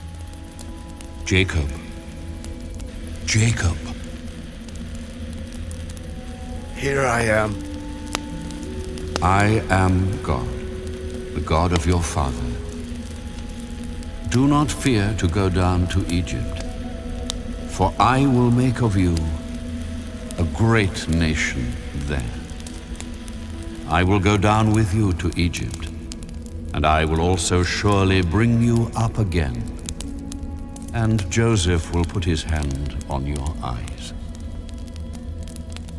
Then Jacob arose from Beersheba, and the sons of Israel carried their father Jacob, their little ones and their wives, in the carts which Pharaoh had sent to carry him. So they took their livestock and their goods, which they had acquired in the land of Canaan, and went to Egypt, Jacob and all his descendants with him, his sons and his sons' sons, his daughters and his sons' daughters, and all his descendants he brought with him to Egypt. Now these were the names of the children of Israel, Jacob and his sons, who went to Egypt. Reuben was Jacob's firstborn. The sons of Reuben were Hanok, Palu, Hezron, and Carmi. The sons of Simeon were Jemuel, Jamin, Ohad, Jachin, Zohar, and Shaul, the son of a Canaanite woman. The sons of Levi were Gershon, Kohath, and Merari. The sons of Judah were Onan, Shelah, Perez, and Zerah. But and Onan died in the land of Canaan. The sons of Perez were Hezron and Hamul. The sons of Issachar were Tola, Puvah, Job, and Shimron. The sons of Zebulun were Sered, Elan, and Jaleel. These were the sons of Leah, whom she bore to Jacob in Padan Aram, with his daughter Dinah. All the persons, his sons and his daughters, were 33. The sons of Gad were Ziphian, Haggai, Shunai, Ezban, Eri, Arodai, and Areli. The sons of Asher were Jimnah, Ishua, Isui, Beriah, and Serah, their sister. And the sons of Beriah were Heber and Malchiel. These were the sons of Zilpah, whom Laban gave to Leah his daughter, and these she bore to Jacob, 16 persons. The sons of Rachel, Jacob's wife, were Joseph and Benjamin. And to Joseph in the land of Egypt were born Manasseh and Ephraim, whom Asenath, the daughter of Potiphera, priest of On, bore to him. The sons of Benjamin were Bela, Becher, Ashbel, Gera, Naaman, Ehi, Rash, Mappim, Huppim, and Ard. These were the sons of Rachel, who were born to Jacob, 14 persons in all. The son of Dan was Hushim. The sons of Naphtali were Jaziel, Guni, Jezer, and Shillem. These were the sons of Bilhah, whom Laban gave to Rachel his daughter, and she bore these to Jacob, 7 persons in all. All the persons who went with Jacob to Egypt, who came from his body, besides Jacob's sons' wives, were 66 persons in all. And the sons of Joseph who were born to him in Egypt were 2 persons. All the persons of the house of Jacob who went to Egypt were 70. Then he sent Judah before him to Joseph, to point out before him the way to Goshen. And they came to the land of Goshen.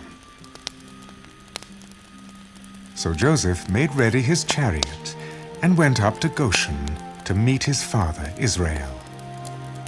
And he presented himself to him, and fell on his neck, and wept on his neck a good while. And Israel said to Joseph, Now let me die, since I have seen your face, because you are still alive. Then Joseph said to his brothers and to his father's household, I will go up and tell Pharaoh, and say to him, My brothers and those of my father's house who were in the land of Canaan have come to me, and the men are shepherds, for their occupation has been to feed livestock. And they have brought their flocks, their herds, and all that they have. So it shall be when Pharaoh calls you and says, What is your occupation? That you shall say, Your servant's occupation has been with livestock from our youth even till now, both we and also our fathers, that you may dwell in the land of Goshen, for every shepherd is an abomination to the Egyptians.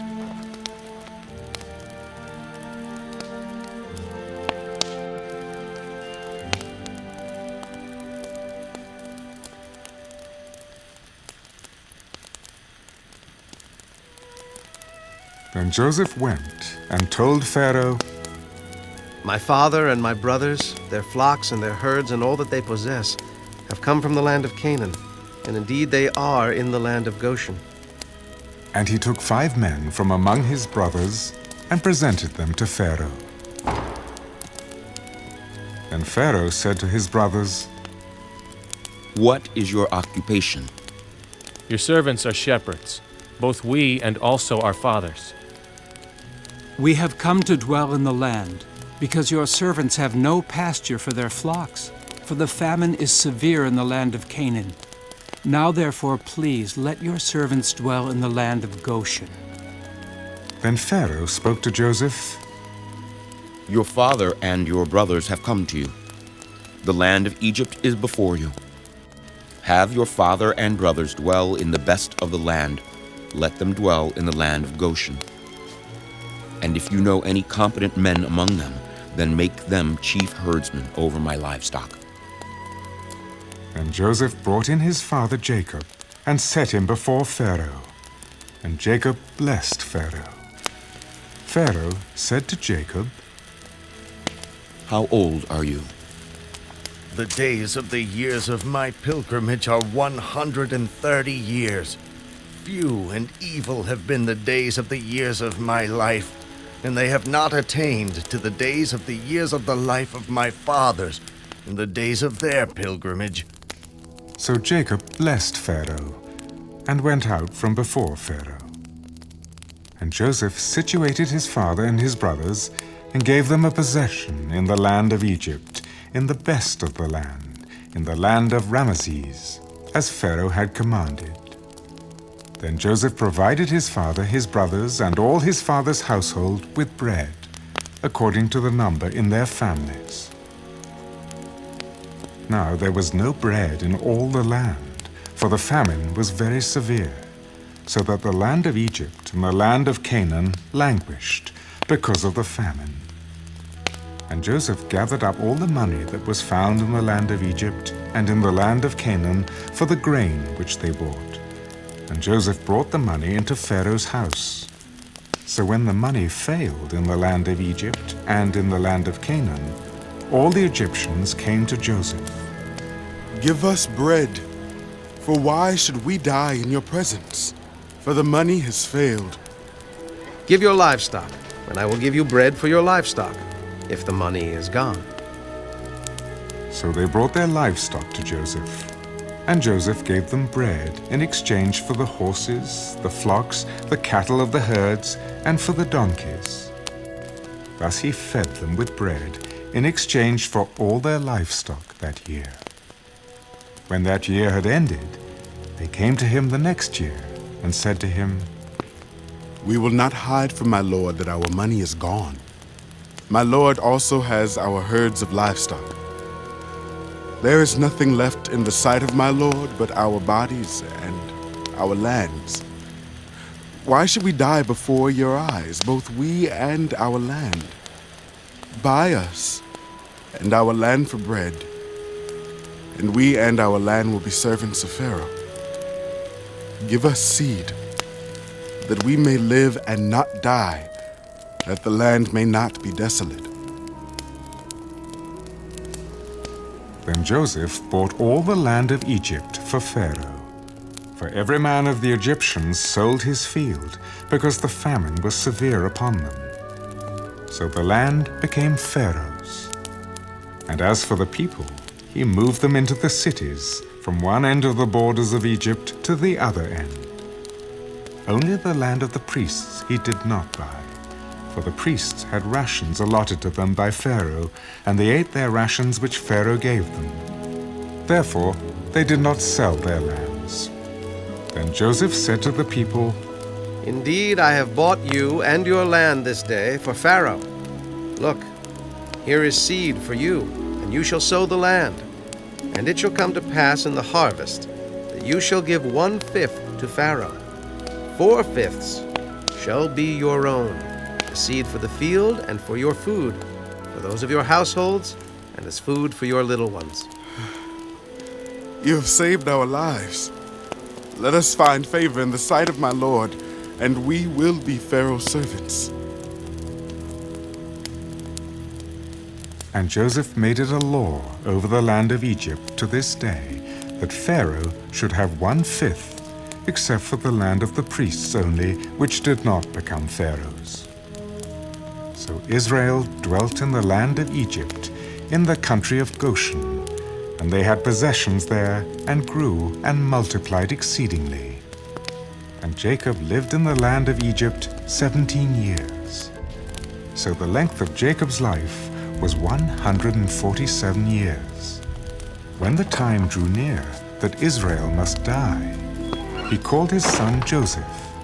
Now, if I have found favor in your sight, please put your hand under my thigh and deal kindly and truly with me. Please do not bury me in Egypt, but let me lie with my fathers. You shall carry me out of Egypt and bury me in their burial place. I will do as you have said. Swear to me. And he swore to him. So Israel bowed himself on the head of the bed.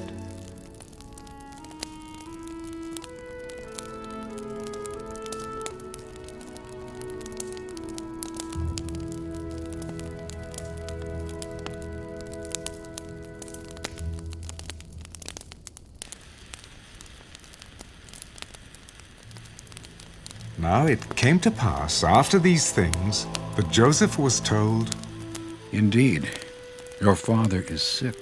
And he took with him his 2 sons, Manasseh and Ephraim.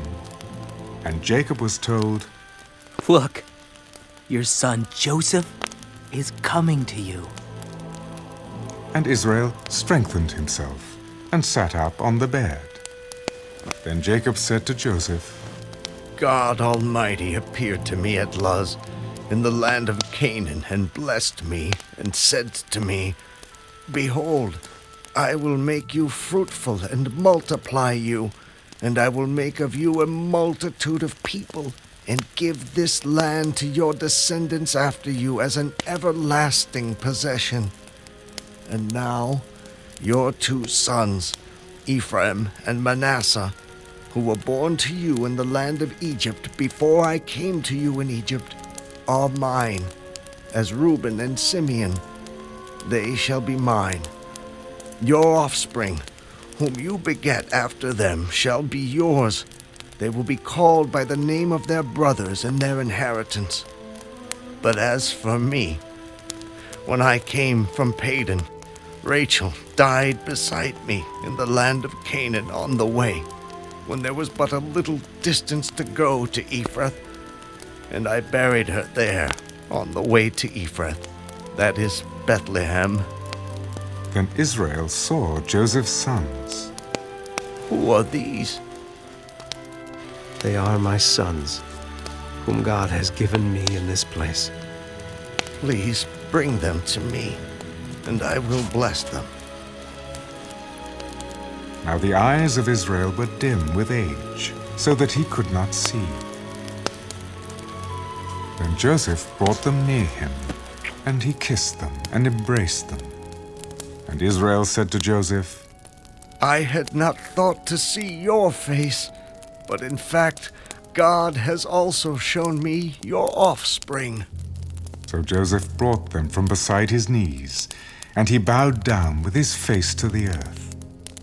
And Joseph took them both, Ephraim with his right hand toward Israel's left hand, and Manasseh with his left hand toward Israel's right hand, and brought them near him. Then Israel stretched out his right hand and laid it on Ephraim's head, who was the younger, and his left hand on Manasseh's head, guiding his hands knowingly, for Manasseh was the firstborn. And he blessed Joseph. God, before whom my fathers Abraham and Isaac walked, the God who has fed me all my life long to this day, the angel who has redeemed me from all evil, bless the lads. Let my name be named upon them, and the name of my fathers, Abraham and Isaac, and let them grow into a multitude in the midst of the earth. Now when Joseph saw that his father laid his right hand on the head of Ephraim, it displeased him. So he took hold of his father's hand to remove it from Ephraim's head to Manasseh's head. And Joseph said to his father, Not so, my father, for this one is the firstborn. Put your right hand on his head. But his father refused. I know, my son, I know. He also shall become a people, and he also shall be great. But truly, his younger brother shall be greater than he, and his descendants shall become a multitude of nations. So he blessed them that day. By you Israel will bless, saying, May God make you as Ephraim and as Manasseh. And thus he set Ephraim before Manasseh. Then Israel said to Joseph, Behold, I am dying, but God will be with you and bring you back to the land of your fathers. Moreover, I have given to you one portion above your brothers, which I took from the hand of the Amorite with my sword and my bow.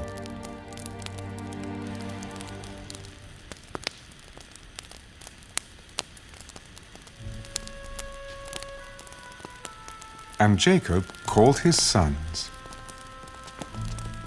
Gather together, that I may tell you what shall befall you in the last days. Gather together and hear, you sons of Jacob, and listen to Israel your father. Reuben, you are my firstborn, my might and the beginning of my strength, the excellency of dignity and the excellency of power. Unstable as water, you shall not excel, because you went up to your father's bed, then you defiled it. He went up to my couch. Simeon and Levi are brothers. Instruments of cruelty are in their dwelling place. Let not my soul enter their council. Let not my honor be united to their assembly. For in their anger they slew a man, and in their self-will they hamstrung an ox. Cursed be their anger, for it is fierce, and their wrath, for it is cruel. I will divide them in Jacob, and scatter them in Israel. Judah, you are he whom your brothers shall praise. Your hand shall be on the neck of your enemies. Your father's children shall bow down before you. Judah is a lion's whelp. From the prey, my son, you have gone up. He bows down, he lies down as a lion, and as a lion, who shall rouse him? The scepter shall not depart from Judah, nor a lawgiver from between his feet, until Shiloh comes, and to him shall be the obedience of the people. binding his donkey to the vine, and his donkey's colt to the choice vine. He washed his garments in wine, and his clothes in the blood of grapes. His eyes are darker than wine, and his teeth whiter than milk. Zebulun shall dwell by the haven of the sea. He shall become a haven for ships, and his border shall adjoin Sidon. Issachar is a strong donkey. Lying down between two burdens, he saw that rest was good, and that the land was pleasant. He bowed his shoulder to bear a burden, and became a band of slaves. Dan shall judge his people as one of the tribes of Israel. Dan shall be a serpent by the way, a viper by the path, that bites the horse's heels so that its rider shall fall backward. I have waited for your salvation, O Lord. Gad, a troop shall tramp upon him, but he shall triumph at last. Bread from Asher shall be rich, and he shall yield royal dainties. Naphtali is a deer let loose. He uses beautiful words. Joseph is a fruitful bough by a well. His branches run over the wall. The archers have bitterly grieved him, shot at him, and hated him, but his bow remained in strength, and the arms of his hands were made strong by the hands of the mighty God of Jacob. From there is the shepherd, the stone of Israel. By the God of your father who will help you, and by the Almighty who will bless you with blessings of heaven above, blessings of the deep that lies beneath, blessings of the breasts and of the womb. The blessings of your father have excelled the blessings of my ancestors, up to the utmost bound of the everlasting hills. They shall be on the head of Joseph, and on the crown of the head of him who was separate from his brothers. Benjamin is a ravenous wolf. In the morning he shall devour the prey, and at night he shall divide the spoil. All these are the 12 tribes of Israel, and this is what their father spoke to them. And he blessed them. He blessed each one according to his own blessing. Then he charged them. I am to be gathered to my people. Bury me with my fathers in the cave that is in the field of Ephron the Hittite, in the cave that is in the field of Machpelah, which is before Mamre in the land of Canaan, which Abraham bought with the field of Ephron the Hittite as a possession for a burial place. There they buried Abraham and Sarah his wife. There they buried Isaac and Rebekah his wife, and there I buried Leah. The field and the cave that is there were purchased from the sons of Heth.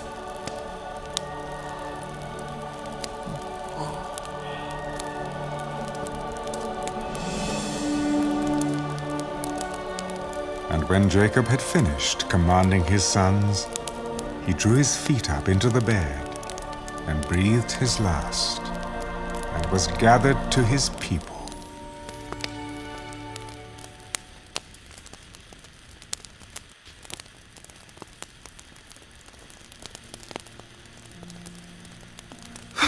Then Joseph fell on his father's face and wept over him and kissed him.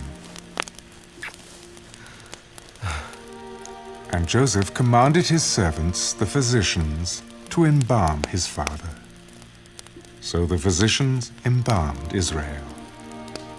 40 days were required for him, for such are the days required for those who are embalmed. And the Egyptians mourned for him 70 days. Now when the days of his mourning were past, Joseph spoke to the household of Pharaoh.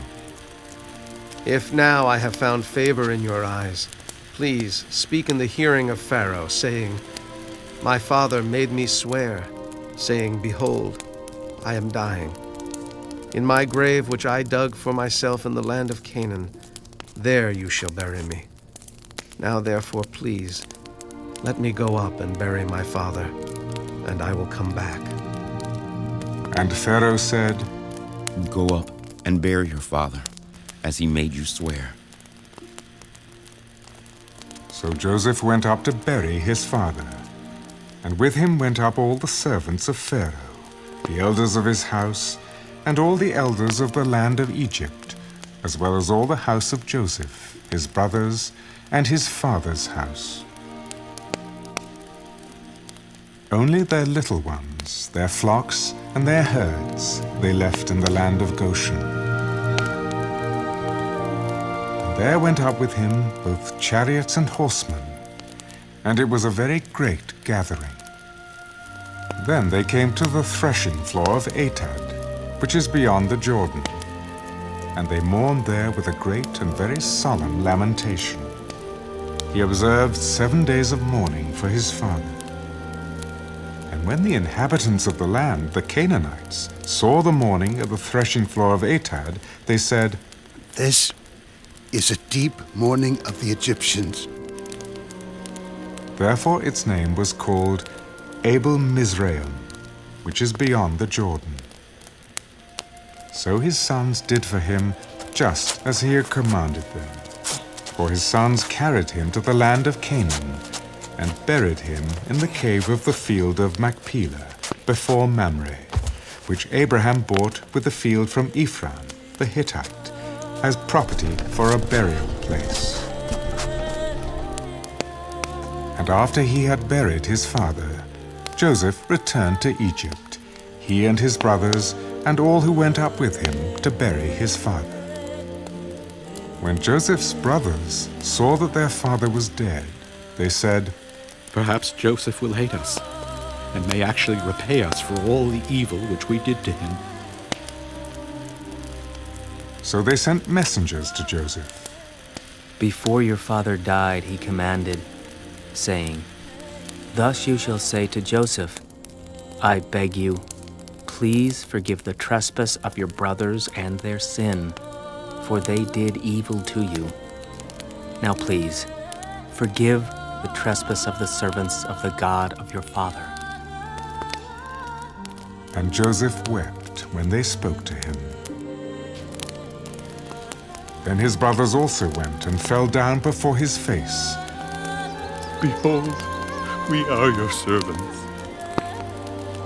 Do not be afraid, for am I in the place of God? But as for you, you meant evil against me, but God meant it for good, in order to bring it about as it is this day, to save many people alive. Now therefore, do not be afraid. I will provide for you and your little ones. And he comforted them and spoke kindly to them. So Joseph dwelt in Egypt, he and his father's household. And Joseph lived 110 years. Joseph saw Ephraim's children to the 3rd generation. The children of Machir, the son of Manasseh, were also brought up on Joseph's knees. And Joseph said to his brethren, I am dying, but God will surely visit you and bring you out of this land to the land of which he swore to Abraham, to Isaac,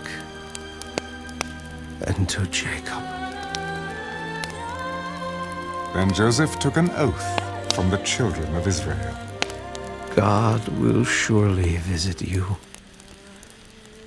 and you shall carry up my bones from here. So Joseph died, being 110 years old, and they embalmed him, and he was put in a coffin in Egypt.